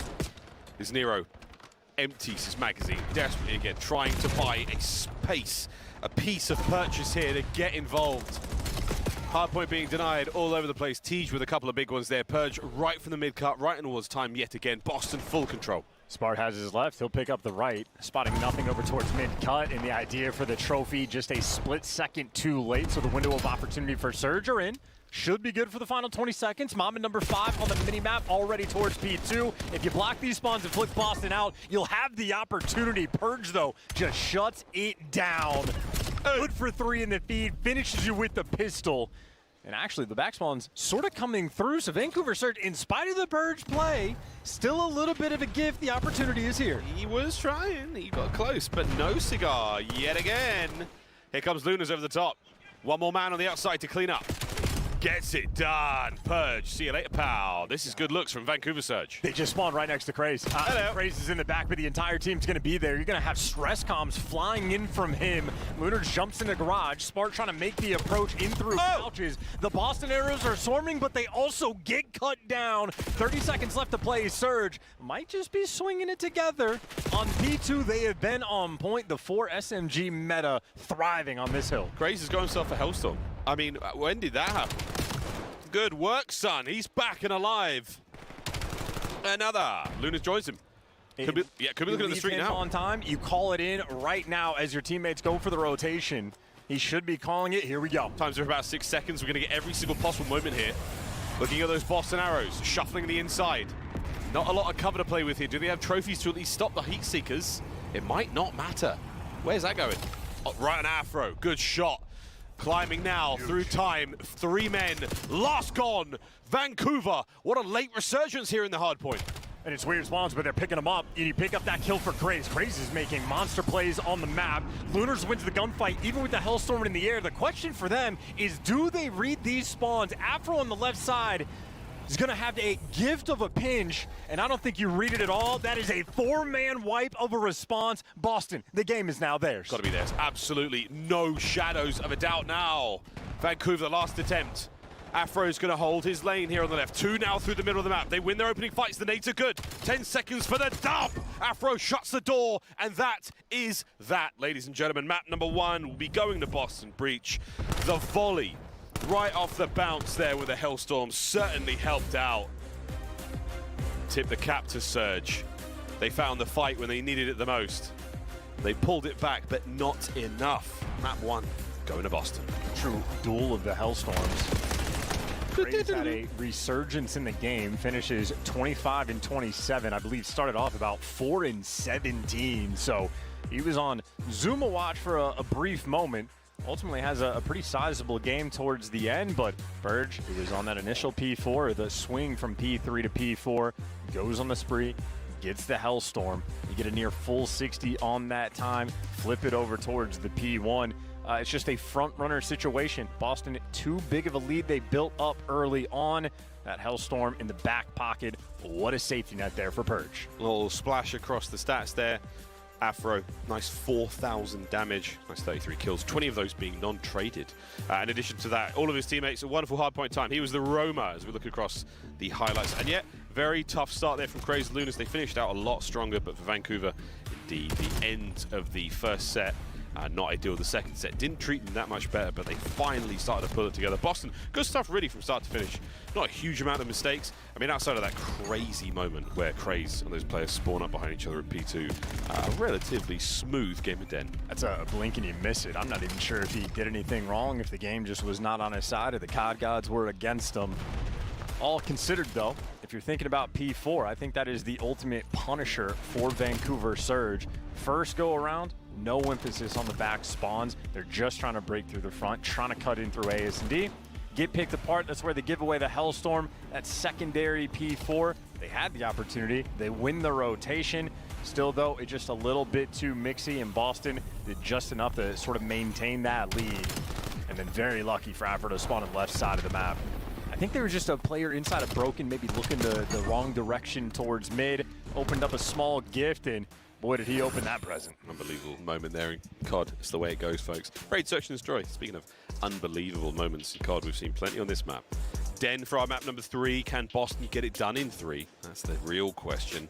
Don't want to be going too late into this one. For Vancouver, a bounce back here is absolutely essential. This is going to be a very, very tough battle for them. They find themselves down now after that opening map going the way of the Breach boys. Mate, how are you feeling about the S&D between these two? both of these teams have a ton of repetitions, even with the different rosters sort of getting mixed up through the year on raids specifically. So should be dialed in for this strats. The chemistry at this point in the year has to be there. We've had a little bit of time since the online stage finished before coming into this tournament. And raid is a very systematic map. Easy to talk about it. It's been around forever. We'll see if they can deliver. Way more pressure on Surge in this moment. Again, that Hacienda for that map 5 is a scary sight to see. It's going to be their map pick. You need to execute for map 2. Fingers and toes are crossed. It's Coach Sean. Big Sean man. Big Sean man. Construction Shawnee man. Would have been gutted about Scotland's performance at the World Cup, but a blessing to be able to see it. Either way, a lot of fun as he vacates the stage now, and he's so close we could kiss him. Nah, not close enough. He's gone for a run.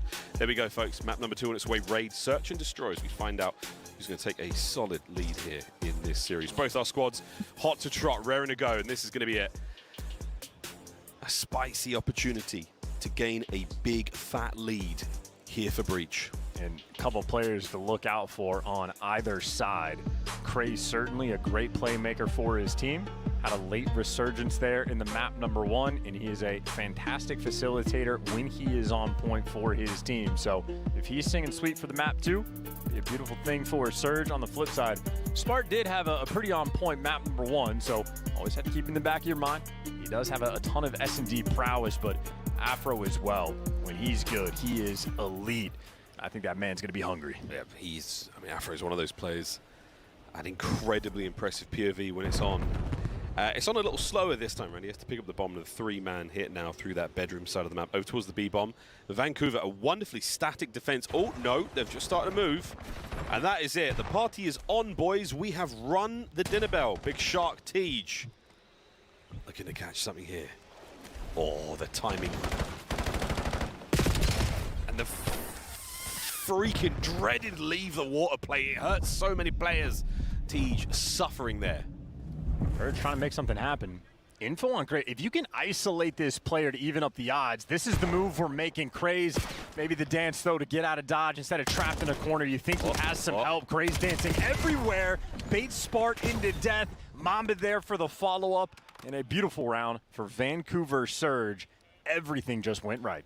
Tej, the water play, man. It's been in the game since it came out in BO7. When you vacate the water, it's so slow to the draw. Kudos to Craze for getting there at the right time. A stinger. It's very weird. It's like an animation thing, because TJ was getting shots off before the gun, so you can shoot relatively quick, but yes, absolutely you're shooting awkward. The floor, you're shooting guff. Yeah, absolutely awkward, so just a tough moment there. A little bit of a red dot chasing. And Vancouver Surge, well, happy for it. They delivered the first round. I thought you might have some tech there where if you leap out of the water before hitting the mantle, maybe you dodge all that. Maybe not. Craze, though. Great hops. Bad stun. That's going to sting a little bit. But Mamba, number 5, gets his 3rd kill in a row. Tej now on a wicked route. Ends the spree. Gives his team a fighting chance here in the 2nd round. No bomb plant just yet. Hey. Playing for the kills. TJ hunted. Trying to make something magical happen in the smoke. And nice pistol shots rolling through. I think Lunars might have been the man to get that final kill. Him or Nero, one of the two.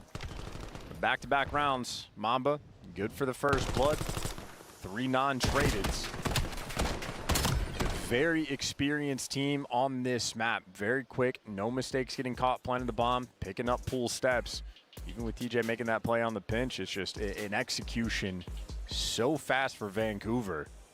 And DJ, the only man on Boston with a kill.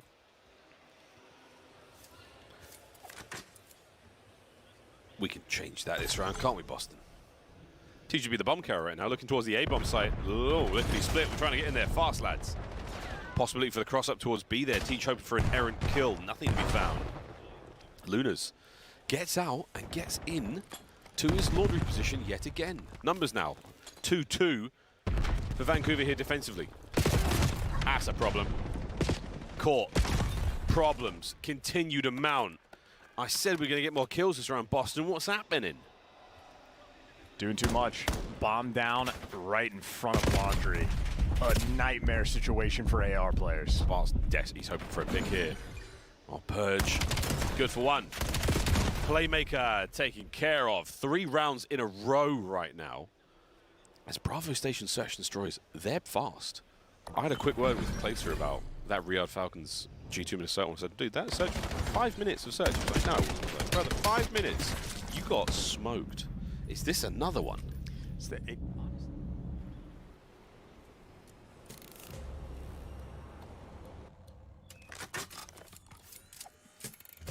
heart's going to be thumping back here.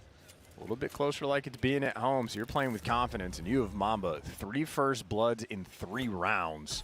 They have always been first to strike. Well, this round really different. 3 players of Boston now. They're starting to infiltrate the ring. A little bit looks towards the A-bomb site, and finally, Tej gets a first blood. Something to play with right now. Something to work with for Boston. Let's see what kind of craftsmanship these boys have got. Craze getting caught unaware now. Finally, a serious advantage to play with. Trying to plant in a 2v4 is a bold call. Mamba and Nero looking to be heroes. I mean, have you given yourself enough to play with? There we go, Mamba. Nice work. The second kill would have been something special.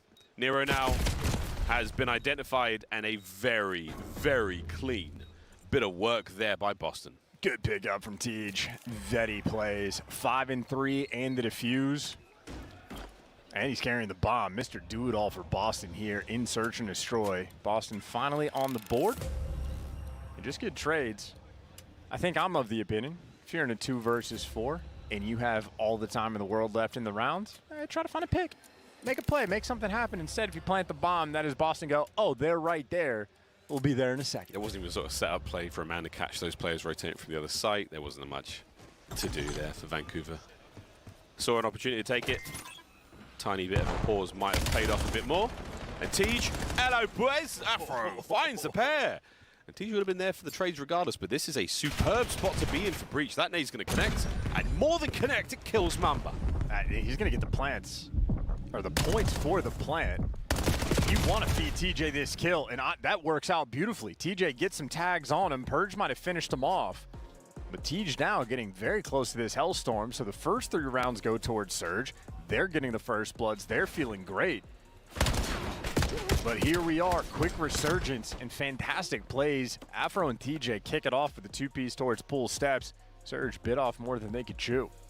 This was a 3-0 game a matter of moments ago. We got 20-second rounds, yeah. Yeah, they're really fast. There's something about Bravo today, man. This is fast search and destroy. We are rocking through this one, indeed. Force breathe there for Tej, and yeah, very close to the Hellstorm. Worrying about the mid-map here. No, not worrying about a goddamn thing. He's flown through the middle. He's eaten a fragmentation grenade, and now he has mid-map to play with. Afro with the shoulders there, peeking for the information on the inside of Art. Nobody home as of yet, but he can't see through the walls like we can. Afro, so wary and with good reason. There's a wide open B-bomb site. Surge just don't have the bomb there. Both teams just waiting for over-aggression instead. TJ finds the route in the timing. Oh my goodness. How do you find a hole in this setup when you're turtled up in spawn? I mean, Vancouver Surge, we're waiting for the pressure, waiting for someone to overcommit, and somehow ringside is wide open. An unacceptable moment. And the trap was set. Boston delivered. That's about as good as it could possibly get. I was joking when I said that they can't see through walls. Apparently they can. The whole play read there.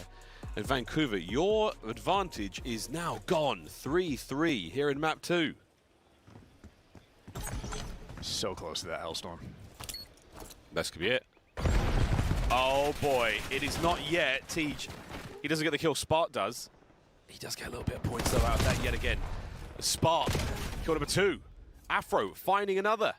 Can we feed Tej for the streaks? Might not need to. Mamba, he stops the run, you dirty dog. Breach yet again. It's 4 rounds in a row. Now we get to see what Vancouver Surge are made of if they're willing to fight back. 4 rounds in a row. Just rapid fire speed. You saw that trophy getting tossed inside a kitchen. Just a split second too late. Spark right off spawn, ripping that frag through. An unlucky moment. Boston Breach fully capitalizing. No Hellstorm, maybe the small W here coming for Surge that they no longer have to deal with, but otherwise, a lot of problems to solve in a square-up battle today. It wasn't a square. It was not a square up. They nothing square about it. It was a firing squad. Boston have decimated Vancouver Surge yet again. Mamba Nero. At the very least, you've got a bomb in your hands, but that bomb's about to run into trouble. Middle of the map, not a safe place to be, mate. And Spark with the gun up at the ready, absolutely loving life. It's about to be 5-3. Ladies and gentlemen, it is map point. And this is going to be Boston with a 2-0 lead in the series if they can take it. You would never know it. This is feeling like the end of the year for this team. You expect to fight back. You travel all the way to Paris. We're not here for vacation. We're here for competition. Need to start to compete. This is 5 rounds in a row for Boston. Vancouver have fallen asleep at the wheel. The jet lag is very real. In hopeless rounds. I mean, they are being decided in the first 5 to 10 seconds, multiple rounds in a row. I talked about how quick the other Search and Destroy was. That was a 6-1. We're coming up on 5 minutes now, and the round, oh boy. A spread here for Vancouver Surge. Real deep. There's not going to be any trades yet. We might be able to get ourselves over towards that bomb site.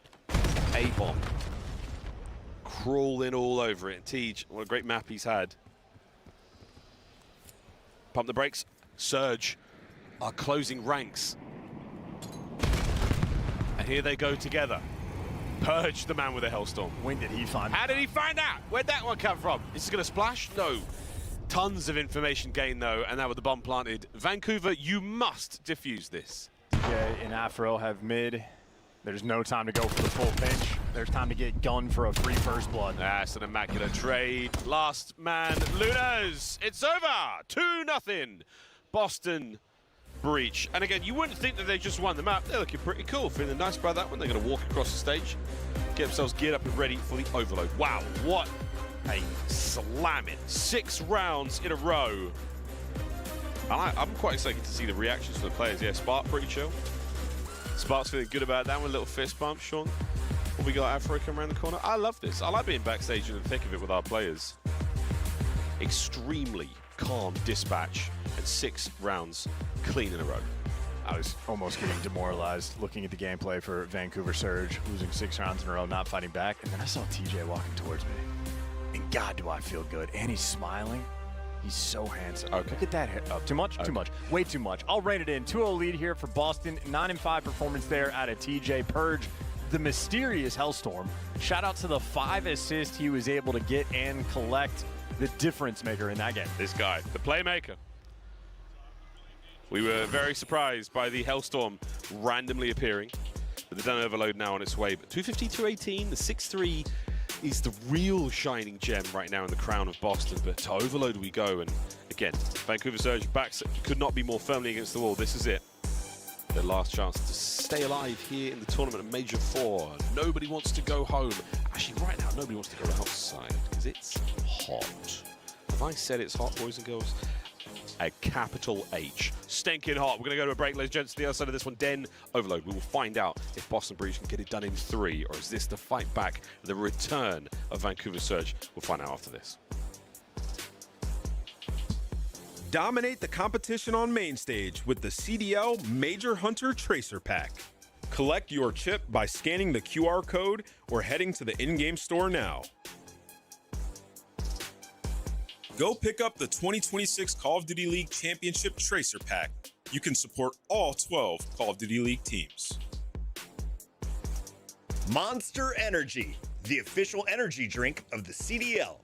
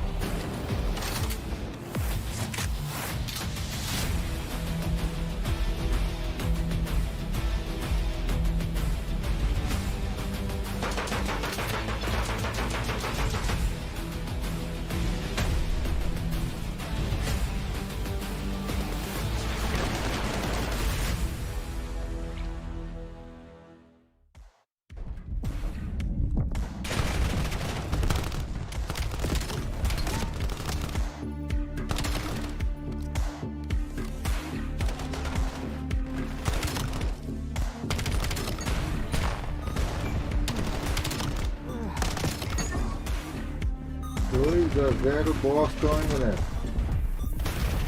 Temos 3 jogos.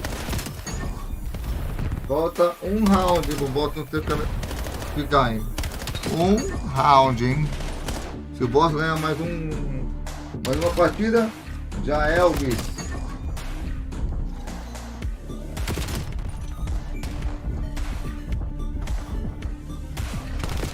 O primeiro foi mais disputado até agora, o primeiro, né? Os dois foram até fáceis. Los Angeles, principalmente Boston também.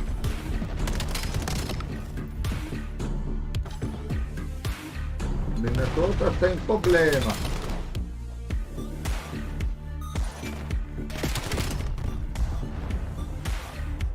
Porque se for enfrentar um dos dois, Los Angeles ou Boston Rich, vai ser de agarrar-se la peluca.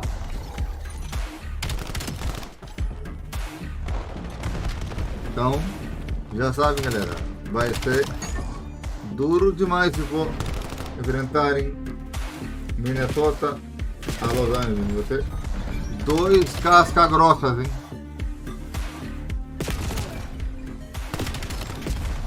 Mas eu acho que Los Angeles é superior.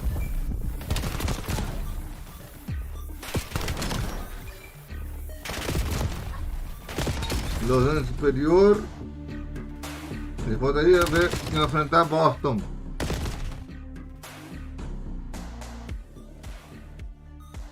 Is beautiful here. Excited now to see where our series takes us. Boston Breach with a commanding lead here in Paris. We'll see if they can close it in 3. I've seen one of those in Vegas. No, oh my God, you have. It's true. It's true. When I hear with the real thing, Vários dias em Las Vegas, galera. Beautiful out there. It's gorgeous. Yeah, but it is toasty. Mundial de mundiais, hein? Say it, ladies and gentlemen, because it is undeniably true. Into our next match we now go, or map rather. Our players are taking the stage behind us here at the incredible La Défense Arena. It is simply outstanding here. The main stage is vibrating next to us, but the game's here, still underway. Vancouver Surge staring down the barrel of a savage 3-0. If they can bounce back, now's the time, boys. Den Overload on its way. As both our squads have shown their mettle throughout the season, this will be the last major tournament before Champs, the one that either team will be going to. However, they will be going to the EWC. We're back in Paris, so they can enjoy themselves here in the Parisian streets one more time this season on Black Ops 7. Who gets to stay in the tournament? No chance. Right now, very much looking like Boston. Absolutely. The nerves have calmed down. The adrenaline rush you get from playing on the main stage absolutely settled, and the game played right now for this team on point. Maybe a few painful rounds to kick off that raid S&D. They're making some aggressive plays. They're getting caught by Mamba. He's able to get 3 first bloods in a row, but Boston have absolutely bounced back. Only got a single map against Optic, but here they are up 2-0, as is Koi against Falcons. Falcons continue to be the ultimate wild card team. Of course, they were down 0-2 against G2 earlier. Brought it back to force the game 5, but that team staring down the barrel of a top 12 is a terrifying sight. Although I suppose having Koi in the losers bracket also isn't a fun thing for a draw in the round 1.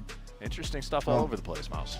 Of course. Interesting indeed. Genomate's taking on C9, about that later on. Ravens Heretics, that should be a lot of fun.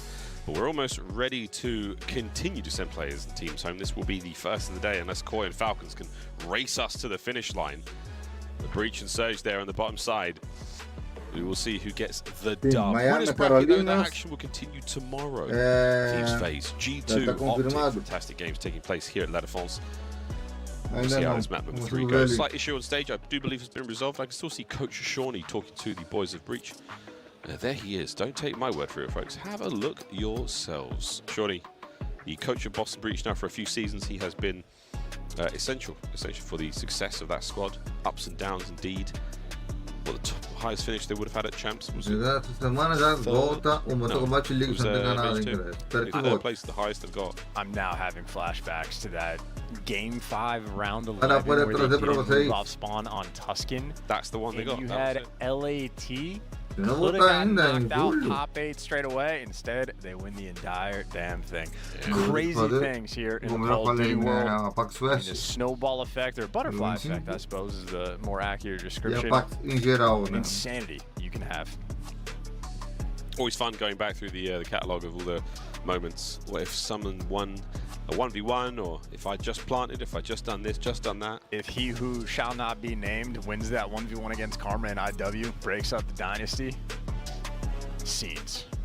Such scenes like you've never seen before. Believe me, I've seen scenes, I know scenes. And here we are, in reality, no inception. We can plant the seeds now in your mind, but ultimately it's all about what happened here on this stage. Map 3 overload between these two squads, Boston Breach. Firm advantage in the series, they got the stranglehold, and they also have that back pocket Hasi into map 5, the comfort pick for this team. Of course, we might not even get there. It just means Breach, get a play with zero fear. Indeed. Well, the next two maps, not out of the realm of possibility for Surge to walk away with the dub, but you're right. The back pocket Hacienda for Breach is very happy place for them to be.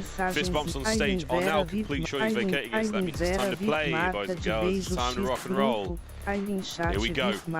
Will this be the last match Surge play here in the tournament? A one and done for them on the day.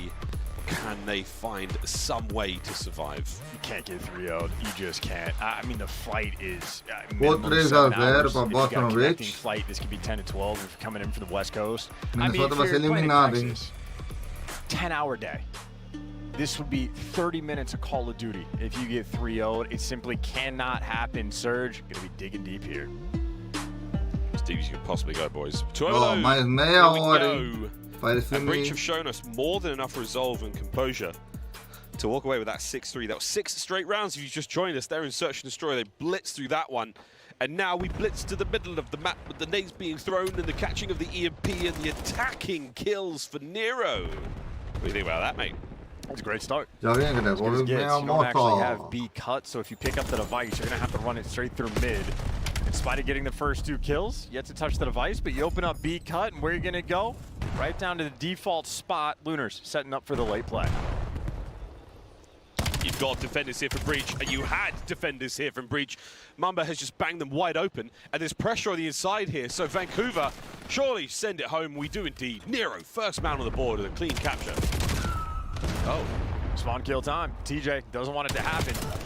Gonna get traded out though. TJ gonna have to stop everything. Actually, great teamwork, but on both sides, Vancouver Surge making plays. Another 3 in the feed. DJ though, he's the man that cleans house. The savior for his squad. Either way though, device controller, at least that map pressure, still in the hands of Surge. There's an opportunity here for Afro, who's gone on a worldwide tour. He's trying to set up a mega pinch, and he's on it. He's got to move a little faster than this though. Unfortunately, the timing might not be ideal. There it is, last man taken care of. So you've got to get Craze out of your spawn, and then you are on for another here, Breach. What a credit from Purge to be able to deliver that trade. Keeping things active, so okay. All things are nice and quiet. Back to 50-50, no pinches. We're just looking towards mid-cut. Purge wants to make the approach. Vancouver Surge, stun him and back him right down. Nero with the iron, absolutely on point. Sort of like a round of S&D. Gets the first blood. Stacked up inside the dojo. Vancouver, you get these kills cleanly. You are in a great spot to make the run. Siege, what a peppering. Kills everyone. There's one more man to deal with, and Craze, he's still kicking. Oh, Tej, what a lovely 3 minutes on the clock as well, and Boston now winding up for the hit towards A. Oh, they just spawned so far away, but didn't quite take the timing. An awkward sequence. And it continues to be awkward. Okay, Nade's gonna connect. Now you're getting pinch. Purge running for the hills. Might have just found the open lane. And he's run it. No, Nero, lovely defense there. Coverage from A to B. As we can see, still no goal yet for Boston. This could be it. Over the top, dives it perfectly through. On the cross, Nero might just be the guy to take it down. That's the one man that found the right through. Purge, well, knows he let it drop, and Nero does indeed make the play. Well, Nero's good for 4. Purge, it's a fun little knife, but the device nice and secure, and Nero has decided to fight back. Oh, Vancouver trying to make something happen here. Their lives depend on it. Let's go for a listen in. Pick now. Doge already. Nice. I'm gonna get mid. I'm getting up mid. Give me a second. Hold your left. If it resets, it goes right, by the way. There. Bet. Try to grab it before it does reset. We're trying to grab. We're trying to grab. It's gonna reset. Try to grab it. I got it. Nice job. Nice job. Yeah, we can still work this. Yeah, we should. Do back. Did you secret? Hurt. No, you can't. Three. All good. Where you at? He's unbroken. He only has mid. He only has mid. I got a trophy. I'm trying to trophy. You got it? Yeah. I hear you. I need it. I need it for you. Yeah, I'm watching B. Nice. I'm gonna spawn kill these guys. Close up, weak. One shot. Deep left. Help me left. I have everything good. They got it. Yeah, they can spawn on B. He's charge. I hear you. That's first good. One shot locker. Yeah. Slide across. I got needed, bro. One secret. You're good. I'm waiting for you. Purge short. One secret. I hear you. Buy time, Paul. I center Do there. One lockers. Close right. Close right. Absolute close right. Absolute. Done. One shot. I'm looking at RP cut. Another RP cut. You're nice. Get him. Two. Grab it. Try to grab it. You're missing one. Bandy. Yeah, pinching. Now wait, Chris. I hear he's back. He's nice. I was him. Good One's flanking right. Flanking right out here. I'm looking right. Yo, low right. Dead. Good call. I hear. The sound of a team desperately trying to survive, and they've given themselves a goal, and we might be looking at another one. The final 30 seconds of the first half is upon us. An unfortunate run there as the EMP's dropped, and it's an instant goal run for TJ. What a play! A mishap there for Surge, and it has gone from riches to rags. We're all squared up. Final 10 seconds, and Boston could get a touch on this, but they might not be interested.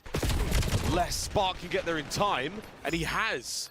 That'll be the whistle blown now, surely this kill. Oh dear, yes, there it connects. Half time, going into the second at 2-2. I love the energy in the listen-in. As we take a look at the highlights, a lot of kills getting racked up here for Vancouver Surge. I think it's a really great example of they're reading the map really well of we need to play for the Vice. They're calling out, it's going to spawn over here. If we don't, we need to make this type of play. I think it honestly could highlight a pretty big difference between the top teams and those at the bottom of everybody in the CDL is going to be making these types of reads. Not easy to do. The top teams where they're the difference makers, they're just a little bit ahead of the game. They're just a second in advance, and they see things as a cohesive unit. They're able to solve the puzzle and deliver on the scores, but you can see just ever so slightly reactive. A tough thing to do, though. Nero certainly strong there in that first half with his 17 kills. Yeah, it's that difference of everyone being on the same page and some things just going unsaid, freeing up the comms for those chaotic moments. Well, Purge, we've seen him do plenty in this series so far. A couple of kills there off the rip. Spart is, I suppose, technically the slowest player in the kills department in the lobby at this point in time, alongside Craze, but Craze has a touch more damage. I have the stats usage. Craze there, finding those kills. Looking towards that middle of the map. Once again, all over Surge. They've got full control, an opportunity now to make a play. Mamba, red, Spart, the man I was just giving a touch of shade to, has found the light, and he's well and truly in it right now. Great work on this 3 spree. You take the device or you look for more kills. A couple players pushing up. Lunars, well, does indeed get taken down. Mamba good for the trade, and the trade battle continues. Boston now officially with the extra edge. Afro that lead blocker, but Purge is posted up. Boston not in any hurry. They're getting everybody in position for the kills. This is a tough one right now for Vancouver. They know they have to defend both sides, and they've managed to do just that. Mamba looking for another, not going to happen. Tej still trying to maintain his control, trying to get someone in a position to funnel that EMP towards a goal. No run here. As Purge, he will stay in position here. Desperately again, trying to find those kills, trying to give a lane to his boys to play with, and we are setting up for a good one here for Boston. And TJ is probably just barking, hey, if you get this device, B-cut's going to be free. I have all of your mid. It is wide open, but has to back down. Going for the reposition, and Call of Duty timing not on his side. Vancouver Surge have fought their way out of their spawn. They've got the device controlled. They have naded their teammates, and they have died one by one. Well, that is not how you want it to go. Quick pickup from Boston now, trying to press the advantage. It's a 1. You need to get Nero. Reinforcements are in position here. No option just yet for the back pedal. Here we go through mid. EMP making a run. You've still got a player in position for that one. Mamba, he has been on that top lane diligently, watching his position.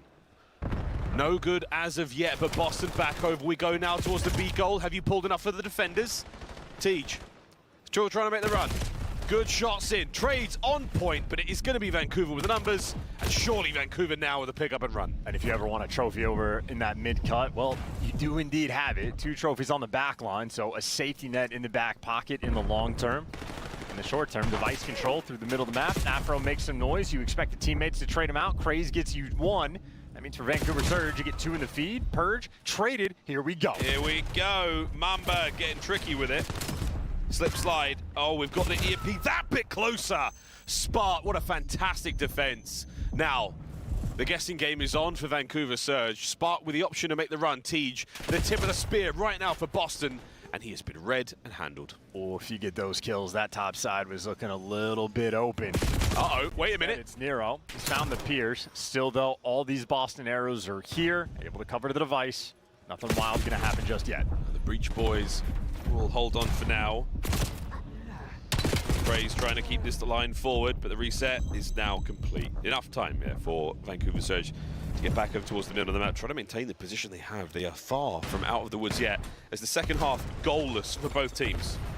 Oh, they could have ran that potentially towards A and sent it through mid. Nero doesn't have help, needs to wait for Craze. He's coming up right behind him, dies before it can happen. Unfortunate. The stun does slow that player down, but that EMP is in a terrible spot right now for Surge.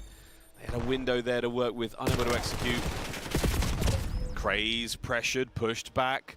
Boston starting to get moving on the bottom lane. Perfect work from Nero there with the nade onto Purge. We still have EMP making its way down here. And Nero at 30 and 18 is gagging for that map 4. TJ trying to stop that from happening. 2 in the feed. Mamba cut down. Craze only good for 1. Needs to hold this line. Slow him down as much as he can. And hey, Craze delivers you that and then some. Devices slow down. Last guy, big cut. Craze trying to kill them all. What the? Nice shots. Mamba, number 25, gets it with the pistol and the EMP in hand. Final 30 seconds of the second half. We could be going to sudden death. No, it's Mamba from up high. How did he pull that one off? 20 seconds to go, and we're still down low, looking for the rally surge from the hip Lunas. Opportunity here to keep it going. Do not let Boston touch that EMP. 10 seconds to go. This could be it. Vancouver swarm. Vancouver hold. Afro. Can he get the kill? He's got the touch. And it's done. What a scramble on the finish there. And Surge by themselves. One more chance here at Major 4. And the most classic Nero Poison situation you've ever seen. He is good for 1 pop-off in every single series. He just dropped 34 here in map 3. Elimination for Vancouver Surge. Someone had to step up to the plate, and he absolutely does. 4 carrier kills, 4,200 damage. Nero absolutely on one on that map. Nero Poison, full federal when you needed him the most. What a delight. 34 and 21, 85. Or 18 and 25 there, excuse me, Purge. He slowed things down there for the Boston Breach boys. But no extra time, no overtime, no nothing. A dead on 10 minutes. We saw both halves there and a single goal in the second half there. We'll see that in the highlights. As again, Boston Breach, they gave us the goods at the start. And again, Mamba's final goal, that was a thing of beauty. We'll see it in the highlights here. But again, everyone pulling their weight. Strong work here from Afro on the dive. Pistol kills are plenty in the latter half here of the Black Ops 7 season. Everyone's Jaegers getting mean. Intense work. Trigger finger can't be short in these moments, and at this point in the year, everybody has the goods. But impressive stuff for Surge. The listen-in we had for them, pretty good. Again, maybe not ahead of the game like some of the top teams, and honestly, the way you could see this map being played out on the mini-map, you can see how sort of like default the strats have become of everybody understands at all times what lanes need to be filled, where the device is likely to go. So I think we had a moment for Boston where they were spawning on the right side where they almost were able to force it through the top lane and sort of catch these players out of position. So we're playing a dangerous game, but Craze in that moment, the dangerous man, got the squad wipe, eventually turns this into a cap that, in spite of the stun grenades, he just drops it right in. Oh, crazy stuff. Jumps over the top and managing to clear 3 players of Boston Breach there. Well, congratulations, Surge. We go to a Scar hardpoint. Hacienda, though, still looking very, very dangerous indeed. Again, that is going to have to be the finest Hacienda search destroy we have seen Surge play if we get there. But that is a question for another day. For now, it is all about the Scar hard point. Chance, how do you fare these two squads in this upcoming match, given what we've just seen in the series? Well, the NPC meta has been ringing out through the land. It has been the talk of the town since we've made these adjustments. Scar, I think, is sort of that last bastion for these AR players of you can make it your playground. You can have success. You can be the difference maker. So I think Nero, granted on that previous map, typical with the NPC, now he's got the hot hand with the AR, might be able to fry there on Scar, as Koi apparently did to Falcons. Riyadh falling. That is top 12 in Paris for that squad. Painful situation. And Koi get their ball run in a 3-0 fashion. 3-0, they will be playing the winner of this matchup, so unbeknownst to them as of yet, it will be either Breach or Surge going up against Toronto Koi. Round 2 of the losers bracket. Wow. The first team to fall here at Major 4. A shocking exit for the Riyadh Falcons. More on that later. But the winner of this series will be playing them. I'm trying to say that loud enough so that Coach Yatura can hear it. But for now, yes, Scar hard point. Let's say things a little differently, Chance. We've said it enough times. It is game on, ladies and gentlemen. Another here as Boston Breach. They're still sitting pretty. But we have another chance here to stay alive for Surge. Match point Boston. Here we go. Lovely to see the fight. Lovely to hear that listening for Surge. And at least for me, going to be on the lookout for Nero. We'll see if Spartan Purge able to play that containment game and slow him down as much as they can. We've seen some breaks in this tournament, even for the Scar Hardpoint Miles that we commentated earlier. A couple key hills where teams, just a few of these mistakes in these crucial moments, you have to be absolutely dialed in, because you make a single mistake at this level, you will get punished instantly. Kicking off with Mamba from the jump. We'll see if those nades continue connecting. Well, a little bit of damage. Nero gets you that first blood. Surge happy for it. They're right inside the top. Well, speaking of nades, there's one from Spark. And a frantic return volley here from Surge. And they've been picked to pieces for the opening break. Big 3 there out of Spark. Great shots. Wow, Luna's good stuff, mate. Trying to stay alive as best he can. Sparks on a 5 spree now and soaking time. I mean, what a bounce back here from Boston. Nades on nades on nades. God, you'd give anything for a trophy this early on in the game, but it's not the way we do things here in the Call of Duty world. Shots from Afro. What an onslaught, a vicious onslaught from both teams. Sorry, what a detail-oriented P1, the little things being the difference maker. If you make that escape route towards blue, what could have been a nuisance. The nades don't connect. Well, ultimately, it's a 4-point difference between these squads.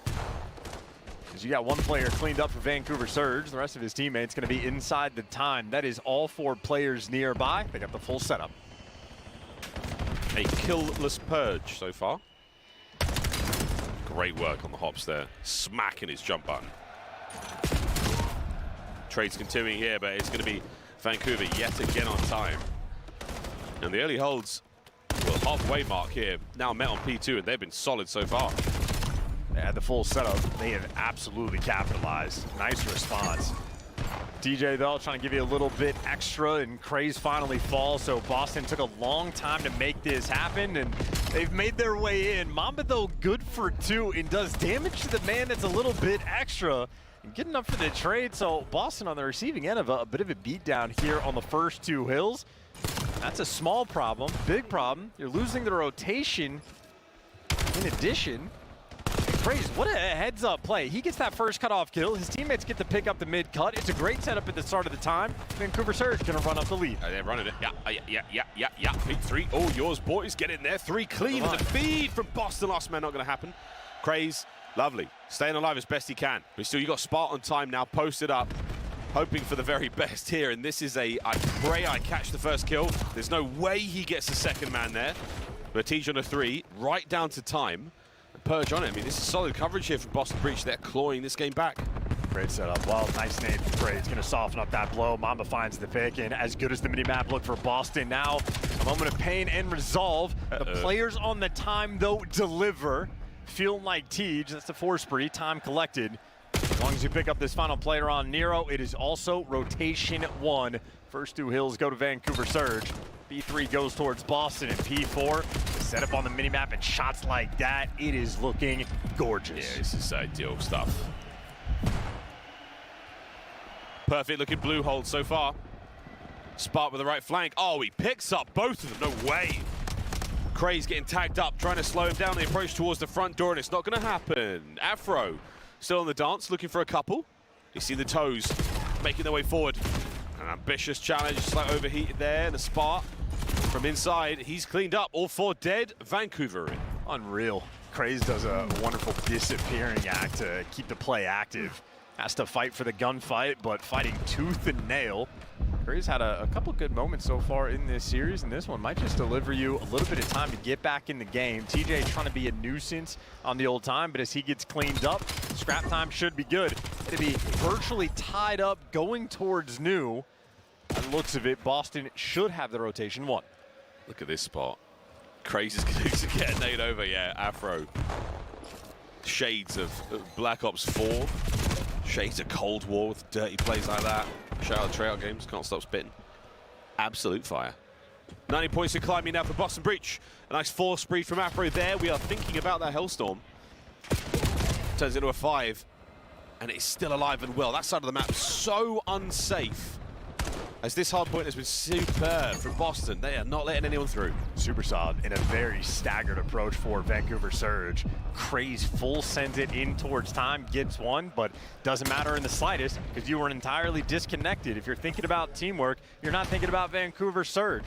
1 by 1 they go, 1 by 1 they fall.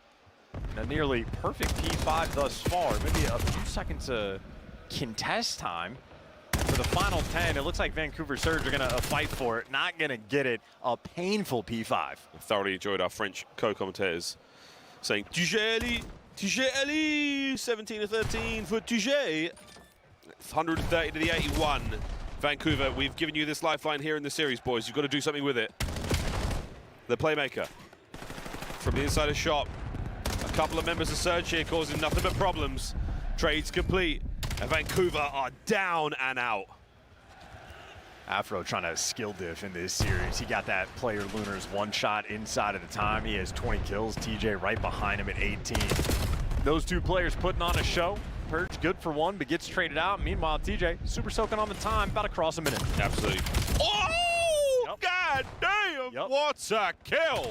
Teach. All 4. 22 and 14 for Afro as well. That P1 is starting to look mean. My God, he nearly got that one as well. Lordy, 155 and climbing. Boston Breach. And great spawn recognition, just a turn for it. You clean up that kill immediately. A P1 that is very well orchestrated for Boston. Shooting their guns, the SMG players leading that charge. And now if you get a break on this hill, it would be devastating for Surge. Craze, though, gives you 2 as the hill pops. They'll have the extra pressure. They'll have the extra men. Come on, Pat. Force Breach. Craze. Ah, damn. Struggling here just to get any momentum.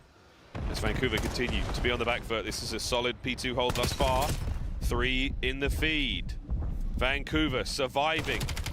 Craze on the dance. Finding these wonderful angles. Mamba's front line, ooh, softened up just a touch. And now Nero in a difficult position. Trying to isolate the fights.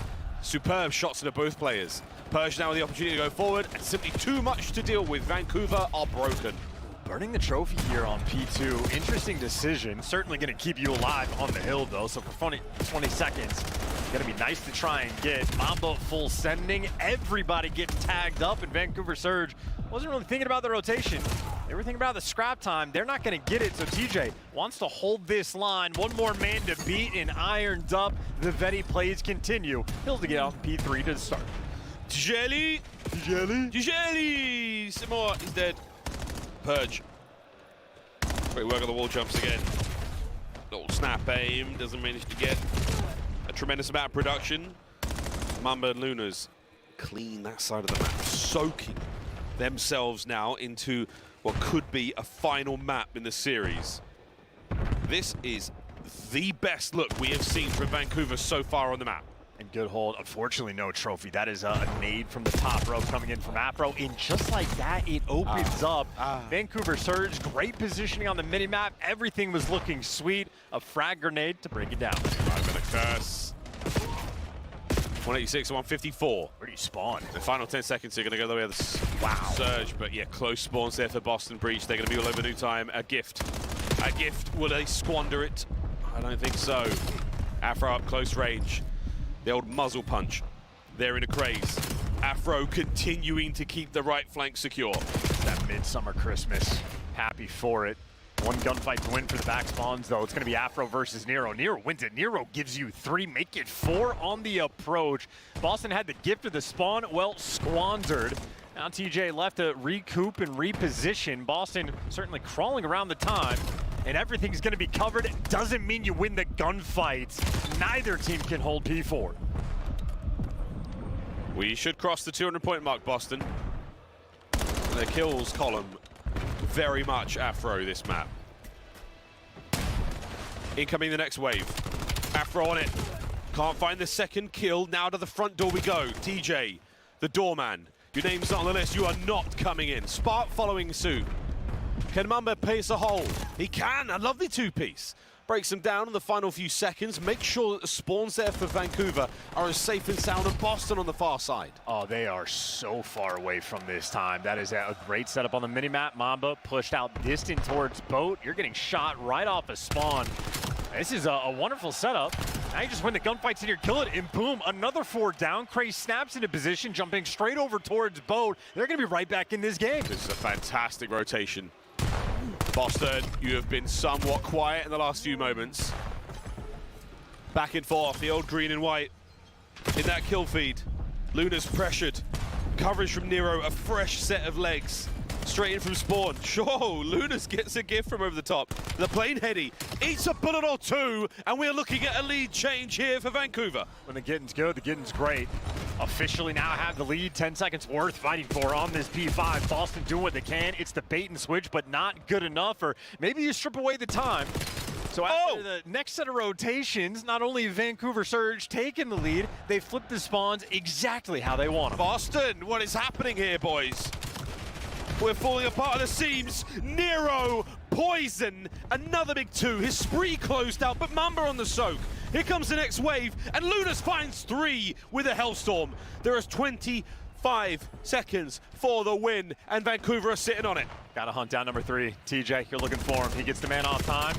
Doesn't give you the next kill, but he does a little bit of damage, trying to keep it up for Boston, but they have lost the pressure. They have lost the fight. The M15s picking them apart. Are we going to Hacienda? Are we booking our tickets? Are we finding our way there? 1 kill at a time. Lunas, just keep moving, mate. Stay alive. Watch for the 1v1 fight. Wins it. Baby. All good. 10 to go. Boston have a chance here to cause some pressure.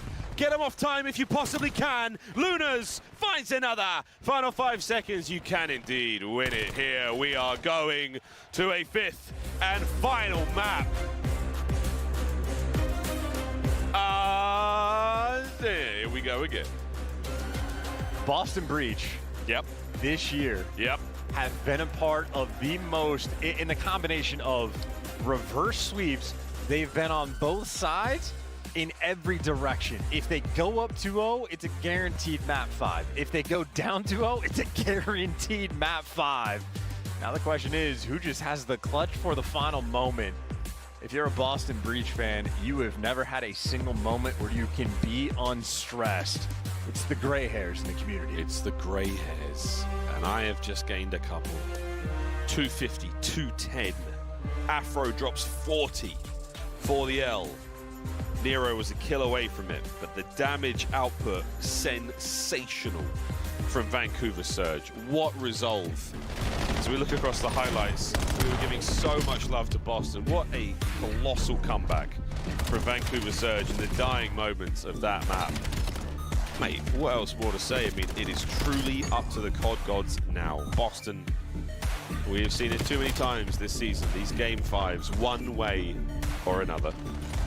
Gonna find you, gonna get you all the way to the end. Elimination, this is what we live for. A search and destroy to decide it all. Well-fought battle, I believe, from both of these squads. Back and forth. I know Boston had a bit of a lead, but I think Vancouver Surge, a situation when the Gidden was good, the Gidden was great. Ate him alive on the P5, and he saw those opportunities. It was honestly this double kill here from Mamba that he picks up. Both of these players spawn out in the back right corner, and that's a Boston moment where it's now a 2-2 split. They were disconnected for this entire P5, never quite got grouped up together properly. I think Vancouver Surge just had the right pressure in the moment. It was that sequence where Lunars gets the Hellstorm. When the Hellstorm got called in, a devastating three-piece on P1.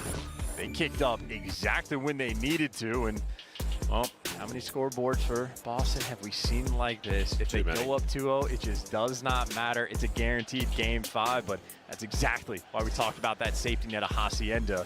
Is their confidence shaken, not stirred? We find out for the map 5. Dun. Map 5 on the other side of this break. The last map you will see one of these teams play here at Major 4. Will it be Boston? Will it be Vancouver? Good God. There's only one way to find out outside of this break. Who has the golden eye? COD Champs tickets are on sale now. Come see the best teams lock in for this season's grand finale in fabulous Las Vegas. All 4-day passes come with early venue access.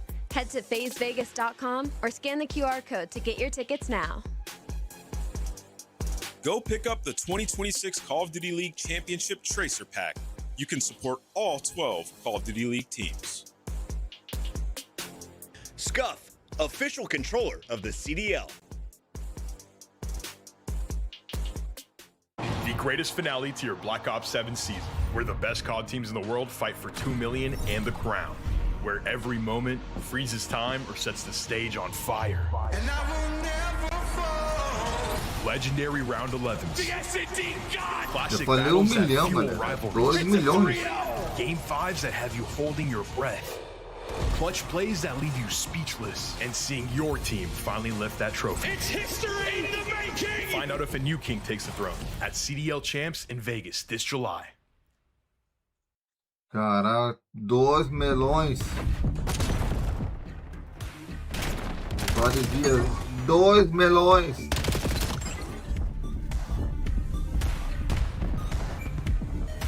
Botaria 1 milhão aí pra pagar do prédio.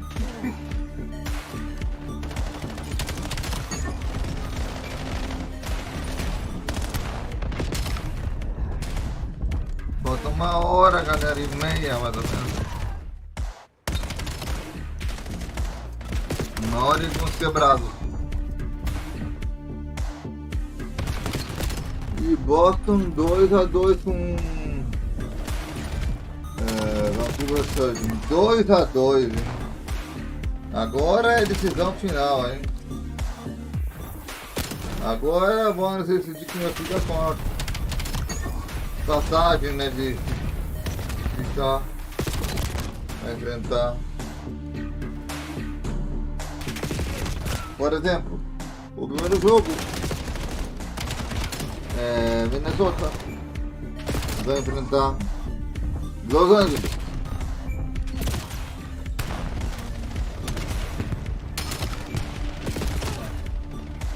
Falcons, as Carolinas, não entendo nada.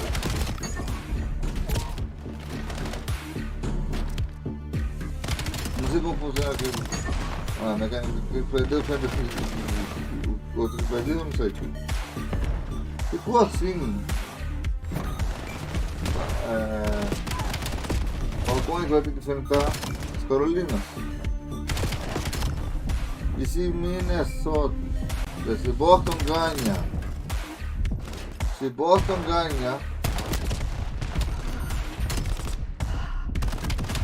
tem que esperar um vencedor do Horizonte e do outro, né? Uma coisa assim. Bienvenue, mesdames et messieurs, game 5. Another team will be eliminated from Major 4 in a moment. Actually, it's getting real close. Welcome back. My name is Miles. His name is Chance, and you are about to watch Vancouver Surge or Boston Breach beat the brakes off of one another. I think this is going to be a deft, one-sided affair on this Hacienda, whichever way it goes. I disagree. Okay. This was the experience we had for the first 2 maps, but I think the next few, it's been quite a battle. I mean, you had oscillation on both the Overload and the Hardpoint. Vancouver Surge quite literally just clutching up when it mattered. Yeah. A couple key plays being made. Kray's been consistently involved. Nero, back-to-back pop-off maps as an individual. Lunar's over there calling in Hellstorms, getting the 3-piece. They've been taking their turns. Hacienda, if you want to lean towards Boston, I mean, that would be the, you know, the intelligent thing in a sense. That means you paid attention to earlier COD, but this is classic competitive Call of Duty. Game 5's elimination, this is what we live for. This is where we separate the boys from the men, from the vets, from the chuds, from the chads. Game 5. TJ will be our bomb carrier in the opening round, as we are absolutely sending it towards B. There will be a couple of Vancouver Surge players here to deal with, but this is an extremely aggressive gambit. And good God, what do you know? It's paid off for TJ. Well, it's all down Nero in what is an utterly unwinnable situation. But I hope to see him try. Absolutely slams. Holy shots! I mean, listen, again, it's Nero. Yeah. He's always good for a pop-off. He's one of those players you could never count him out until it's over. He was getting pinched, but also he's getting pinched and he makes the right play to jump out and chow. I'm just saying, Spartan misses that last bullet, he's done. Terrifying. That's the 3-piece, and then Nero is, you probably getting traded out, but still, you never know. Terrifying. You never know. Anyway, DJ Ali! What a 2-piece. Start things off. He's busy. As he brings the noise here, measure 4. No trophies is a great opportunity to run over that B bomb site. Vancouver Surge on their attacking round have a different idea. A is wide open. We'll see if they can solve this puzzle quickly. How much time before they get that bomb down? Yep. Immediate is Nero. This will be a pure 4v4 retake attempt for Boston, and they have no space on the map. No space on the map, no trophies. Gloves are off. There are no rules. Get out there and kill them, boys. The one on the pinch here for Boston Breach. They're already down a man. Craze starts things off quickly. Here we go. Contact is on. Mamba just trying to slow him down. Nero, yet again, he and Craze shut it down. Equalizer found. I mean, they just said, hey, man, if you're going to give it to us, we'll absolutely take it. Wide open bomb site, instant bomb plant. Craze all the space to get past 10. He times it out perfectly, achieves maximum distance beyond 10, holds the iron, gets that pre-aim going, and when he gets the kill, right back to helping out his teammates. Phenomenal teamwork there for Surge. So quick search and destroys, dude. It's a speedy one. We've barely been in game time, just over a minute in these first 2 rounds. Another look here from Boston, possibly going back over towards B, but no, Spark will be the carrier this time, so an entirely different look as we make our way through the top side. And it is going to be a square-up battle. Over towards A, Afro has eaten his fair share of damage already. Now that nade will find no one from Tej. Somehow, a miraculous first blood out of Afro. Interesting pinch from Mamba. Might have the opportunity to catch a freebie.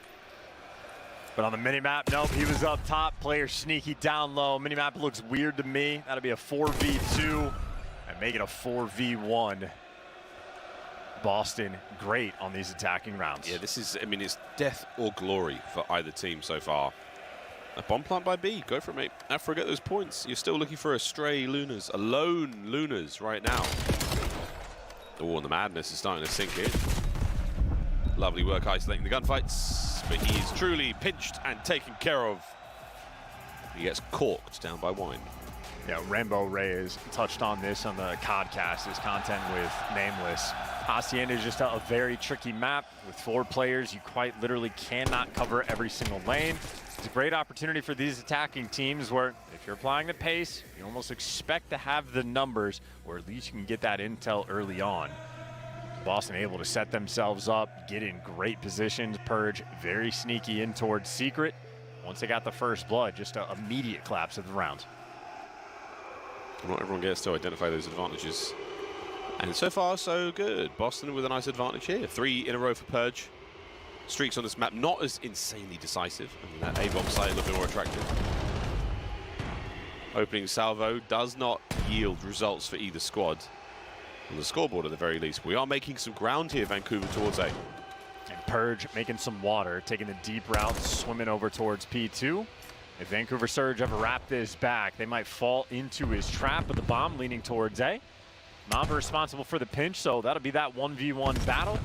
In the meantime, a square up here on the A site where Boston are on defense and might have the extra number, so Mamba has cleared out the B site, should be coming to his team. Gentlemen, it's wide open. Do you want to go for the plant? Or do you want to set this man up on the pinch? Well, he has been spotted. Purge's route he's taking on this map is astonishing. Tijeli and Spot find theirs. Mamba on a pinch as well. 2v2. Bomb must be recovered in a very misfortunate position. Luna's absolutely swailing around the map. A gift of a kill from Spart. And Mamba goes for the plant. Why not? Stays alive for the time being. The next counter-attack is going to be decisive. NPC in hand, and the guessing game is on, and he has guessed wrong! But Mamba, they lined up for a fraction of a second, and we nearly lit the sheets up. Defuse for Breach, 3-1 in Game 5. Is too good of a situation for Surge. Mamba's clearing all the space on that site. He's coming to his team. If you wrap this back, it's free. Come get this bomb down. It seemed like half the team had the idea of, if you just pinch, we're going to have them trapped. We've cleared all this space. We know they're going to be tucked over towards the platform, over towards Tin. And of course, well, if you try to wrap it unsafely through the middle of the map, you die there, bomb down. So painful. Surge, well, I'd say too smart for their own good. Maybe just needed to think a tad bit longer in that round. Tej with our bomb yet again, and when Tej has bomb, we go B. We're going to see absolutely no defenders in this position right now, but that's an aggressive attack now through the top side of the map for Vancouver Surge. Afro surely doesn't get away with his life here. A bit of pressure would have gone a long way, but they've given up the top side, they've gone up for the pressure on spawn, and they're going back over to the bomb site, and this has deterred TJ just long enough. Are we going to check this and maybe catch him while planting? No, it will be a plant for Boston, 4v4. Great to be able to get that down. Perfect angle, perfect placement, and they got the trophy. Purge once again going for a swim, and this is all about the timing. Purge is gonna have the free pinch. No one's gonna look for it. Good for one, good for two, good for three. Has it timed out. Oh! How about a 5-second ace? Playmaker Purge getting it done. Just casually pushes the glasses up. A perfect flank in every regard. Absolutely makes mincemeat of Vancouver Surge straight to his sidearm. It is indeed faster than reloading. 4-1 Boston Breach. Huge advantage on Hacienda. The Boston Breach boys love this map. God only knows where they would be without it right now. Vancouver Surge, we yet again need to see some magic from you. A 4-man hit now towards the B-bomb site. Purge will be the lone defender, and he hit a trophy. So we would not be gaining much more intelligence about the numbers of these players, but good luck, mate. On the plant, will Purge time this? The playmaker strikes again. Can't do it to him. TJ had that exact same plant spot. They know where the nooks and crannies are, and they got the timing. Mamba gut down, and Vancouver Surge picked apart. Boston Breach. Talk about the heads-up, high IQ plays, man. They know what they want to do. Quite literally, that plant spot, the previous round for TJ is, okay, we only have 2 men here for the site. The mid door is going to be open. I need to plant safe for this situation. Purge is like, well, this is the best plant spot when you need to be a little bit safe. Vancouver Surge, they're down 4-1. They need to be safe. Just sniffs you out.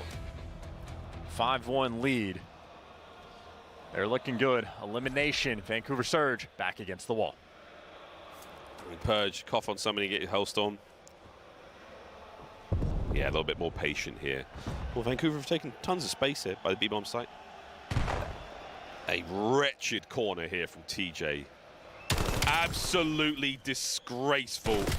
To get 2, that is it. You may as well throw in the towel. Surge have taken quite the beating in this Game 5.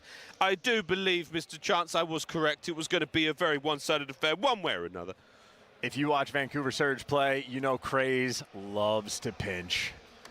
This is what he does. It's in bread and butter. TJ there to gun you down, and Afro calls game. Hell of a strat call, hell of a map. That back pocket Hacienda for the map 5. That's why we talked about it. Boston Breach made it light work. Vancouver Surge, the second team eliminated here at Major 4. We say au revoir. We say thank you for coming.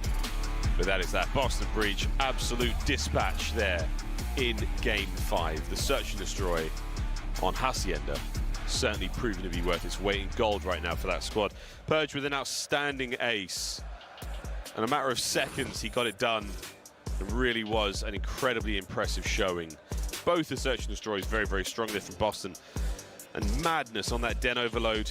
Shenanigans on Scar, not enough. Well, 3-0 in S&D on the tournament. Boston Breach, you know, it's just a very dangerous thing to have in the back pocket. A very key dark horse we have in this tournament. When you're that strong in the game mode, Purge, he has been leveling up his game throughout the year.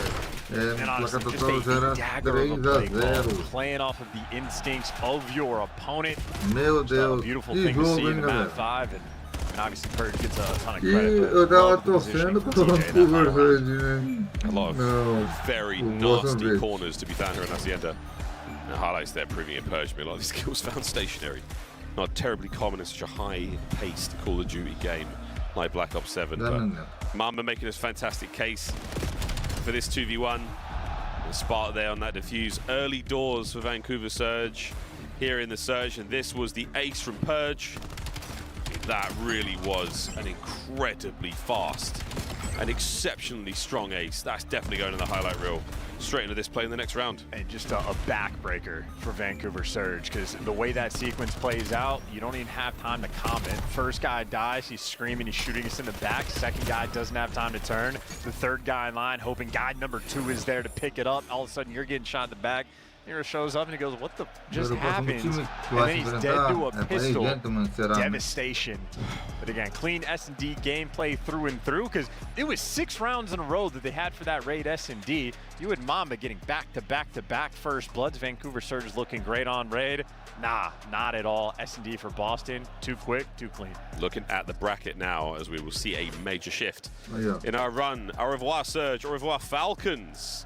And now it'll be Toronto Koi taking on Boston Breach. Another elimination matchup here at Major 4. It does sound like the Genovese and Cloud9 is taking place behind us. Are they playing on main? Are they playing on main? Dude, they had players on Cloud9 that graduated from high school last month. Now they got to deal with, what, 10,000 French fans going buck wild in front of them? What a wild experience those guys get to have. If they pull it off. Oh, legendary. This is Wavy's that guy. It's his first major land. Yeah, anyway, I mean, it doesn't get better than that. It's insane. You can't make this up. It's actually happening right now. We're going to go to a break, ladies and gentlemen. Plenty more action here at Major 4 taking place. We'll be right back after this.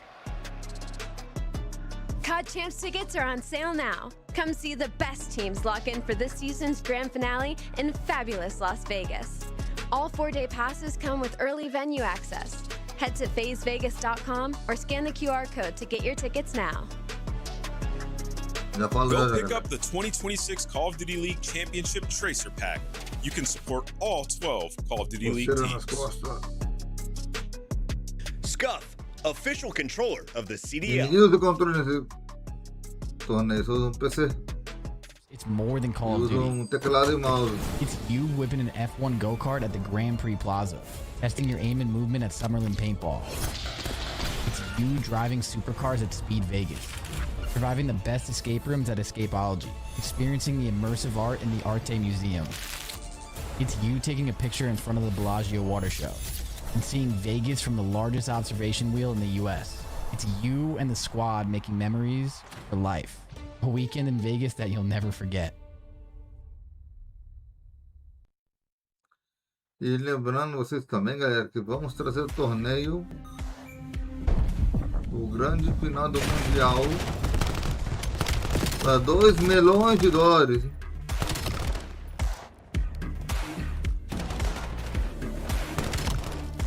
Será que é 2 milhões? Muita plata.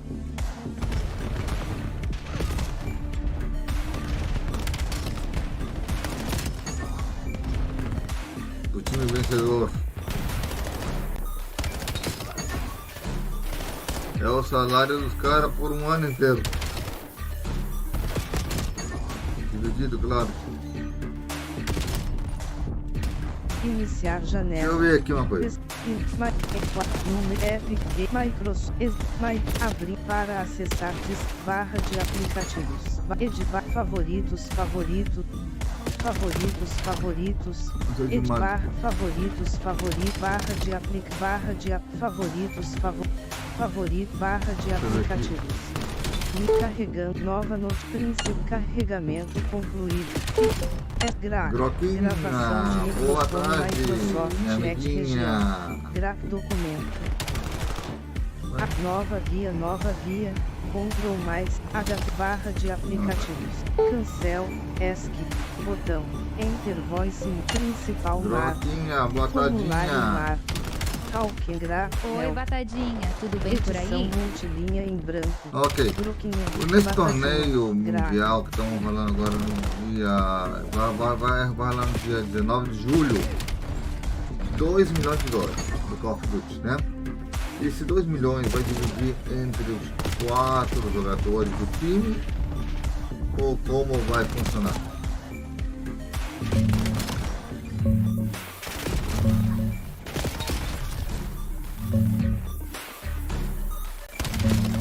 Sim, o CDL Championship rola de 16 a 19 de julho, em Las Vegas, com 2 milhões de dólares no total.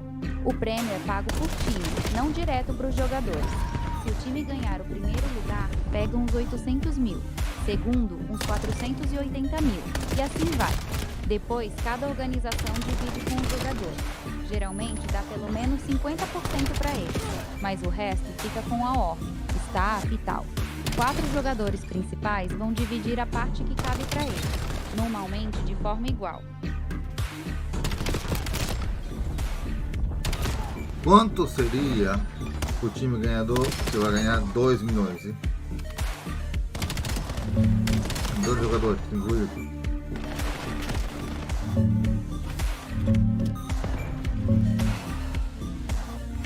O time ganhador leva 800 mil dólares do prize pool.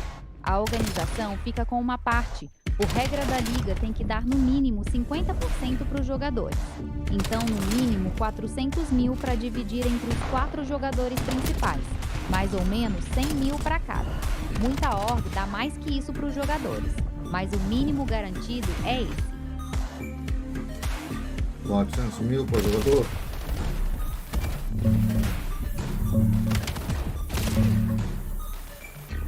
Não é 400 mil por jogador. O time ganhador pega 800 mil no total.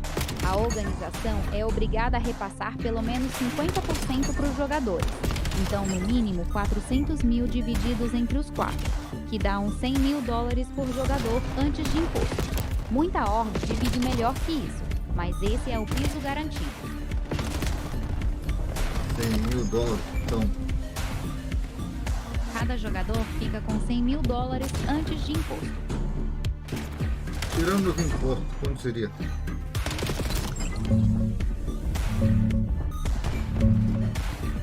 Depende do estado, mas geralmente uns 25 a 30 mil dólares em impostos.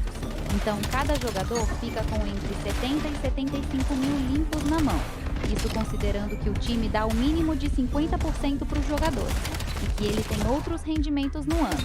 Se o jogador for de um estado sem imposto estadual, tipo Texas ou Flórida, fica mais perto dos 75 mil. Como, por exemplo, Miami, de Miami Hertz. Quanto se ele ganhasse um Mundial?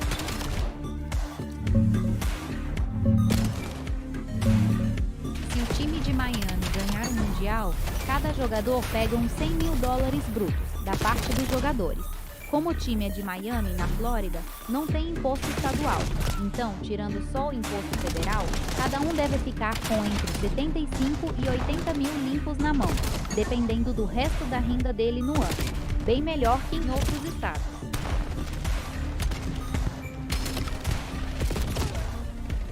Ai, meu 100 Deus. mil dólares. Galera Projetor em tela do céu. cheia. Breve. Vocês viram isso? 75 mil, 80 mil dólares receberia os jogadores do time ganhador.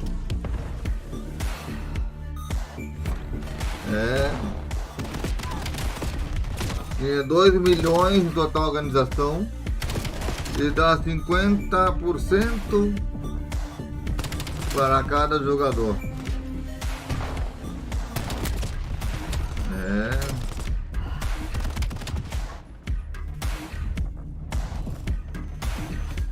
Muita plata.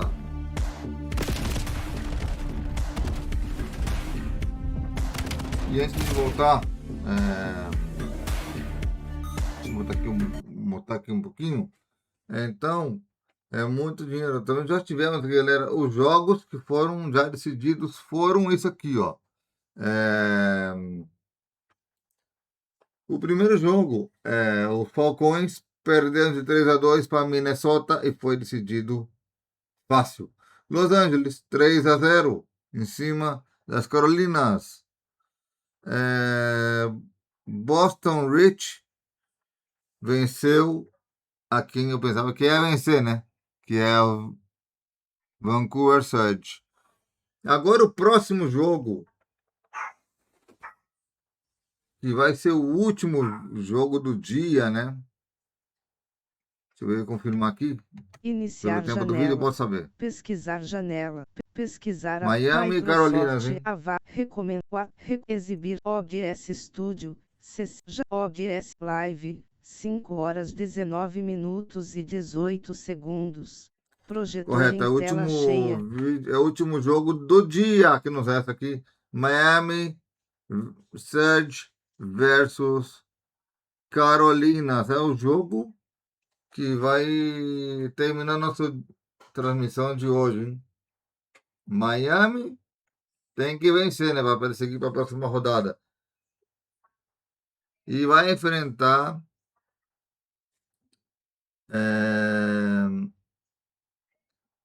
ou Paris Gentlemen ou um outro time que agora eu não vi na tabela ali ainda. Mas Miami é muito forte também nesse campeonato. Então, 10 minutinhos. Vamos dar uma pesquisa geral aqui.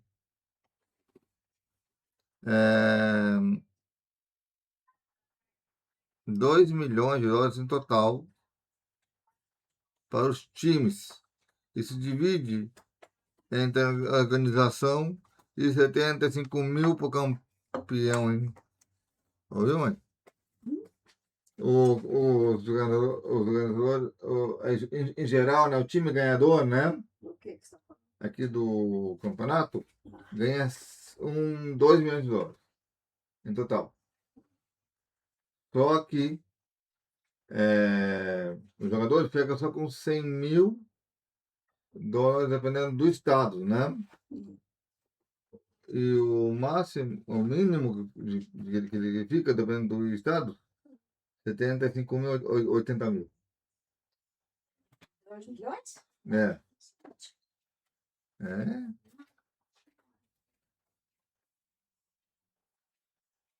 Porque uma parte é organização, né? Uma parte. São 4 jogadores, mano. São 4 ou 5 jogadores, dependendo. Ai, a mãe que não entende nada de videogame.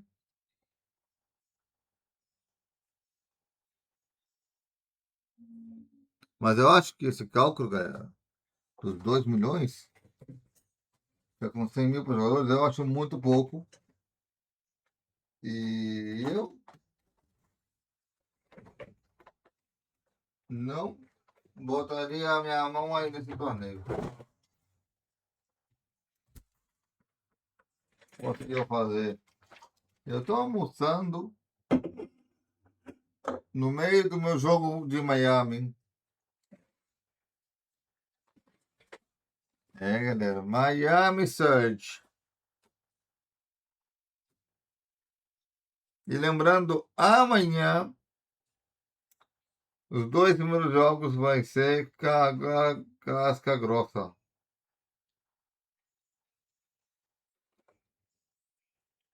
Mas lembrando, teremos muito mais, hein?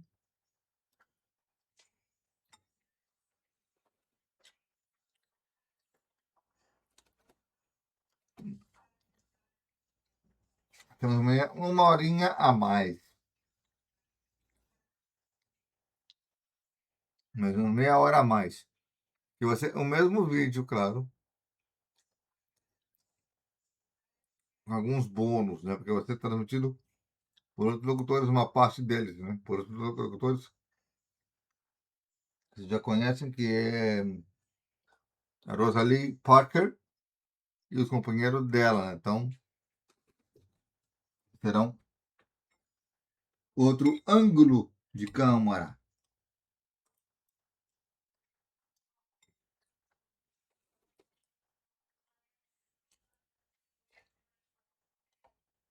Então, lembre do comentário, do like, compartilhar o vídeo. Lembrando, em um par de dias temos nosso Mundial aqui. Mas lembrando, a PAX West vai voltar em 2025. A PAX em geral vai seguir também.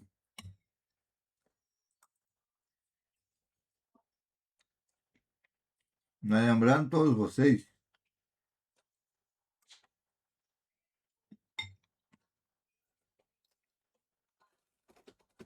vamos dizer salmão.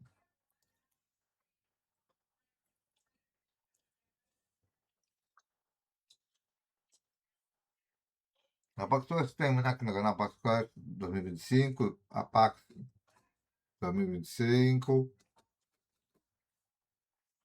a PAX 2026, PAX East 2026, a PAX West 2026. Vai ser bom demais ter todos os eventos adiantados já preparados no canal.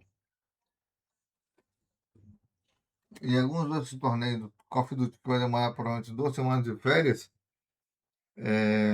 vão ficar fora do ar,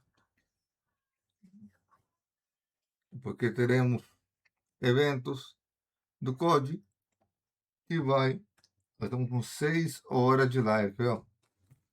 Iniciar janela. Twitch. Rádio Mark OBS Studio. Já fix. Adicionar transit live. 5 horas 25 minutos e 33. Projetor em tela pouco mais cheia. de 1 hora prévia, janela. Um pouco no resto. Porque no resto é Miami Surge. E não são 7 horas e 8, então. O próximo jogo de Miami vai ser casca grossa, hein?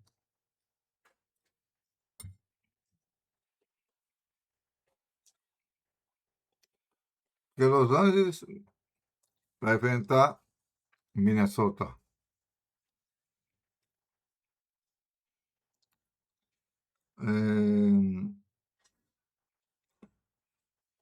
Boston Rich vai enfrentar Miami na próxima rodada. É assim que vai funcionar. Então, vamos desmutar aqui. Já vai começar o bloco. E eu vou voltar. Vou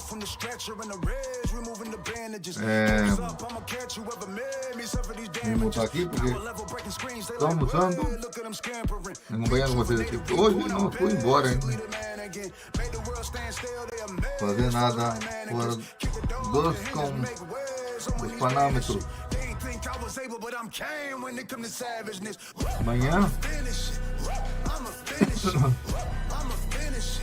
vários jogos vão ser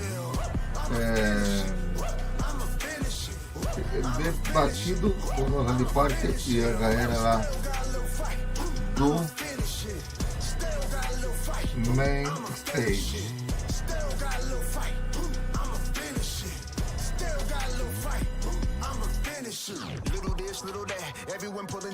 Nada fácil. Ain't really G's, they GNATs, they really just next. Scratch them off, power balls. Look at them spinning, they really spin offs. Getting me dizzy, give me a headache. When it's in my head, I could really use the Tylenol. Candy rappers talking good and plenty, it's really too many. I'm tired of y'all. Suck to infinity, you could never be my enemy. You make me look good, I should be hiring y'all. I'm reborn, I'm basically the man again. Made the world stand still, they amazed. Frozen like mannequins. They ain't think I was able, but I'm came when it come to savageness. Bom, tá se preparando para a grande finale.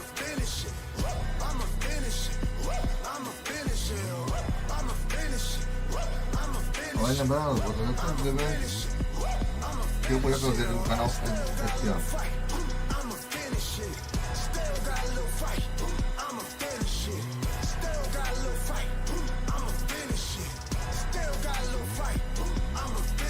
Dois minutos.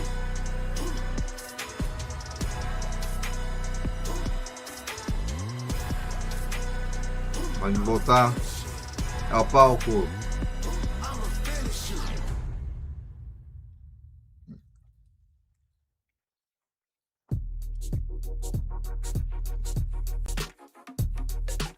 E eu volto já, galera. Deixa vocês com os rapazes aí. Eu volto já já.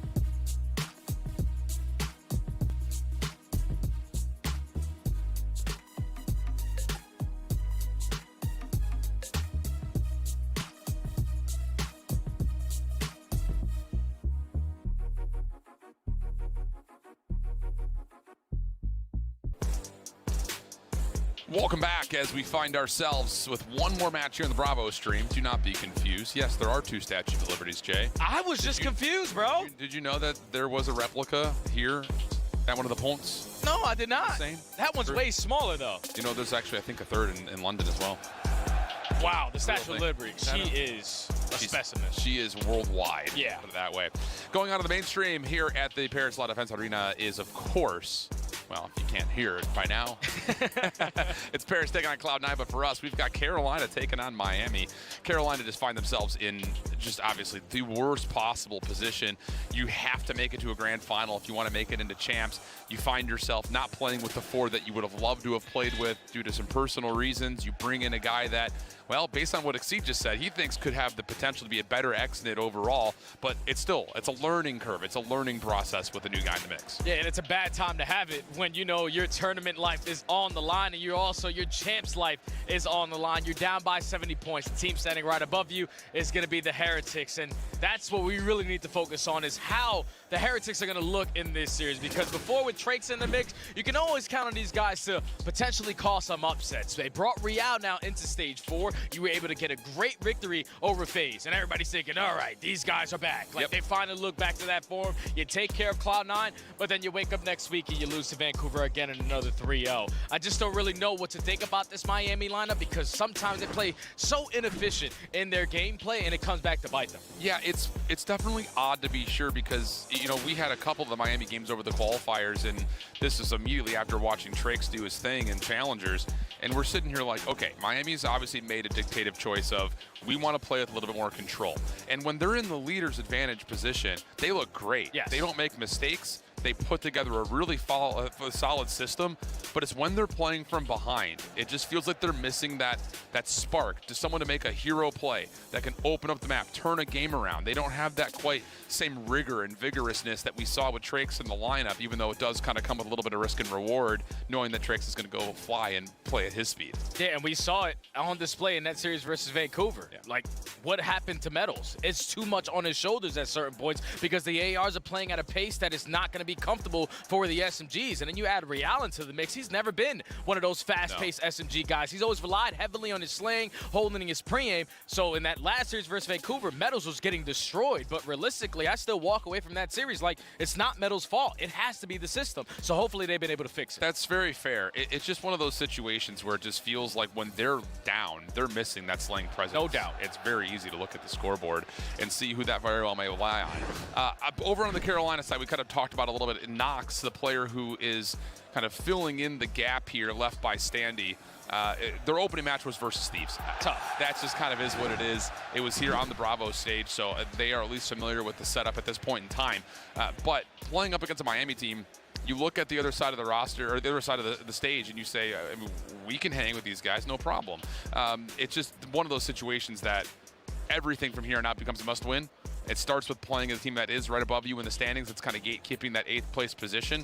So maybe something in like the waters here for Carolina to come out, start off hot, and just take some momentum and really at least have a little chip on their shoulder saying, look, you guys might be able to make champs, but we got your number. Yeah, see, said it. They've been playing great in practice. Obviously, we know what Nox is capable of, especially in that slaying department. So as you take a look at these massive modes, to start off on a Colossus is super ideal for Carolina. Because last week when we jumped to a listening, the communication wasn't really all there, but everyone can understand what you need to do on Colossus. Run and gun, win your one-on-ones, and just create that extra space. So you're trying already into this series to allow Nox to be comfortable, to be able to roam with that NPC, and everyone just else behind him just to fill those gaps. Yeah, and you know, talking to Exil a little bit, like the English is still coming along here for Nox. He's got good COD terms though, so I'm sure if you're saying bang out, he knows what that means. And that's pretty much what we got here in front of us. A lot of Colossus for Carolina. We know about the track record and the history of why they keep playing this map, even though the stats don't necessarily support the claims that they have of it being one of their best maps. But with a new player in the mix, a player that can just do his own thing, and we know just watching him in Challengers, Nox has got a great POV, so let's figure it out. One of these two teams will go home. One may be for the full season. We got Carolina taking on Miami. Colossus hardpoint. Let's get it on. And every time I love to see Miami starting off on the map number 1, this is it, because they can play so in sync, because they whip out multiple SMGs, multiple NPCs, and just keep up with the pacing. Already dominating that early statue control. You're flip the map. It's not ideal, but you're getting all of this time, and you have Royal Ravens trapped over towards blue. Yeah, that's an all-in-all effect. A great break-off for not a perfect result, considering the map flip. So Carolina off their second lives, able to get back in and neutralize, and even find a little bit of time of their own here. Rancor able to take advantage of a couple of low health pools, and that will be enough for Miami to now push across the map. Spawns should move here for Carolina. Every gunfight a big one, as Lurix is the last one standing. Yeah, he's the last man standing, but you know he's always been a very difficult kill to take down, and you choose wrong on your direction to approach him, and he's going to make you pay for it. Lurix single-handedly trying to lock down these balls for his team, has another one-on-one gunfight, but now your teammates are here to assist you. Rancor, though, is somehow, some way able to walk away with 2. And that's not going to allow the Ravens to spawn back there. Nope, that's going to be good lockdown here for Miami. They will spawn up. Real still try to be a distraction over towards Statue, so I can't quite track on Lurix dropping into his lap. So now it's just out at receiving this next hit from the front. It's coming a little bit staggered for Carolina, but they get the open route alerts. Follow-up from Super's only good for one. Real try to hold his life, see if a couple of players from Miami will spawn in, and they will. Now it's down to reclaiming this scrap time. Rancor trying to work on the route around the middle of the map, not going to work out, and there's no kills inside the hard point either. Carolina get the 4-man death. Yeah, that's such a long route there from Rancor that realistically wasn't necessary at that moment because your teammates are already contested at that P2. So you basically just say, you guys do what you do and hope to God that I can get a timing on the reflank through Statue. But it doesn't work out to the best of their ability. You're able to break it for this final 10. Still, the Ravens with those backspawns are not going to be willing to get this up for free. Wow. But Real on 3 in a row, continuing almost to find the 4th. Ravens have a 3-point lead, but Miami have the rotation. Yeah, I was about to say Real creates so much space for the rotation, but Metal's dropping. And now all of a sudden, Rancor dropping means that this rotation is going to be very quickly tested as Carolina have got some tunnel control and they're working on both extremities at the same time. Super will drop, knocks for 2. Metal's trying to follow up, only gets 1. Doesn't really perfectly time that with Rancor, but Rancor will still get a couple. And there's a nice nade from Real to open up some space for him to stay in the hard point. Yeah, now you're pushing them back. You already have Super working on this pinch route, even though he does quickly get taken down. You tell your teammates where the pressure's going to come and hope that they can lock it down with these ARs, but it's Metals. At least on 2 in a row. Slide over to the boat, try to value her life, but it's the airs on the opposite side for the Ravens that keep on making this one scrappy. Yeah, there's a couple of kills that come through. Carolina able to get to the hard point. Real will drop. Pressure on rotation as Lurks is looking for a route, but gets a little crossed up between a couple of Heretics members. Super just doing his thing. In and out of the chairs. One more. Yeah, it's able to find Nox and then push off the rest of the Ravens. Exceed able to find a route through mid-tunnel, so it gives Carolina a chance to have some mid-map control, but Miami have the new time early. And this is what you were talking about when Miami are playing at the best is when they're usually doing the fundamental aspect correctly. So already off the first 10 seconds, you win the rotation, but on the first attempt there from the Ravens, hitting every single lane out, they find a very quick break, and now you got Trophy System to lock down this 40. Yeah, great coordination and timing right there from Carolina, who now are getting a little bit maybe lost playing through the middle of the map. Lurks is in some trouble on the hard point, and no one's nearby to help out. So Carolina put their defensive setup mostly to receive the play from the backside at mid. Doesn't really work out, and now Miami have the time. Yeah, Miami used their stunts and nades, pushed them back. Eventually with the SMGs fly through the front door. I love the adjustment here from Rancor to finally whipping out that NPC to match the pacing of the rest of his teammates. But now we're ego challenging towards the front. You lose the spawns, you're going to lose this final 10, but at least you're still contesting for that satchel control. Yeah, that's a lot of back and forth breaks right there on P4. Not expected, but that's the result we get. Even exchange over the middle map as we head back up towards P1 and the first rotation with Miami in the lead, and nice shots there from Super. Give him a chance to still battle for more as Rencor's right there to assist. So the Heretics from yellow are able to get in towards some time at 1. Carolina doing the nice job towards blue though, holding on to at least the favorite side of the map for now. Yeah, but a team nade is not going to help in these trade fights because you already found the initial 2. Now you're going to turn it into a 1-on-1 and Nox is able to come out on top. But it's quickly traded out by Miami. Rencor's dominating over towards the Statue side with that AR. Someone needs to try to contest them because you can't continue to just flood up these staircases. Yeah, in Metals has got a really good nade to connect. Real's got the space to keep watching the staircase, and you've got Rancor watching over towards Statue side. And everything is putting up numbers right now for Miami. Going to have our first major lead of this game, especially if these next 10 seconds continue to see Miami rotating over towards 2 safely. And they have so much space to work with, so even if you die around that mid-map area, you're still going to be blessed with those blue opportunities. You're up by 50. You're trying to lock down this rotation as well. But already knocking at the front door is going to be the Ravens. Lurks flies in. He's able to find a double. Even though Miami have the spawns, there's now Lurks that's just lurking and filling every gap. Good pinch, though, from Super. Problem is he can't commit on the route. And actually, you get oh my God, Lurks! For Miami in towards the back of the hard point. But Lurks on 5 in a row is now officially blocking those spawns. Or is he? 3 Miami members are going to spawn up right behind the hard point. So now you can take your focus back to the hill if you're the Heretics with the shutdown onto Lurks. Help from Real through mid-map. Nox now stepping up, only able to find 1 though, and that looked like that was going to be a guaranteed break for Carolina, but Miami just kept spawning in. Yeah, without a doubt, man. It's good efficiency there from Miami to just get those trades over towards Statue and just have more bodies past that 50-yard line. So you basically disregard all of Lurk's play there.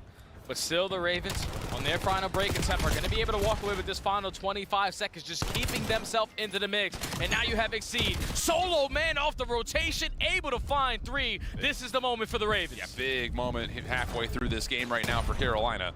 Exceed on 4. Nice shots to number 5 and number 6. Now he can just sit in the hard point, try to get an assist, maybe one more. fully earned it yet. Oh my! Get it done. 8 for Exceed, and he is absolutely frying Miami. 40 seconds left in the hill. And now he's got a Hellstone to work with. You have pushed the Heretics so far back that you are forcing one of these players to hit an extremely long route for some premature shots out of Super. You give up that positioning, and you still lose that gunfight. So the Ravens, off of the back of an insane play out of Exceed, take the lead and are still running up the score. Yeah, this is big now because now you've got opportunity for Lurks to hit this long route. Able to find one. No turn from Redcore over the top. Not quite able to find the shots, but Carolina are still throwing numbers at rotation. We'll see how they calm through that as we head to the Royal Ravens. Listen it. Hurt. Honestly, he's back out. Back up. Nice shot, Logan. Logan, I got your man. I spawned the ult. Logan, they're gonna hit the back. Three left. I'm behind him. One's left on me. He's outside their yellow. One's back yellow. Back weak. Left corner. One inside their yellow. They're gonna spawn. He's half health, Logan. RG. There's two back out. Back out. One shot. One statue. Yellow. Yep, slow down. Yo, weak yellow, guys. I spawned behind him front. Yeah, we have a pinch. We're waiting. We're waiting. They're telling out on one side. We're not missing one because we spawn there. Statue. Super statue. A good one. Yep. Yo, he's push up P2. P2 back up statue. Statue dead. Nice shot, but BB. Nice. I'm nading back out. Back out. I naded it. Yo, I'm coming back up. They could've gone right. I'm gonna pick up a right. They could be tunnels too. One's back out. One is hitting a mold. Can you pick up tunnel, one of you? I can't. There's 3 of those. Jump that statue. There's 3 of those. There's 3 statues. 3 statues. We spawn yellow. I'm nading time. He's channeling top yellow weak. I drove people. He's on me blue. Blue guys. Blue medals. I'm one shot. I need your front. Time real. He's laying on the block. Heard. I'm done being it. Block that. Time. There's gonna be 2 statues. I need anything set. I don't know what's set. Yep, Logan, I'm nading it. He's gonna be back. I'm nading it. He's telling me. Close. I naded it. You want Statue dead. Chow. One shot. I don't see nothing behind us. Time. One shot. Nice. Yo, I'm going P4, right? Jump that right. I'm naded. I might be dead. Oh, I'm good. Intensity picking up here. Carolina able to put together a couple of nice moments. Miami able to regain the lead, but with 20 seconds remaining, this is a key moment in this game going to P2. Yeah, there's some holes in their communication, but there's not holes right now in the gun skill. They are matching the slaying presence on the side of the Heretics. And now trying to contest early on for this rotation towards the back end. Miami have every single player around blue. It's all on Lurks. It's all on Nox. Nox is able to give you one, but Lurks gets you none. And they stall out enough time now for the SMGs to still be able to fly. Ravens are here first. Yeah, Super will drop, so the Ravens will have spawns, and they're going to have the initial time here at 2. But from the front, Miami will develop this. There's not a lot of pressure to stop this statue hit.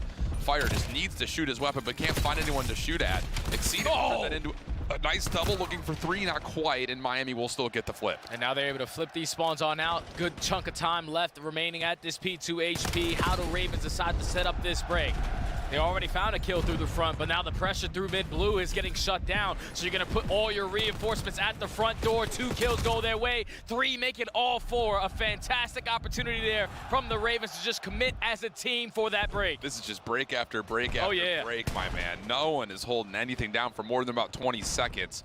And it gives us a tie game opportunity for Carolina to reclaim the lead here. But going over to 3, Miami will have the advantage early. And they've got a really good setup for this too. Yeah, and Exceed also has a Hellstorm, so even though you're going to be late to the party off the rotation, if we can get that early sack control, we can use that Hellstorm immediately. But Miami, they shut down that first push. They take the lead by a little bit. They have the OE being watched by Rencore, and you're basically forcing the Ravens to commit through tunnel, which is not ideal. Not ideal at all. Nox trying to work on that, able to find one, but not a second, pardon me. Fire from over the backside, Thrum Blue. Is able to get into the hard point, help on the way. Oh no! It will come through. Real not able to stay strong, and Carolina are to get the break here at 3 without having to use the Hellstorm. Yeah, that's all 4 dead. So even though Miami have those spawns, we know that we have to contest this. We can't give up this time, and you already have players like Lurks lurking behind enemy lines. His teammates are chopping like flies at Old, though. You gotta wait for him to make the big time play, and now he's trying to contest for these spawns. One-on-one versus Super. Super not gonna be able to even get more than maybe a bullet off. So now all of a sudden Carolina have the lead. And at least at the moment, they have pressure on rotation, but no one is watching this cross from statue side. So Miami able to get into the time from the front. And Metals never even touched the hard point, so he's going to be the first one up towards L. Lurks turns that into 4 in a row. Trades come through. Miami still holding from the front. Yeah, Real's able to find a massive double kill there. You know that you don't have the advantage, but every single Slayer that you find, it's going to be into the hands of Real. Locates 3, flip those spawns on its head, and now win condition here for Miami. Metals, though, dealt with by fire. Opens up an opportunity for things to maybe develop from the front. No one's watching mid-map here whatsoever for Miami, so Carolina are going to be able to get around the back. Spawns. Nice shots from Exceed. Spawns will move. 240 to 226, and the Ravens can still win here. Yeah, Metals is trying to sneak his way through yellow, but he gets caught out. So now you still have an opportunity no longer to win at this HP. So Miami, you just need to dominate Statue. Slay your way. You've been finding so much success at this P1 on this side of the map, but you're going to give it one last go. Why not? You can get in here, contest these last 5 seconds. Team nade comes through. Real crossed. Oh, no. Watch the right thing at the right time, and it's going to be 245 to 240. Rentcore is currently in the time. Not able to find the first blood, though. Follow up from Super. Damage, but no kills. You got to get in. You got to contest. You got to find a way to get here if you are Miami. Metal's able to get one, but Nox has the last shots in. It's going to be Carolina who find map number 1, and Brian Saint is fired up out of the coach's box. And it's the new kid on the block, man. 39 and 31 from the young gun in Nox. 28 non-traded kills. We jump into the listening. He's barely talking. His main focus is let me just guarantee my slaying presence on the map.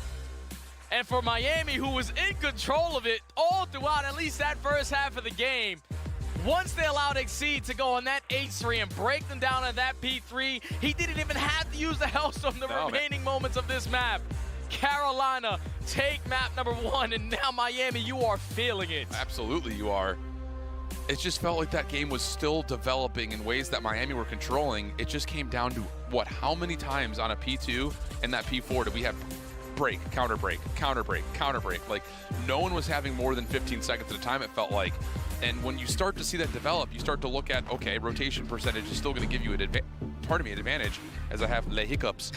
But Miami just not able to lock anything down when it mattered most. And I mean, there were so many opportunities that they were able to put this game probably 80 points into their name. But we kept seeing these little cheeky individual plays from Carolina, these finessey breaks, these moments where you thought you're going to have spawns locked and then someone gets a win through mid and you're blocked out. Yeah, Miami just needed to start worrying about step 1 instead of step 3, because when you are winning a rotation, we need to do the little things correctly off the rip, and then we can start to take some space. But when you're trying to take some unknown space, that's when Ravens are finding those openings. There's no way in hell someone should jump through P1, get into your yellow, and go through side door uncontested. Correct. Those are openings that you cannot afford to have at this point of the year. And I know Miami, like, these guys have that firepower. They know what they need to do. It's just when it gets down to the crunch moments, they continue to break. It's that, I think if you were to go backwards and just watch the minimap, there's one player for Miami who's trying to block spawns, watch the OE, and watch mid. Everyone else is like sitting there, guns up, looking at front statue. And it's like, we got to be able to float a little bit better than that. So 250, 240. Hacienda Search and Destroy comes up next year. Jay, what's your thoughts? Well, we haven't seen Miami play this all throughout the time that it's been in the league. But from what history tells me, last title, this was one of their go-tos. Not only in hardpoint, even in control, but Search and Destroy, this was their bread and butter. So far in stage 4, where they're sitting at 1-6 overall, S&D and Overload has been hurting this Miami squad. So just to put a new map into the mix, a map that you are rarely familiar with for the first time here at Paris, you better show me what you was doing last year right here to at least tie the series. Yeah, because I'm kind of looking over at Carolina and just mostly thinking, what are we going to get from Nox? Because he can once again be that guy that can pull out a scope. And not that we're going to likely see it on Hacienda, but he's got the flexibilities where I'm going at, because we watched him play with all 3 weapons throughout the qualifier for Carolina. And that brings very difficult predictions when you're on the other side of the field. Oh, yeah. Like, is he going to be running up, playing with Lyrics? Is he going to be playing back? It's hard to say. Yeah, just the confidence, though, that you can take of what he just did at that map number 1. You got to expect him to be running and gunning. I like that. Because with Exceed being the vocal leader for these guys, he wants to set up his teammates for success. And I think the best way you can do that, because the last matchup, they played against FaZe. Like, it's hard to make those new adjustments with Nox in the mix versus that caliber of team. But this is where you can allow Nox to say, all right, wait, you can take the sniper. You are Exceed. You have been fantastic all season long. Let me just run us all alongside Lurks, especially with that performance, man, because just for him to lead the lobby in slaying as the new guy on the block, man, he's got to feel so good going into this map, too. Yeah, without question. I mean, confidence is everything when it comes down to if you're going to be somebody running up looking for first bloods, you better have that ready to go in your mind, not just in your hands. And obviously, we saw what he's got in his hands right now. So really good stuff for Carolina to get things kicked off with the 10-point win, looking to follow up on a map that Miami, like you mentioned, have not played. And now I think just like if you're Carolina, you go up 2-0, you're looking at an overload where, let's be honest, like Miami have not been good there either. Oh. You're thinking you might be able to get through this quickly. Then who knows? I mean, it's still a far cry to get all the way to the grand finals, but you're keeping your season alive. Hey, you are, man. It's just one step at a time, one map at a time, one series at a time. And you know the only way you're able to start that trend from going is by taking down the likes of the team that is sitting right above you in the standings. Hacienda has treated the Ravens at least sort of well. The one time that they played it went up against the Falcons. We know Falcons on Hasi, they can't use a sniper. They look very uncomfortable, and Lurks was just lurking all around the map. He has really stepped up his S&D in stage 4, became that guy for this team. Yeah, he does it in a lot of ways where, again, he can support a play as part of a combination, but he also has the ability to be trusted to go off and do his own thing. Carolina on the opening defense. Miami looking to attack largely through open halls. Crossfire set up over towards the wall windows, and Lurks tried to get behind the play. Timing was decent, but not able to get the gun shot. Exceed following up. He's got a couple players in front of him. And Nox is going to re-hit the pinch findings. Bolt damage on the Bolt, but can't find the kill. He's in a 1v2. Yeah, he's got to get out. Reset the play. Exceed was just trying to stall a lot of time, but Nox could not get there quick enough. So now in a 1v2. You know that they don't have any trophy systems to work if you do have a stun and an 8 in the back pocket, but a premature shot out of Miami. They're praying for the 2v1, and this should lead to a win, but Nox is able to get out. I think he saw the cross, too. That's a tough shot. Whoa! That is bold, but he gets a couple of tags in, but Metals commits. The gunfight shuts down the 1v2, and Miami take the opener. Oh, they almost let that one get scary, man. The fact that Nox is able to walk right through mid doors, guarantee one kill, and still be able to walk away with his life. A little bit nerve-wracking, but Metale is able to pick up the ace, sets the tone, has an M15, has an MPC, and was just so effective on that opening round for Miami to take the first. That's very key, because initially it looked like Carolina had the perfect read, trying to get Lurks through windows, just got a little bit too fast. Still a little bit too fast. Okay, Carolina, their first offensive look. Seed playing around with his loadout. Carolina will set this up over through Fire Hall. Yeah, and the Heretics have always been infamously known on Hacienda to instantly take that mid-map away. So First Blood goes to Metals, but you're strictly trying to have that response, but still Real's able to value his life. Numbers in favor of the Heretics, and Metals is continuing on his high note before he gets shut down. Doesn't get the Hellstorm either, I don't believe. Real in some trouble. Follow up, easy, okay. You talk a lot about Miami being able to play through the middle of the map. Yeah. I would say one of the things that I remember about this team when they had played this map last year was they were one of the most suffocating teams to offenses who are trying to play on that staircase setup, just not allowing that post plant to ever come through. And we're seeing an early example of that there. Yeah, you saw it on the opening attacking round, taking the opposite side hallway. This time on defense, how do we shut down at least one bomb site? That is with Top Secret. So Metals alongside Real just takes so much space away. And Metals right now is single-handedly getting it done for his team. He picked up the ace in round 1. He picks up the initial 2 in round 2. Continue to play through Metals. Yeah, why not? Sounds like Paris won. Yeah, well, they should, right? It's Cloud9. Super trying to snipe with the little jump wall peek. Doesn't see much. Does he commit to keeping the scope out? We've seen him do this before where he just essentially hard scopes at that top window, but he's also your bomb carrier, so there's going to have to be some negotiation for how they're going to take this space. And it may just be Metals showing some force and look on the other side of the map. Real's already cleared out B. Yep, Real's giving the comm. All right, wait for me, keep on stalling out time. Do not force any gunfights because Real has a lot of information now to work with. It's going to be an A finish here, Jay. Real going to clear out patio. Does he check his right, though? No, he doesn't. Fire for First Blood. Metals able to hold the connector for a small time. He's in trouble, though. He needs help. And the problem is Super is still on a sniper pistol combo, but Renkor's there to help. Fire with one trade, and Rencor's not close enough to pick up that, at least not initially, but now a 1v1 with Lurks. Lurks knows that he's low, tries to push forward, and is just able to connect. Thankfully, he was knocked down to half HP, maybe a little bit less. Lurks understands, I have the advantage, I have to take this fight. And he's able to get the better of Rencor. Knowing that he's a little bit weak, the snap is good enough. He's been an outstanding player from the start of the season. Without a doubt, one of the top rookies that we've had here in Black Ops 7. And it's a big round there for them to get their first one on the board. Yeah, absolutely. Okay. Can you make it 2 in a row, though, if you're Carolina? Opening offensive look stifled by playing over through Secret. Do you have a read for that, or do you want to bail off and try to play something different? Looks like they're going to go top spiral this time. Quick hit over towards open hall. C does have an AR out, looking to see if he can catch someone on contact, but Miami are just going to play contest. They're going to get first blood from Real on that same route from Lurks. And now all of a sudden Exceed is kind of stuck. The bomb is half committed here to B. Yeah, you got them trapped over at this B side, but Lurks with a fantastic frag. Maybe a team frag connects onto the metals for that 3v3 now. And the advantage that Miami just had. Have to make some adjustments because Lurk is hitting the water route, and you're thinking that the play should be instantly getting planted, but it's Lurks, the playmaker, locates a double on 5. He's on 5, smoke is out. Last Miami player of Real was trapped, but now he's gotten a little bit of freedom and a little bit of space. Couple of tags, couple of shots, stops the bomb from being planted. Carolina are actually thinking about playing the contest for the kill. Now the timing has Real stopping the bomb plant and initially the potential Hellstorm out of Lurks. 1v1 situation. Pushes Nox off the plant. Have they given Real too much space to work with here? Nox all of a sudden contests over through backside window. Should step into plant now. 13 seconds on the clock.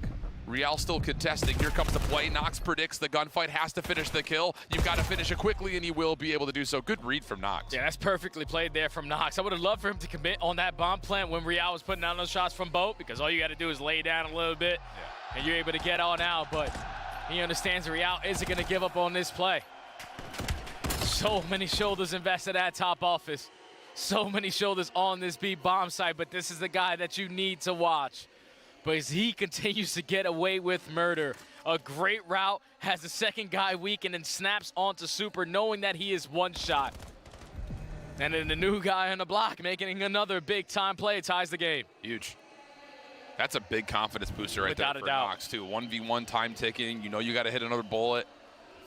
Trophy system down for Miami as they're going to have a 4-man hit to A. Super not sniping this time on this location. Should lead to a really quick post-plant setup, and Carolina are going to rewrap by playing over through Secret Hall. And Fire's just going to guarantee that there's no pressure push to his spawn, but he's able to catch Real for free.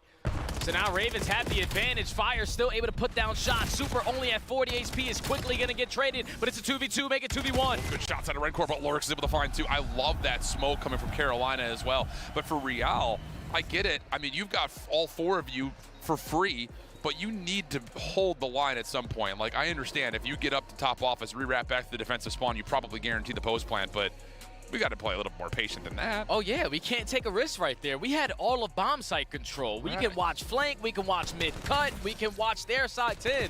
But if you're gonna OE a little bit, you gotta do it with guaranteed space, not unknown space. And it's Fire again who gets the better of him on and off angle. Because the one time when they were on offense in the previous round, Real hit such a long route through that B side, but Fire kept in the corner, takes care of him. And then Fire, the island player, just watching the push through, gets a freebie. Yeah, I mean, it's such an easy call, I would say, for Fire to dictate to hold that position. I mean, you've got 3 friends running around the other side of the map. There's no need for me to do anything crazy besides just make sure there's no late wraps. So, good connection of rounds in a row. Super going to snipe here at the beginning, at least, of round number 6. That's top hallway control currently for Miami, but free A site means Carolina's going to plant. Yeah, and they have first blood, and they have top secret. So another situation where Miami are uncomfortable. Time is starting to tick. We know we quickly have to make up with the numbers, and Real might have just got through. Makes it a 3v3. Well, they catch one, but the timing for Nox is good for the trade on the metals. Super once more is pistol sniper combo. He gets himself an AR to work with, but Real has dropped. 1v3, 22 seconds to play. Opening damage, good for Carolina to hold this post plant a little bit more safely. And I love this little route from Nox. Re-wraps, make sure there's no exit to office, and Carolina are putting them together quickly. Yeah, it's 4 in a row, Al. And these are perfect adjustments. They're just not allowing Miami to dictate this pace of the game. All right, cool, you can take open hallway, you can have a sniper on that side of the map, but if you're not gonna contest this at secret, we're not gonna waste any time on this bomb plant. Miami just caught out of position, and it's been 4 first bloods for the Ravens in a row that have led to a 2-round lead. And that's almost the exact same round 1 setup that we saw from Carolina on attack, but this time, like you mentioned, there's no contest, no nades, there's nothing to get in their way of dominating the secret hall. Okay, 4-2 the count. Miami need a response, and they need it quickly. Knocks on 4.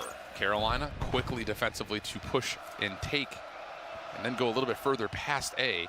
Metals behind the well. Oh no, he thought he finished the first, not the case. Super at least makes it manageable to get to an early 3v3. Yeah, but that is gonna be the bomb down. Obviously, if you are the Ravens, you're not gonna quickly gather that information. But you have forced Miami to be uncomfortable again. Real is the island player on the opposite side, and Fire is just getting the better of him in every single one of these rounds. It feels that way. Knox is still holding on to 5 in a row. Bomb recollected by Miami for the 2v3. And they've got wide open secret control at the moment. But there's still so many questions of where have Carolina gone to. And the timing of this rewrap could be unbelievable. Fire's holding them back. Here comes the easy pinch from Lurks. No problems. Carolina are just absolutely rinsing Miami on this map. Yeah, Miami have no teamwork, man. 0. And this is the scary part of the Heretics, because they have shown this form a lot recently in their last couple of matches.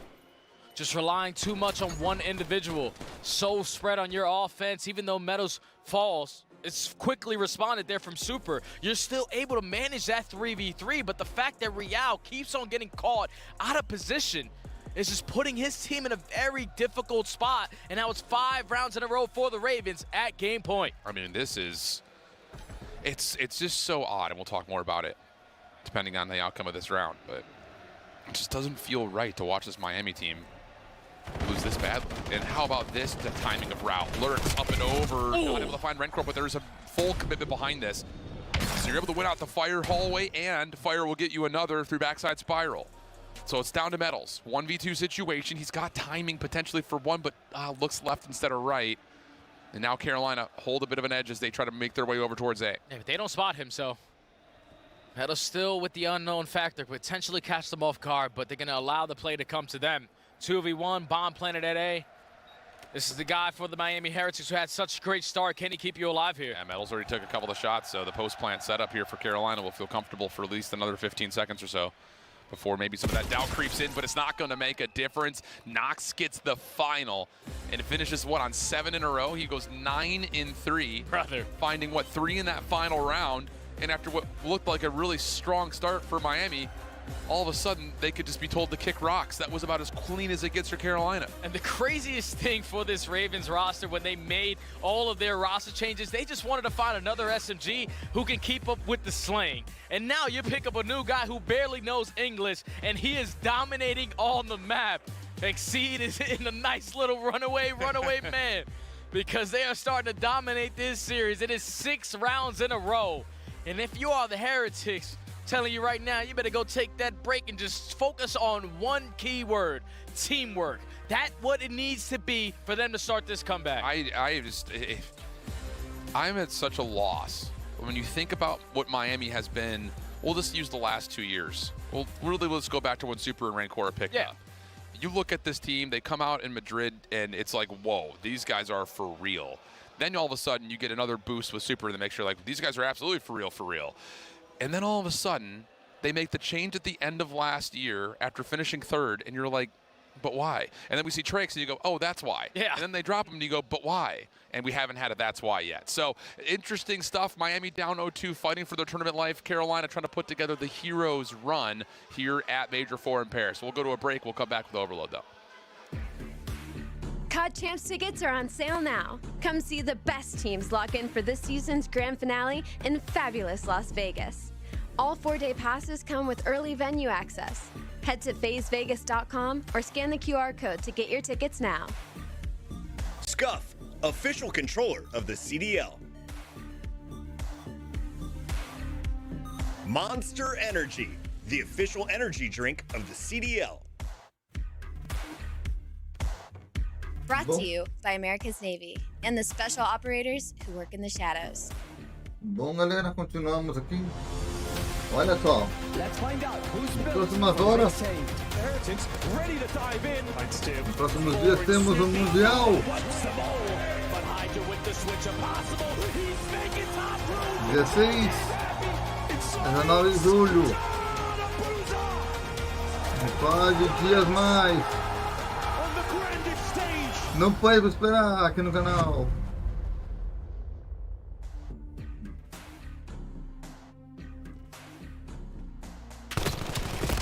E temos os melhores momentos do jogo. Miami está mostrando também trabalho.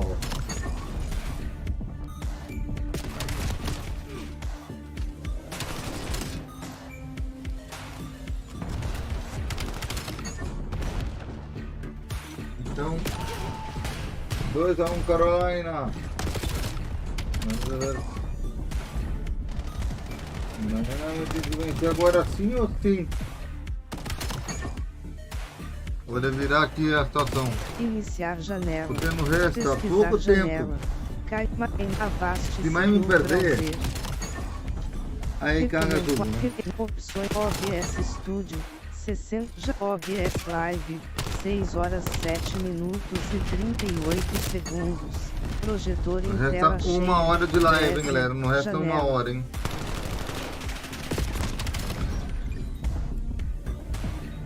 Então que pode até virar Miami, hein? Pelo placar aqui de tempo, hein?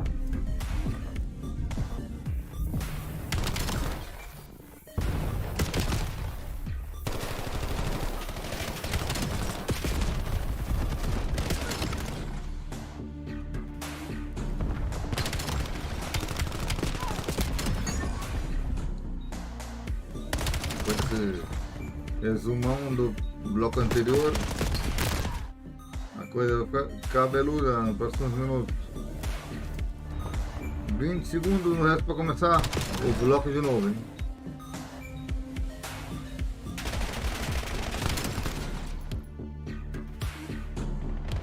Play button. Pause button. O tempo.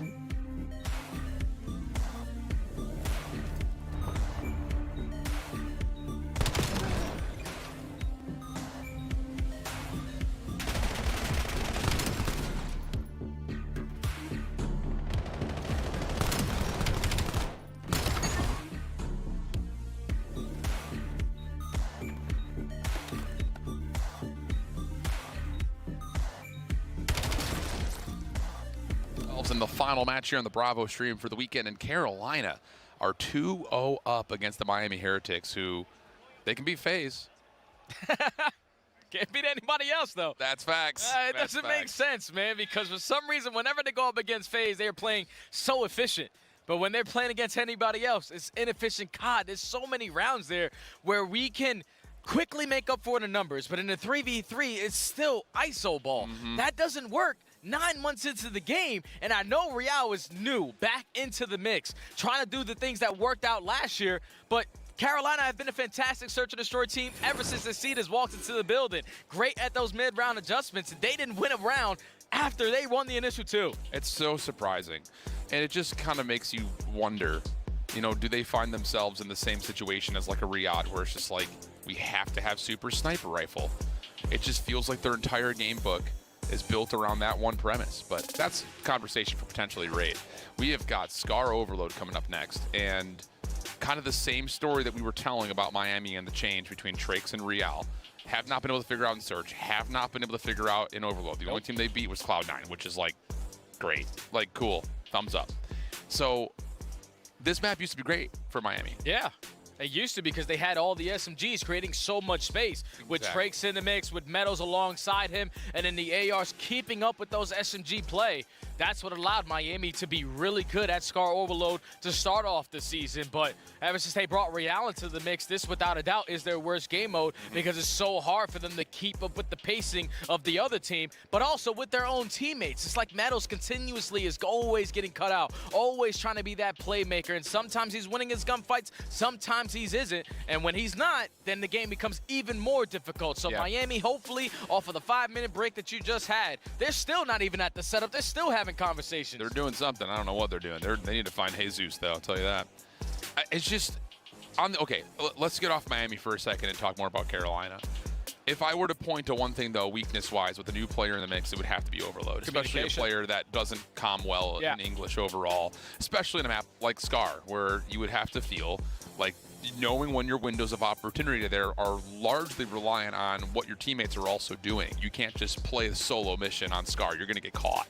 So it feels like this is an opportunity for Miami to jump back into this series, knowing that Carolina is playing in weaker form than they normally would be with a player like Standy, for instance. So maybe there is a chance there. But based on what we're seeing from Carolina at the moment, even talking through what was a very mixy, use the word mixy, hard point. Yeah. You know, if you're Nox, if we've got numbers, I can run. I can do that. I can do my thing. And he's been playing with confidence, at least in the last 2 maps. You start off on a Colossus to get this guy in form with that NPC, and he answered the call as the top slayer in the map. Then you get to the search and destroy, just strategies that they built around him, because initially it was Exceed, it was Fire, watching those long pitches, but Lurks was with him the entire time. Yeah. So even when Lurks is losing that opening gunfight, Nox is quickly there for the trade. So playing around the young guy, allowing him to be as comfortable as you possibly can has been the key to success, and you might have to do it here, potentially 4-3-0. All right, well, Miami are now setting back up and getting locked back in. And boy, do they need something in that map 2, map 3 break, because what we're seeing right now is just, again, shadows of the former Miami Heretics, even from parts of this season. But you got to remember that at the beginning of the year, they started off the year great. Yeah. And we're all sitting here like, whoa, Trakes is Rookie of the Year. And then they drop him. And he's doing his thing in Challengers. I'm sure he's ready to show everyone that. But it's just, I just have such a hard time putting a finger on this Miami team. Well, hopefully they're able to put a finger right here on this map, because if you don't, you're going to be getting sent home at top 12. Not what you want to do, not based off of the most recent roster changes you just had, where we heard Lucky in the 6-minute video that he put on the timeline. The reason why you make that change is to provide more leadership for this team in those scary moments. But if Real is not going to be able to step up to that plate, what was the whole point? I know, I hear you, dude. And at the same point, it's like, yes, I get it. Super and Rencor are still newer to the league, but they're not new to playing with each other, B, with the other Spanish players that are on this roster. So you kind of shrug off the idea that, like, this is what, year 3, year 2 for these guys, because simply put, they have been in Challengers since, well, Super's been playing since before Black Ops 4. Rencor's been playing since Cold War, so it's like they've got plenty of experience, and they've done it at a high level in Challengers as well. So I don't know if I say I vibe with that reasoning, so to speak. But hopefully this experience is going to play a part here. You find yourself down in a hole, a very deep one, 0-2 on the brink of elimination versus the team who was chasing you in the COD Champs run. I know it has to be one hell of a Cinderella story here for the Ravens if they want to even make it to the next event. And in order for them to do that, they have to get all the way to the grand finals here at Paris. Yeah. But they're doing step number 1 correctly. Already up 2-0 versus the team right in front of you, and it's only a Scar overload that is going to be the deciding factor to if Miami are going to roll over and die, or if they're going to continue to fight. Carolina will spawn in on the left-handed side, the quote-unquote preferred side, pending they can get their subs through their setups. Metals is able to kick us off, though, for First Blood, playing through the top of the EMP itself. But Lurks, that's the guy you wanted to watch. He's been able to get a couple, and he's now behind Miami. Problem is, the rest of the defense has faltered, and you're trusting that the defense can stop this EMP from being scored. First shots come through. Real not quite around the corner, and it's Exceed who's able to collect the EMP, try to gain some space. Rencor with 1 win, but he will be quickly traded, and now you look to Lurks in the minimap. Yeah, now Lurks is making a big play. He's already the lead blocker. He stalls out so much time, and he's still finding kills. But eventually he is going to quickly fall. So now Ravens get such a great goal line stop. Fantastic shots there from Exceed with that M15. Are in control of the game, just trying to find a couple kills to work up through play. They got the setup that they want. First Blood not quite able to get there as Nox tried to force it. Metals, Exceed, though, find the trades that they need. Now Lurks, nice shots over the top, and that's going to lead to Fire just walking in for a first score. Miami not able to get a single really bit of damage to the EMP carrier, and Ravens are already up early. And you still have Ravens players roaming in your spawn. It's Lurks again, already on 4 in a row, quickly going to fall to the hands of Rencor. And they shut down that push coming through plane. So now you're trying to turn defense into offense, but it's already exceeding a very good position at the plane, heading with a great read onto the guy at top green. And even though you don't have those spawns that you want, you have the players here to get this stop. Metals will be able to find one. What? Oh, Real able to just slide through. Looked like that was going to be an easy defense right there for the Ravens, but enough space gained to give them the counter cap. So now it's a 1-1 count. EMP down over towards Motel.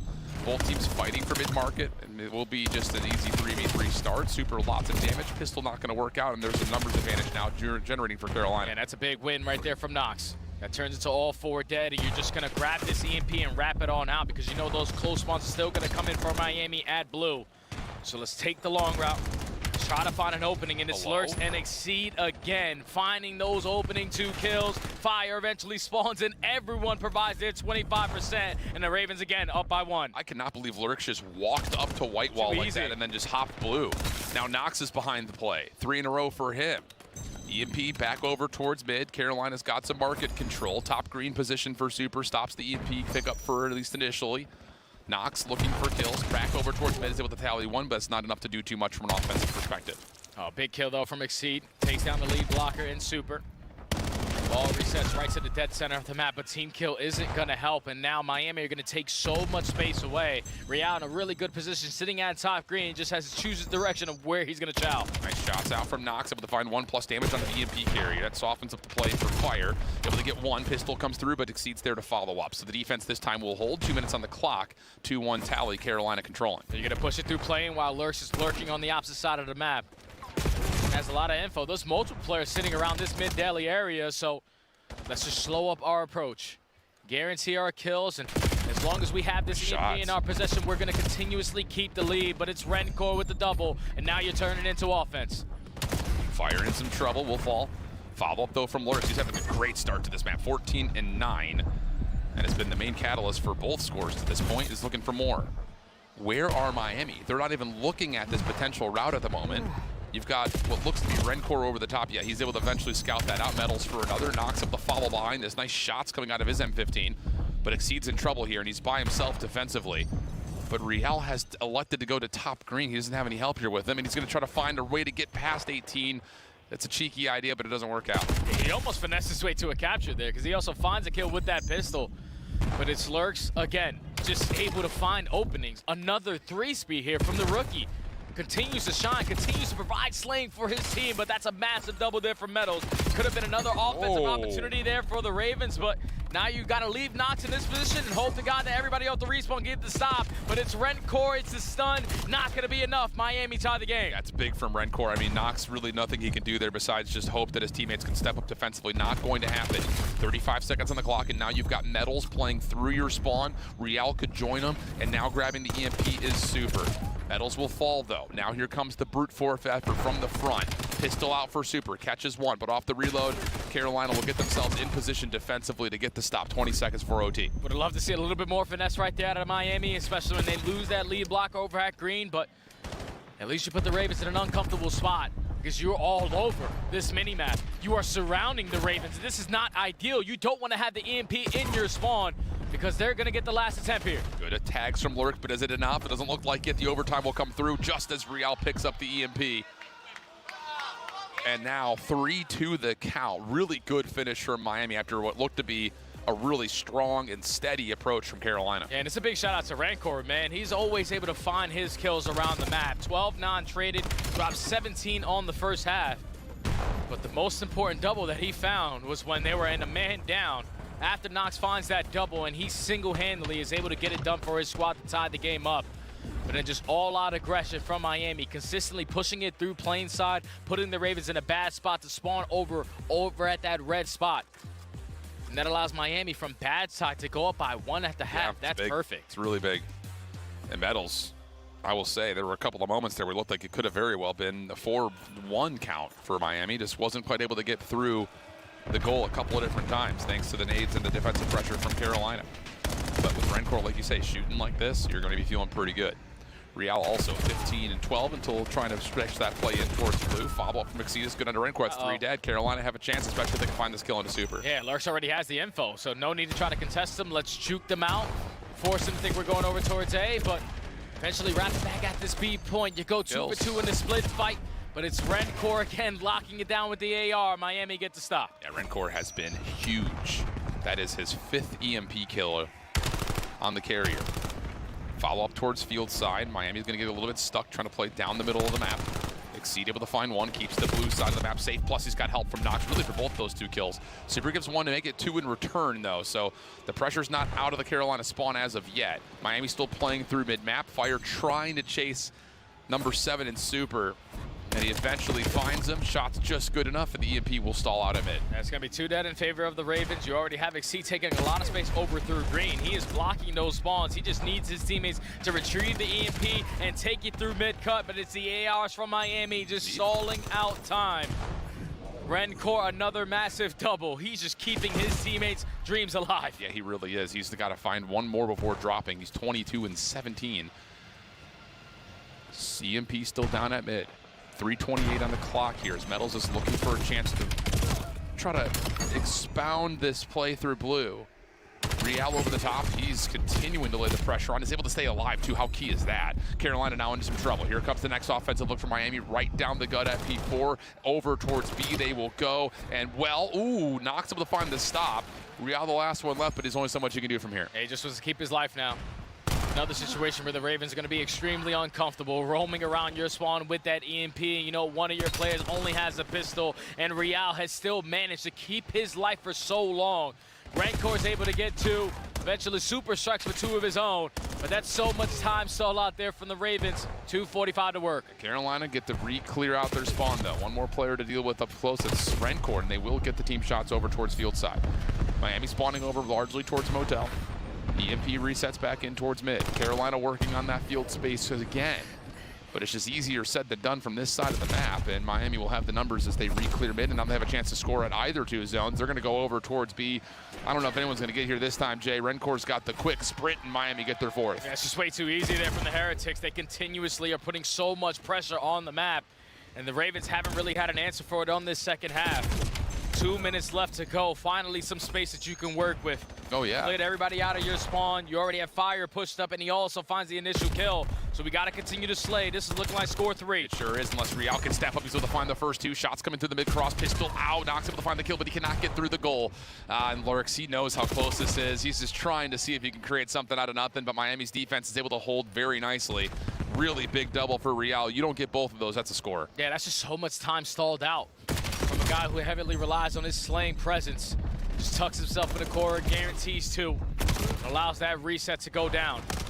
And now he's already off the respawn behind enemy lines, just contesting, forcing the Ravens to be uncomfortable. Thankfully, Lurix is quickly able to handle him, but it's 1:25 to go. We need to get the CMP on our side. And that was the only look that Carolina have had offensively, was the one they just missed out on. EMP does drop just in front of the A zone, but Metals finds the trade, picks up the EMP, gets the score 5-2. And this map feels like it's gone. Yeah, they're starting to run away with it on good side. Up by 3, Hellstorm in the back pocket there from Metals. A minute left to work with, and Ravens are having such a difficult time of getting any breathing room off of the respawn. Reset now over towards Motel. Rencor already guaranteeing this space. He is gonna fall to Fire, but you're down by 3. We need to go. And it's so tough to pick up the EMP from this side of the map, especially with things like Hellstorms in the mix. With 45 seconds on the clock, still needing 3 scores. Pretty much gone at this point. Not a lot of hope that this will come through for Carolina, so it looks like we should be considering map number 4. Metals, he may just guarantee that right here, and he will. Wow. What a second half for Miami. I mean, a lot of it starts first and foremost with Rencor, but Real does fill the space out nicely. A couple of big lives out of him. Oh, yeah, without a doubt, man. That's what Real brings to this roster. And I feel like we saw this version of Miami in that series versus Cloud9. How in sync they could potentially be in their overload gameplay. And it's everyone just providing their 25. Rencor doing a little bit extra at certain points of the game. But once you got to the second half, knowing that at the first half on bad side, we were up by 1. Miami felt confident as ever to close out this map and force the game number 4. Now you have something to build off. Yeah, that's more like it if you're Miami. I cannot shake these hiccups. Bro, they got you, man, by the head. They hiccup, brother. They hiccup. Yeah, the hiccups. Oh, I mean, we talked about that. That was going to be the issue for Carolina, you know, dealing with a new player on a map like Scar where, again, you really have to play the map as a 4-man team.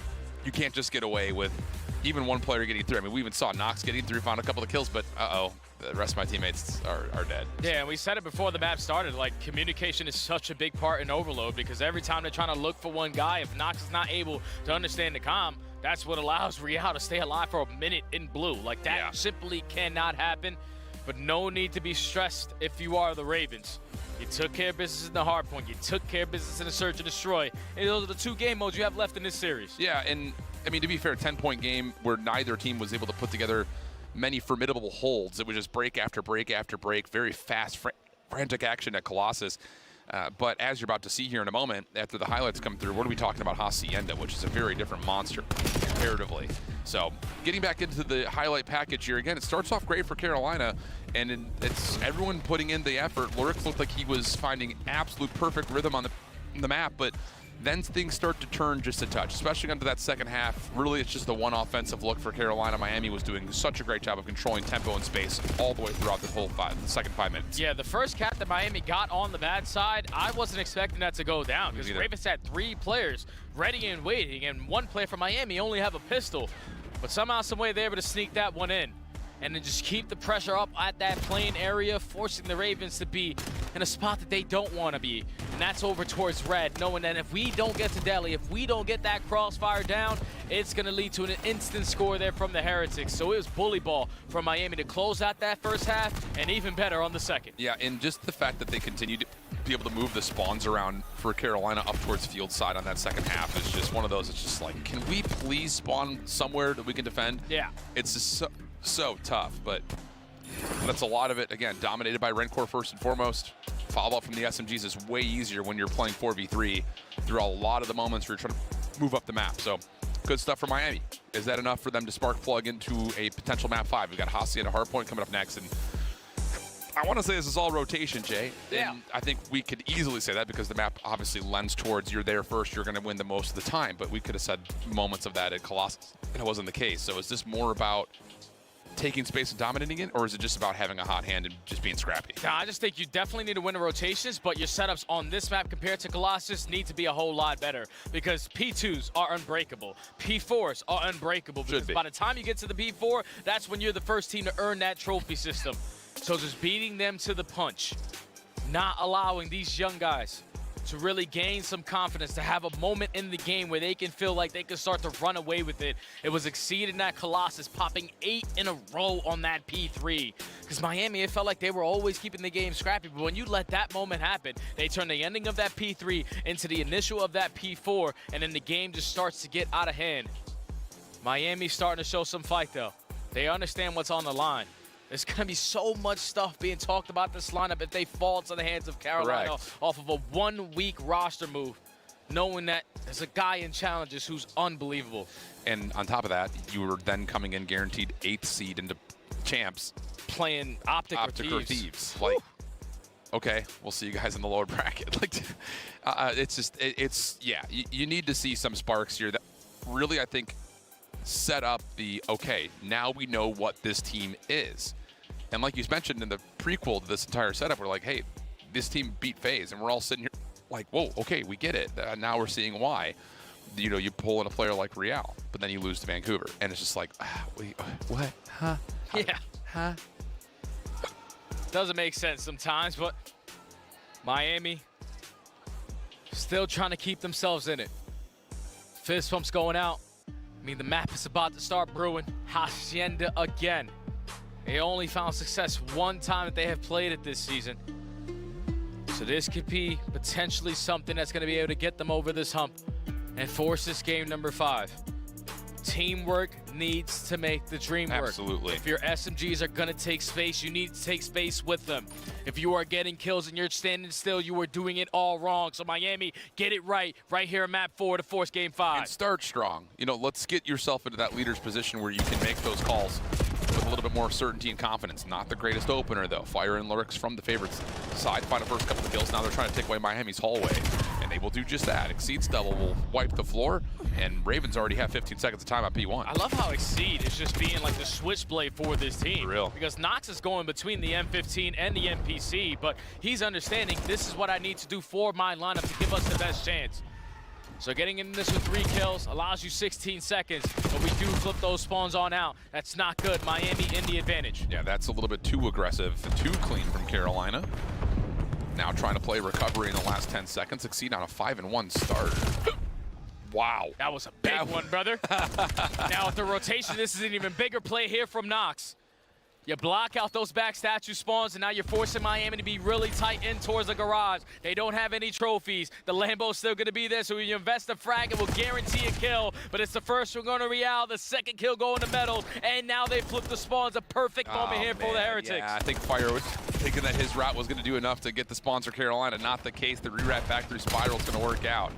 8 in a row for Metals, and he's not stopping. He's Christ. on 9, still holding this position. Stuns and nades are still landing, but whoa, hold on a second. Exceed spawns behind the play. What? Yeah, exactly. But he will shut down. Miami will still get numbers to try to reinforce the remainder of this 25 seconds. Nice shots. Metals is on fire. Yeah, he's just taking over here. He said, screw this. I'm going to be the guy setting the pace. I'm going to be the guy getting all the kills. Hellstorm in the back pocket. Final 20 seconds is going to go the Heretics' way. And now you're just trying to work off the rotation. But there's so much layers being created there from the Ravens. They already found the initial 2 kills to push them back and now create some space here at the new. This is a great way to play catch up early here if you're Carolina. Metals, though, do you consider the Hellstorm here? Hell no. Yeah, he's waiting for 4 at worst. Quick off coming through for Miami. Chance to put some pressure onto the spawns. Fire is just locking as the anchor, but his teammates all drop. Stun comes through. Metals is the health advantage. Doesn't need to finish things off. Super's got his back, and that's a quick rotational flip for Miami. Yeah, it's a perfect break there from Miami. You flip the spawns on out, and it's still a good chunk of time to play with. They have lit up the kill feed. It's been all orange until Nox finally is able to strike with some presence over at Ply. But this is the final 25. Ravens, no, we have one more push at this, and then we have to cut our losses. And if you cut it too early, that's where Metals' Hellstorm is going to play a big part. Yeah, Super able to get the trophy down a little bit sooner. Seed gets one of the trades, but it's not enough for Carolina. They're still being held to the front gates. Metals will still push forward 14-4, 3 in a row. And I need someone from production to jump scare me so I can get rid of these hiccups. Now with the rotation, they're already here. This game is starting to get quickly out of hand because if you allow Miami to win this rotation, keep in mind that Super just invented his trophy system at the ending of that P3, but Rencore should still have one in the back pocket. Ravens trying to do this through Garage, and at least for now, it works. But Super's able to get the 3. Metals right there to help again. I mean, when Metals fries like this Miami team looks like a totally different monster. 16-4 on 5 in a row. And you still have Rencore putting pressure on this pinch. He is going to get found out, taken care of, help from Fire through mid. Chance here for Carolina to break. Yeah, you have to go. You already found the initial 2, and now Fire with the AR and Exceed with the NPC. Leads to all 4 dead. It's not a moment where the Heretics need to panic, need to invest this Hellstorm potentially to try to break this. No, you can forfeit this and just try to dominate that mid-map presence. Rencore just hits a water out. That will get the back 10 seconds. Lurks is thinking about it, but the teamwork has not really showed up yet for Carolina. You need to take a breath. You need to get yourself set up and try to establish something as a 4-man squad. It looks like they'll do that here, trying to play the exits from 4 into the new time at 1. Lurks will get the opener.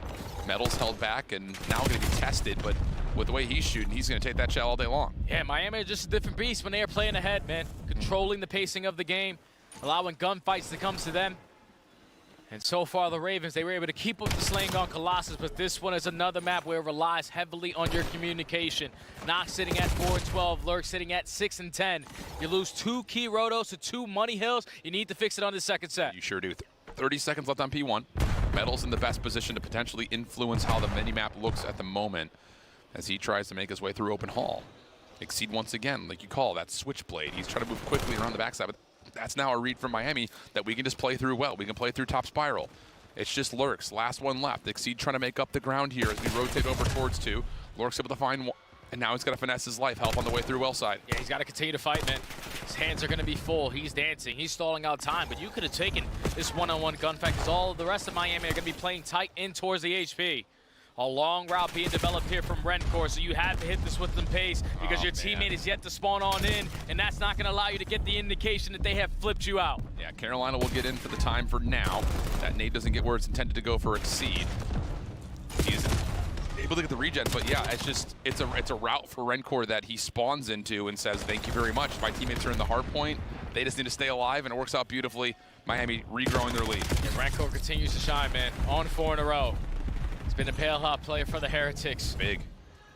But this is a big moment here for the Ravens through the front door, able to break in. And now you're forcing Miami to be in an uncomfortable spot. You're still pushed out towards the backside. Even with the spawns, you can still flood your way through the floodgates. This is going to be their final 15, but the spawns are still scattered as hell. Yeah, and this is just Real. He's trying to find an exit. He's going to get overwhelmed. So it's going to lead to a rotation win here for Miami by default, but because the P2's still open, oh my gosh, Real is going to spawn, and then Exceed spawns behind him, but they never saw each other until they meet at mid-lobby. So now Miami will have the numbers. They're getting the shuts down from Metals.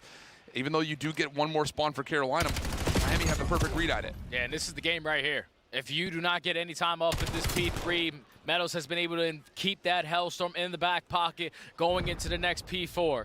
You're up by 80 and it's still growing. This break is taking so long and a teammate isn't gonna help. That's 3 for 1. Final 30 seconds, all of the Ravens spawning out besides one player.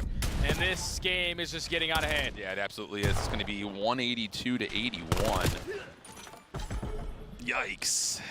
Not great news here for Carolina. Super still dancing on the back of the rock wall, able to find the last bullet needed for Exceed, and if this scrap time goes the way of Miami, yeah, I mean, this game is just GG. Completely over. You still have a Hellstorm. Yeah, you play to the very end of that final 10 seconds guaranteed, and now even if you're going to lose the rotation, this is where you have to bail out Hellstorm to give you the best opportunity here. A team kill isn't going to help, but Metal still has his. Rancor was able to pick one up, so you get him out of the time, you still can win here, but might as well invest the second one. Yeah, Super was really close to earning one of his own as well, but the second one will be invested. Nox is able to find one on the time and slip away from the Hellstorm. So mitigating some of the losses there, but it still connects. Miami will still rotate in freely. 35 seconds to play here on the hard point. And Carolina are going to have to try to do this the old-fashioned way by hitting straight from the front. Good opener from Lurks, who's had a bit of a slower map. Nox could be said on the same wavelength, but okay, Carolina, good clean break. Yeah, it's just hard to have a good map when you're losing every key rotation to all the money hills. The gunfights are just a lot more difficult on the side of the Ravens than it is for Miami. They're going to be able to breach over that 100-point mark, but it's still a tall ladder to climb because Miami, they can continue to just chap away. Final 3 seconds, I'll take it. All right, final 15, I'll take it. They only need 33 points. All right, we know what we say here. Got to play perfect COD for Carolina. Otherwise, we're going to go to 5. Lurks gets one, not the second. Hardpoint still open for now at Fountain. As Carolina are still trying to work the hallways at the moment. Nice shots from Fire, who's starting to put together a second rotation. That's really nice.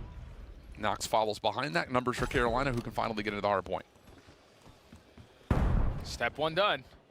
You dominate mid-hallways. Right now, you're the team soaking up this time. You're cutting the deficit little by little. If you can chain this ending of this 20 seconds over to a P2 rotation, that is the perfect moment for you, but this is why the leader's advantage is one hell of a thing. Yeah. You can play it super patient. You can hit extreme long routes, and if your frags are finding opening kills, that can lead to the final 15 seconds going your way. They keep on just chopping away this score. Now only need less than 30. And Metals will even get a stun to land. Super trying to follow up on that kill, but Metals will beat him to it. And the rotation win is going to be here. Nox able to find a couple. Real trying to find the trade, but will not be able to. Rancor was the one who eventually gets the pick, and that's right as Miami spawn on up. So now 236 to 120, and this has to be it for Carolina. You got to find a way to break on in from the front. Here comes the hit. Rancor gets the first 2. Exceed is low. Nox able to give you another on this pinch route through Trophy. And that will be enough for Carolina to, well, I thought maybe get back in for one more contest, but it's not going to happen. Clean map for Miami. That's what Hacienda does for them. The Miami Heretics fan are yelling right behind me. They're starting to gain some momentum, and it's the right time to find it. What a dominant map there from the Heretics. Looking like Miami of old. All Nahasi, just controlling the pace of the game. You win the rotation to every single money hill, and with such a great start there from Metals, it's not like he led the team in lobby. No, the game was just so simple because the gunfights are coming right in front of us. Early Hellstorms are able to be secured. You don't even have to invest them until you truly feel that panic moment. But Miami did the little things correctly. They did the fundamental aspect correctly, and they were so efficient around the map that the Ravens didn't stand a chance. And that's just what we see with Miami in a leader's advantage early. They're so good from playing ahead to say we don't need to worry about that final 15 seconds. They're one of the better teams that just chalk rotate. Let's set ourselves up for a 40-20 exchange. Really good, really good stuff for Miami. And it feels like it's almost like an about time moment of like, okay, we're starting to see it again. Just takes Meadows to, you know, do that. Be God on the map. Jesus Cristo. Popping takeover, earning a Hurley Hellstorm as soon as we got over to the P2. We saw it in challenges, what was it, 2 weeks ago? It was Flames consistently always having an insane start to games, and Meadows doing the same exact thing. When you're able to just control it like that, because you can now shortcut some of these rotations, knowing that we have a bailout Hellstorm, knowing that we can guarantee that space. And when you get to this second set, Ravens just couldn't do what was necessary and win the rotation over towards P3, because it was another P2 where they could not get in. They could not flip those spawns out, even with lurks in the back with 20 seconds left to go at the old time. Miami were just playing with that leader's advantage, and they did it to perfection to close it out. You're just not going to be competitive in a Hacienda if you can't win a single P2 or P3. Or P4. Or P4 for that matter, yeah. Okay, great stuff from Miami. Unbelievable. And that now sets up a raid search and destroy for map number 5. Scopes are going to come to play here. This is where you need Super to start to show up. He's been quiet, I would say, in the last 2 stages. Especially considering the NPC buff, you would have thought like, whoa, this guy, he's Mr. Flexible. He can literally run any weapon, and one of his early POVs was with an SMG, and he was unbelievable with it. Just has not quite had that same presence as of yet. And we see that a little bit different here on the Raid Search and Destroy. We're going to go to a break. I'm going to get someone to jump scare me, get these hiccups out of the way. We'll be back. Map number 5. COD Champs tickets are on sale now. Come see the best teams lock in for this season's grand finale in fabulous Las Vegas. All 4-day passes come with early venue access. Head to FazeVegas.com or scan the QR code to get your tickets now. Scuff, official controller of the CDL. Monster Energy, the official energy drink of the CDL. Galera, essa aqui é a última pausa. Brought to you by America's Navy and the special operators who work in the shadows. E lembrando, tô vendo na tela aí, o Mundial é nos próximos dias, ó.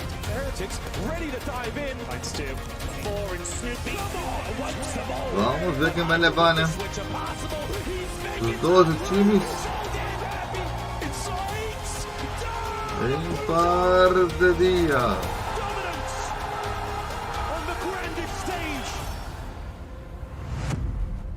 Quem leva, hein? Miami? Los Angeles? Texas? Las Vegas? Vancouver?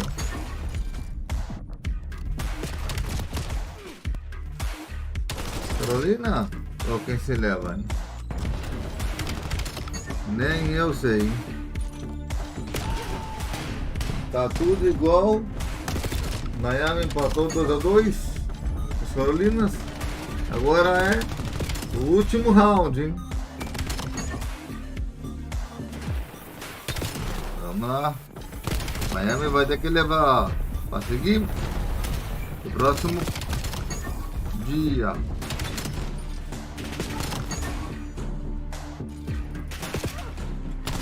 E as Carolinas, se perder, eliminate. 1 minuto para começar o último round.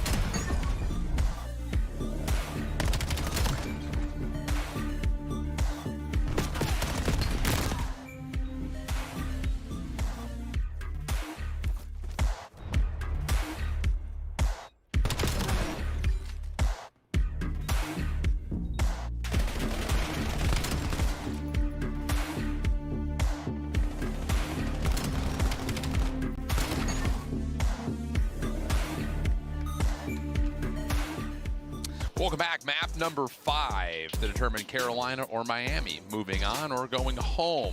And after the first 2 maps were absolute runaways for Carolina, all of a sudden, medicine's been reserved, as Miami have done the exact same thing. So now we've got ourselves in a map 5 reverse sweep potential here for the Heretics, and it's Raid, Search, and Destroy, a map that they slammed so hard when they were playing in map, Qual 2, Qual 3. Have not seen a ton of it, at least in successful form for Miami, but we know what we're going to get. We got eyes on Super. Yeah, that's what we should have eyes on Super, but thankfully we were able to cast their last matchup versus Vancouver. Vancouver didn't care what Super was doing on the map. They said, all right, you're going to be mid, we're going to take A. You're going to be B, we're going to take mid. Like, they were just completely countering the sniper. And I feel like we've seen that from so many different teams to end out the season, to just not allow that guy to be the difference maker. So I'm 100% going to be looking at the dynamic duo between Real and Metals. Real cannot afford to get isolated the way that he did on Hacienda, because a map like Raid, it's all in front of you. If you allow them to take that space, if you don't allow Super and Rancor to have an impact on these rounds and just rely so much on that SMG play, the game can start to get out of hand. You need to go back to what has worked for you, the bread and butters. Super broke the S&D kill record on this map with the sniper. Set that guy up to try to get through this game 5. On the other side of things, Carolina have also played this map quite a bit in the qualifiers. 2-1 on it. There's a round 11 loss, most recently when they played FaZe, who, I don't know why they're struggling so much on this map, but that's a conversation for a different day. This is really all about, I think you're absolutely right, watching Carolina play Search. They had great adjustments on the Hacienda. You also got to keep in mind that Nox, this is where he shows his flexibility. Oh, yeah. He can run any of the 3 weapons just like Super can. So is it really just down to Nox versus Super? Very well, maybe. But at the same point, we've also seen a lot of other elements. You're watching Lurks on the SMG roll, Real on the SMG roll, how they can quickly take mid, how much they like to play out of mid. It feels like both teams like to play the map the same way. Is what I'm getting at here. Oh, yeah. They have a lot of similarities in their gameplay. Exceed on one end, Super on another. SMGs who love to run it down to that middle of the map, and Fire who loves to lurch like Rencor. A similar play style, but all of that is out the window in this game. Number 5, who is going to get the better of them? It's going to be the Ravens on the early attacks, and Lurk's already swimming. Yeah, he's going to get right into Tiki here. For free? Not for free. Oh, it's for free. It's a good stun. It's a great stun. Lands, but is that left? Is that right? Hard to say. Doesn't see the initial cross. Bomb was planted. And now it's just down to holding this post plant. Smoke is out. Lurks is looking for his timing, but Super is still the first one to drop. Meanwhile, backside Tiki. Nox not able to find the kill. Lurks should find this trade. Having a hard time, but eventually gets the tally, and numbers here for Carolina. 30 seconds left to go. Rencor is able to win a one-on-one on the pinch. Now going to put himself in a position to try to regroup with his teammate, but Meadows peaks. Lurks gets the better of him. Now Rencor left in a 1v2. Both players are going to be on opposite sides of the map, and that gunfight is more preferred for Fire sitting up there at the top window. Carolina come out on the attack and make it look easy. Now look at the chemistry. They're trying to work on fist bumps. Lurks, you're right next to him, dude. Like, come on, Logan. What are you doing? I really do love that strat, though, from the Ravens, because already off the rip, it's about Nox now playing around his teammates. You're going to carry our bomb. You're going to get this down and allow us to put ourselves in a position that has worked for us. So he gets it planted, and he also strikes for the first blood. So that's fantastic plays there from Nox. Love it. It's a good call. Slits the sides. Miami now on their first attack. Looking like they want to make a play heavy-handed over towards A. Super will be sniping. Car bomb works out. Real was the first one to drop. Nades and stuns still all over Ring. And Super's going to have to assist this play because you just don't have Real here anymore. Rancor's in trouble. He gives up Zig. He does get away to keep his life, but that's a lot of map now given away. And Ravens are going to forfeit this laundry control. We have a 4v3. No need to rush anything, but now everyone is rallying towards the backside. You get this bomb planted. We're going to bombard you with the pressure. And the only one that's watching it is a sniper pistol, so they're just going to send it. Yeah. Laundry control in question. Nox able to find Metals on the exit from the bomb plant, and now he can work on this player on the flank. Rencor able to get the clean shutdown. Super repositioning, puts himself into a spot to be a force here in this post plant, but misses the first shot. Super's now in trouble. Here comes the follow-up from Carolina. They find Rencor first, and then Lurks is able to take the second onto Super. 2-0 start for Carolina. Just too easy, man. They're getting a first blood in the first 5 seconds. For real. One player stuck with the sniper pistol. He is the most aggressive player on the map with that weapon in hand. And in the man-up advantage, there's no need for Ravens to do anything extra. They had the entire map on lock. They knew exactly where the pressure was coming in for the Heretics. So Nox keeping his men map presence, allowing all 3 of his teammates to retake through laundry. You kept the numbers on your side consistently all throughout that round. Ravens up 2-0. Clean. Really, really well done. 2 very convincing rounds, 2 with aggression, 2 in, you know, again, it's just first blood.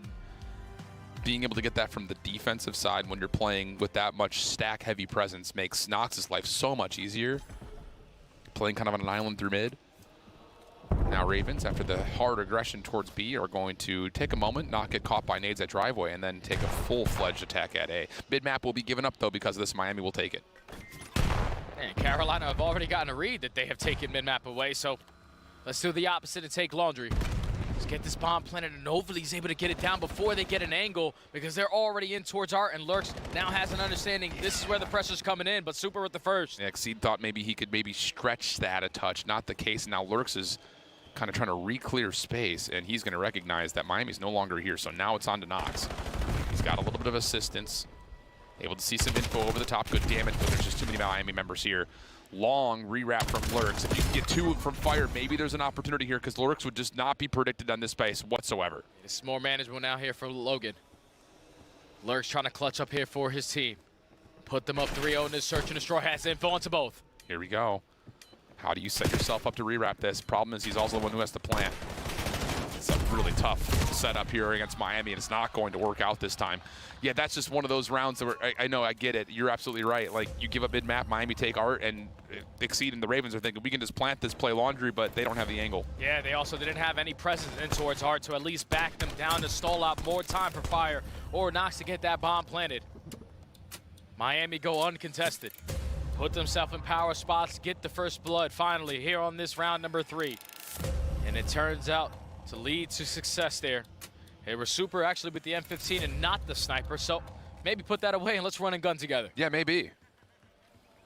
And that's the thing, is like, Super always brings that immediate tempo change into the playbook, just based on what weapon he runs. Scope out though for the offense. Watching back over towards mid, I believe he may have seen one on that long cross. And now he's seen a second. Shot will miss. And it's on to Rencore to try to hold his life. And Miami are saying, don't worry about driveway. We're just going to take through Laundry here. There's a lot of pressure on the backside, but I thought Ravens, like the way that Fire did it on map number 1, would watch the push through. But now the spawns flip. Already 30 seconds gone. Royal Ravens have all of them mapped to quickly make adjustments or rotations over towards both sides, but Miami now get trophies down and get into that A. Carolina's hungry for information, though. You don't want to just be stuck at mid, and as they clear B, they'll recognize that it is an A plan. Yeah, I got stunned. Yeah, he got stunned, so Nox is on the hunt. Exceed playing back over through mid. The driveway hit is where the rest of the retake will be coming from. Supers will hit the first on the Fire. Nice shots at a Rencore, pushes that driveway play back. But Nox has established pressure over through the backside at jungle. Here comes the follow-up over from the front, but Rencore's got the perfect read, and he will find both. Miami ties up at 2. They just take the space away, man. Ravens thinking, all right, we can contest mid-map. They flipped the spawns on its head. Just weren't aggressive enough over through ring and didn't have anyone watching the push through. If Fire is sitting at that tree heady, then that entire play call gets shut down from the Heretics.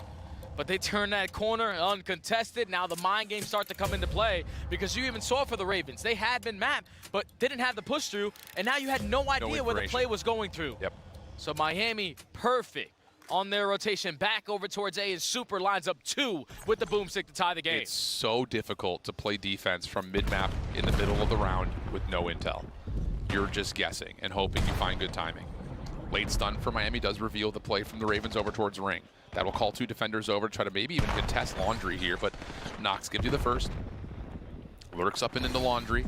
Is he going to try to play for the trade on the metals? No, not quite. He's going to respect the play. Follow-up stun is going to come through. Shots over the top. Oh, they do find metals. And that'll be enough for Carolina to hold numbers. Yeah, they sort of rushed that bomb plant there because they didn't fully have Laundry control, but still have a numbers situation where they can walk away with. 3v2, Miami know that they have that bomb down on that A site. You just don't want to get isolated, but it's the team shots good enough to make it a 2v2. Real, tough battle here. Has to worry about 2 things at once. Super's going to keep him safe from Kitchen, and he will find the kill as Fire got the initial couple of shots in.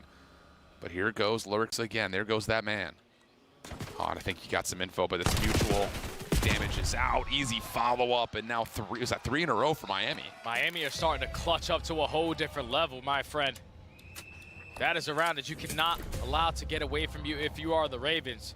You get the first one in the first 10 seconds as Seed is thinking, all right, we got laundry control, let me just plant the bomb. But your teammates still weren't in laundry. They didn't have presence on the backside of laundry. And it was Rancor who peaks, gets that 1-on-1, turns it into a 3v3. And then even though he falls, it's still manageable because we have all the info in front of us. They have to cross right through our line of sight to get that bomb and get it planted, and they don't give him a chance. 4 in a row for Super. Working for a Hellstorm here too, actually. He's pretty close. Nate's going to come through from Miami aggressively over towards the front side at Laundry. Smoke will block the majority of the line of sight here at the front of Ring. And Carolina will gain that space defensively. Miami will now rotate over to take a look at B. Yeah, so much space already guaranteed from the Ravens. You're basically shutting down anything happening at this A point. So now you send your other 2 teammates to at least scout at the opposite bomb site. Exceed somewhat has gotten a read that the pressure is going to be there. And now the teammates doesn't connect onto anyone. Miami have killed the noise. Yeah, but this is interesting because look at the double stack for the Ravens here at Zig. As long as Super doesn't connect onto a snipe, Carolina will have an opportunity to, do that. Just bully something out. Nice shots from Real. Not quite able to find a second, but Rancor takes Exceed down over through pool. That's the bomb collected, 3v2, and Miami are looking to possibly rewrap this thing through Kitchen before considering which site they want to hit. And Fire's not going to be aware of this, or he's going to be prepared at least for the first gunfight. Reads the pressure and at least puts down a lot of damage. 20 seconds left. They got to get this planted. I think Nox actually saw this rotation through basketball. He's going to make sure there's no double back. And then possibly, I was going to say maybe get behind the play, but he can actually just play to kill the planter and win the round there. But he doesn't see the footsteps initially. And Miami keep putting them together. It's Super who gets the final kill, and he's on 5 in a row, I believe. Yeah, Super is starting to take over here in this game number 5. Does it with multiple weapons and is able to turn at the right time and get the snap there onto Nox. It's around where you are, the Ravens. You started off that round by having so much ring control. Yeah. How do we allow Real to get to ring and then make the big time play? Doesn't make sense. Especially considering the double stack at mid find success by playing through pool steps. Look that they had everything they could possibly want. But now it's 5 in a row for Super, 4 in a row for Real. And look how close Super is to getting a Hellstorm. An assist may do the trick. He's looking for the peppering shots. Carolina still fully set up for bedroom. Super's just trying to keep him worked out here as we still have one player in Tiki, or actually outside of Tiki. It's Real. Pistol battle. He's able to get the pull up faster, but there is a trade. And Super would have loved to have the sniper in this round. So much damage, reading the play very efficiently to start off this round. But it's still going to be a 3v3. It's just Miami have so much space on the map. Rancor is going to be uncontested. He needs to get himself involved with the team. He needs to get here sooner rather than later. You got to be careful because you lose metal, so the play over through mid is very dicey. Do they get the read that this is an A plant? Can Rancor find the exit off the plant? Yeah, perfect shots. Now the 2v2. Retake on the way through Pillar's side. Post plant set up over through Laundry, though. Super's in trouble. Got both weapons, though, to play with. And Rancor is going to try to slowly clear out the backside at Ring. Super looking for the info. He's got the perfect read, the perfect timing. Down to the 1v2 now for Fire. He is stuck and needs to check the bomb, but here comes the double peek, and Super's going to likely get the Hellstorm off of that, and it's going to be 5-2. Just giving his team everything in this map. Number 5 is Super. Hellstorm earned. He has found kills with the snipe. He has found kills with the MPC. And he has also found kills with the M15. The guy is doing it all here in the biggest moment for the Miami Heretics. Oh, man. It's been round after round. And now they are at game point for potentially reverse sweeping the Ravens and killing all the momentum they ever had about thinking about champs. Oh, my goodness. What do you call here if you're Carolina on this defense? The last handful, you've been in control of the map and you still dropped rounds. So they're going to go back to a 2-2 setup. Fire and Nox through mid. Exceed and Lurix over towards Laundry because you have to play safe from the Hellstorm. And Super will call it in here. Nox will try to get forward to Art.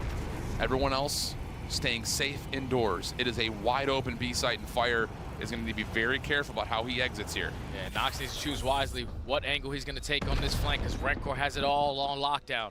40 seconds to go. A 4v4 retake opportunity to stay alive in eternity. Oh, but Rancor gets doubled up. Bedroom defenders have to watch this. You need to get some pressure onto Tiki, though, if you're Carolina. You cannot allow Miami to try to play retake. Exceed's able to find a second. Real, timing, able to find one. Does he turn to find the second? Not quite. And now it's Carolina surviving through the Hellstorm, getting another round. Realistically, it looked like the Ravens were unaware that he was able to pick up that Hellstorm because Nox starts it off by taking mid-map away. Once it gets called, he's not able to run back to kitchen. There's windows up there, so we have to push through Art.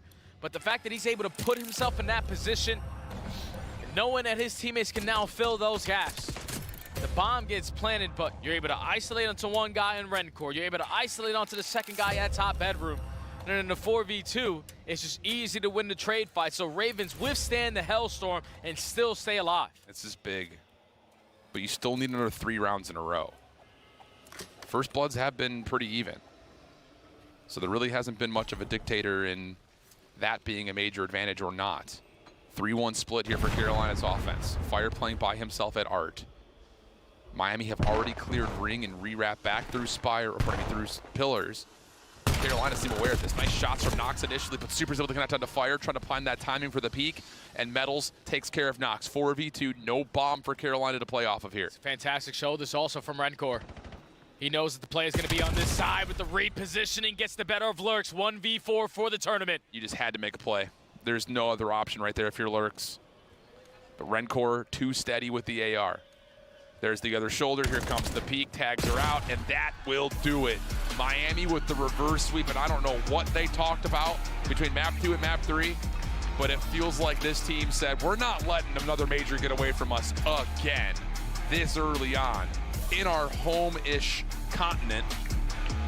Beautiful stuff for Miami. What a reverse sweep. Yeah, they must have heard me on the way to that bathroom break after map number 2. The key word they needed to find between each other was teamwork. And every map after that, Game 2 Hacienda S&D was outclassing the Ravens. You smoked them in the overload. You get to the Hasi hard point. The game couldn't get any easier. We're earning Hellstorms 2 minutes into it. And then you get to the Game 5, and we're actually playing around Super. Yeah. The kid just went bonkers. It didn't matter what weapon he had in hand. He was able to go on sprees, pick up the Hellstorms, even though they lose the Hellstorm round. So many rounds where they found themselves at a man down, still able to clutch up because Rencore and Super were able to provide that for the squad. Miami avoid a very, very tough conversation. Yeah. They continue to push on through the tournament. Yeah, I mean, is that good news, though? It is. A W is a good news. W is a good, yeah, that's true. That's true. But there it is, the reverse sweep, and it comes with convincing results for Miami, who now have an opportunity to try to continue this build, continue this momentum. And let's be fair, like when we saw this team back at Birmingham, I feel like they got completely mentally checked because of how their schedule ended up out. Felt like something very similar in Atlanta where you lose one of your opening matches, you got to go back down and play losers. Now you've got a chance to kind of just get yourself reset for the day, come back in tomorrow. It's going to be a long day if you continue to win, but at least you put yourself in a spot to get to tomorrow, because so far this year has just been one of those, like, which Miami are we going to get? We said the same thing about Riyadh. Which Riyadh are we going to get? And it looks like in these last 3 maps, if we continue to see that Miami, they've got a real chance. Yeah, that's what we need to see, man. That's why you brought Riyadh back into the mix, to where the moments start to become chaotic, we're still able to clutch up. That's what he brings to the team. He was able to lead the team actually in 10-5, but it felt like Super, with just the kills that he was able to find at certain points of the game, were way more impactful to those closing moments. So Miami Heretics, you find yourself your form, but you need to stay in this form if you want to make a deep run, my friends. Oh my gosh, this lower bracket is just not trifled with whatsoever. Oh man, but for Carolina, I mean, that feels like out the window. That seems like the last time we'll see that group of 4 play together. Without a doubt, man. They've been dealt a tough hand this whole entire season. They start off the year by coming in with a roster that is filled with a bunch of guys with no leadership. You try to bring in Exceed. It looked great initially. You were fantastic at Search. You were fantastic at Overload. But then just the inconsistencies of certain players, it comes back to bite you. And obviously, we wish all the well to Standy. You would have really loved to have him on that stage alongside the rest of those guys, because they gained so much confidence, so much momentum.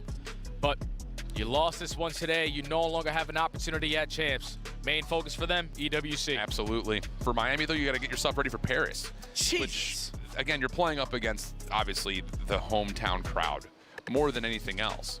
But I think you can go back and rewatch how Paris played against FaZe and take some inspiration there from what Vegas was able to do.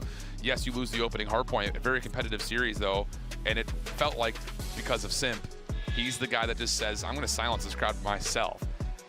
You need someone like that Yeah. on Miami to be able to come out in the lower bracket, early morning start against that crowd and be able to say, no. We're going to take control of this series. Do you feel hopeful they have a chance? I do, without a doubt, because if Miami can bring this S&D presence, that's the only thing that they need. Paris are new. Paris are great at respawns. But if you're able to at least force them to be 1-1 in the beginning, early stages of that series, that is ideal. S&D needs to be on point for the Heritage. I like that. On the other front, of course, the main broadcast still going on. Toronto 2-0 up on Boston. Don't sleep on Koi. They look like they're primed to possibly make a big run. We'll see how things unfold, though, not just over there, but also throughout the entirety of the weekend. But this is the Bravo stream done for the weekend, so everything will be back over on main. Thanks for hanging with us. Thanks for hanging with my hiccups. Oh my gosh, dude. I have never had a hiccup fit like that on broadcast. It's fine. Let's not have that happen ever again. That was new. That was different. Hope you guys enjoyed that. No, you don't. You didn't enjoy that. Let's sign off. We'll be back tomorrow for more COD here at Paris. And for now, we'll see you guys in the main stream.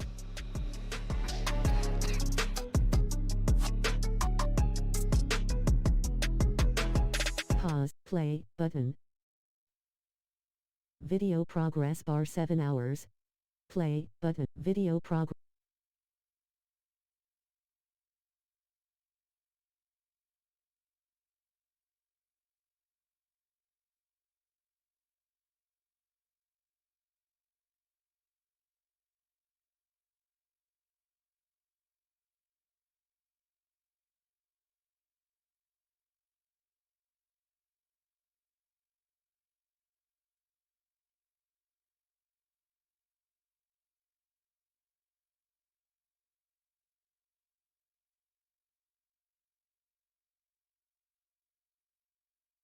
Iniciar janela. Iniciar. Exibir. WhatsApp. WhatsApp. 3. WhatsApp documento. WhatsApp.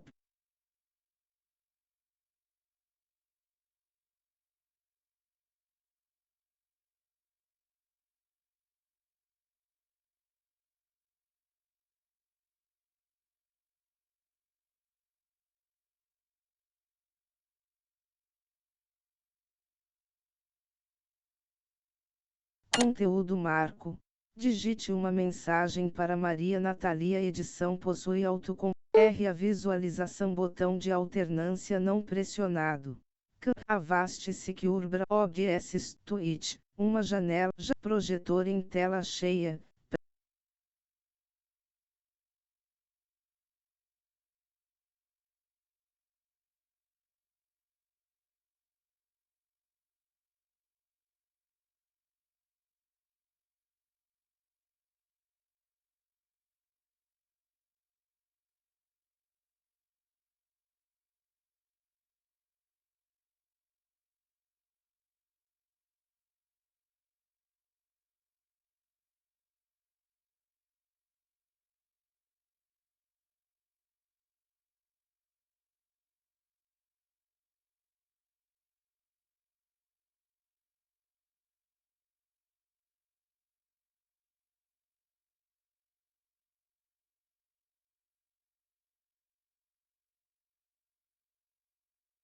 Iniciar opções de energia e atuar OBS Studio, Adobe, interromper transmissão.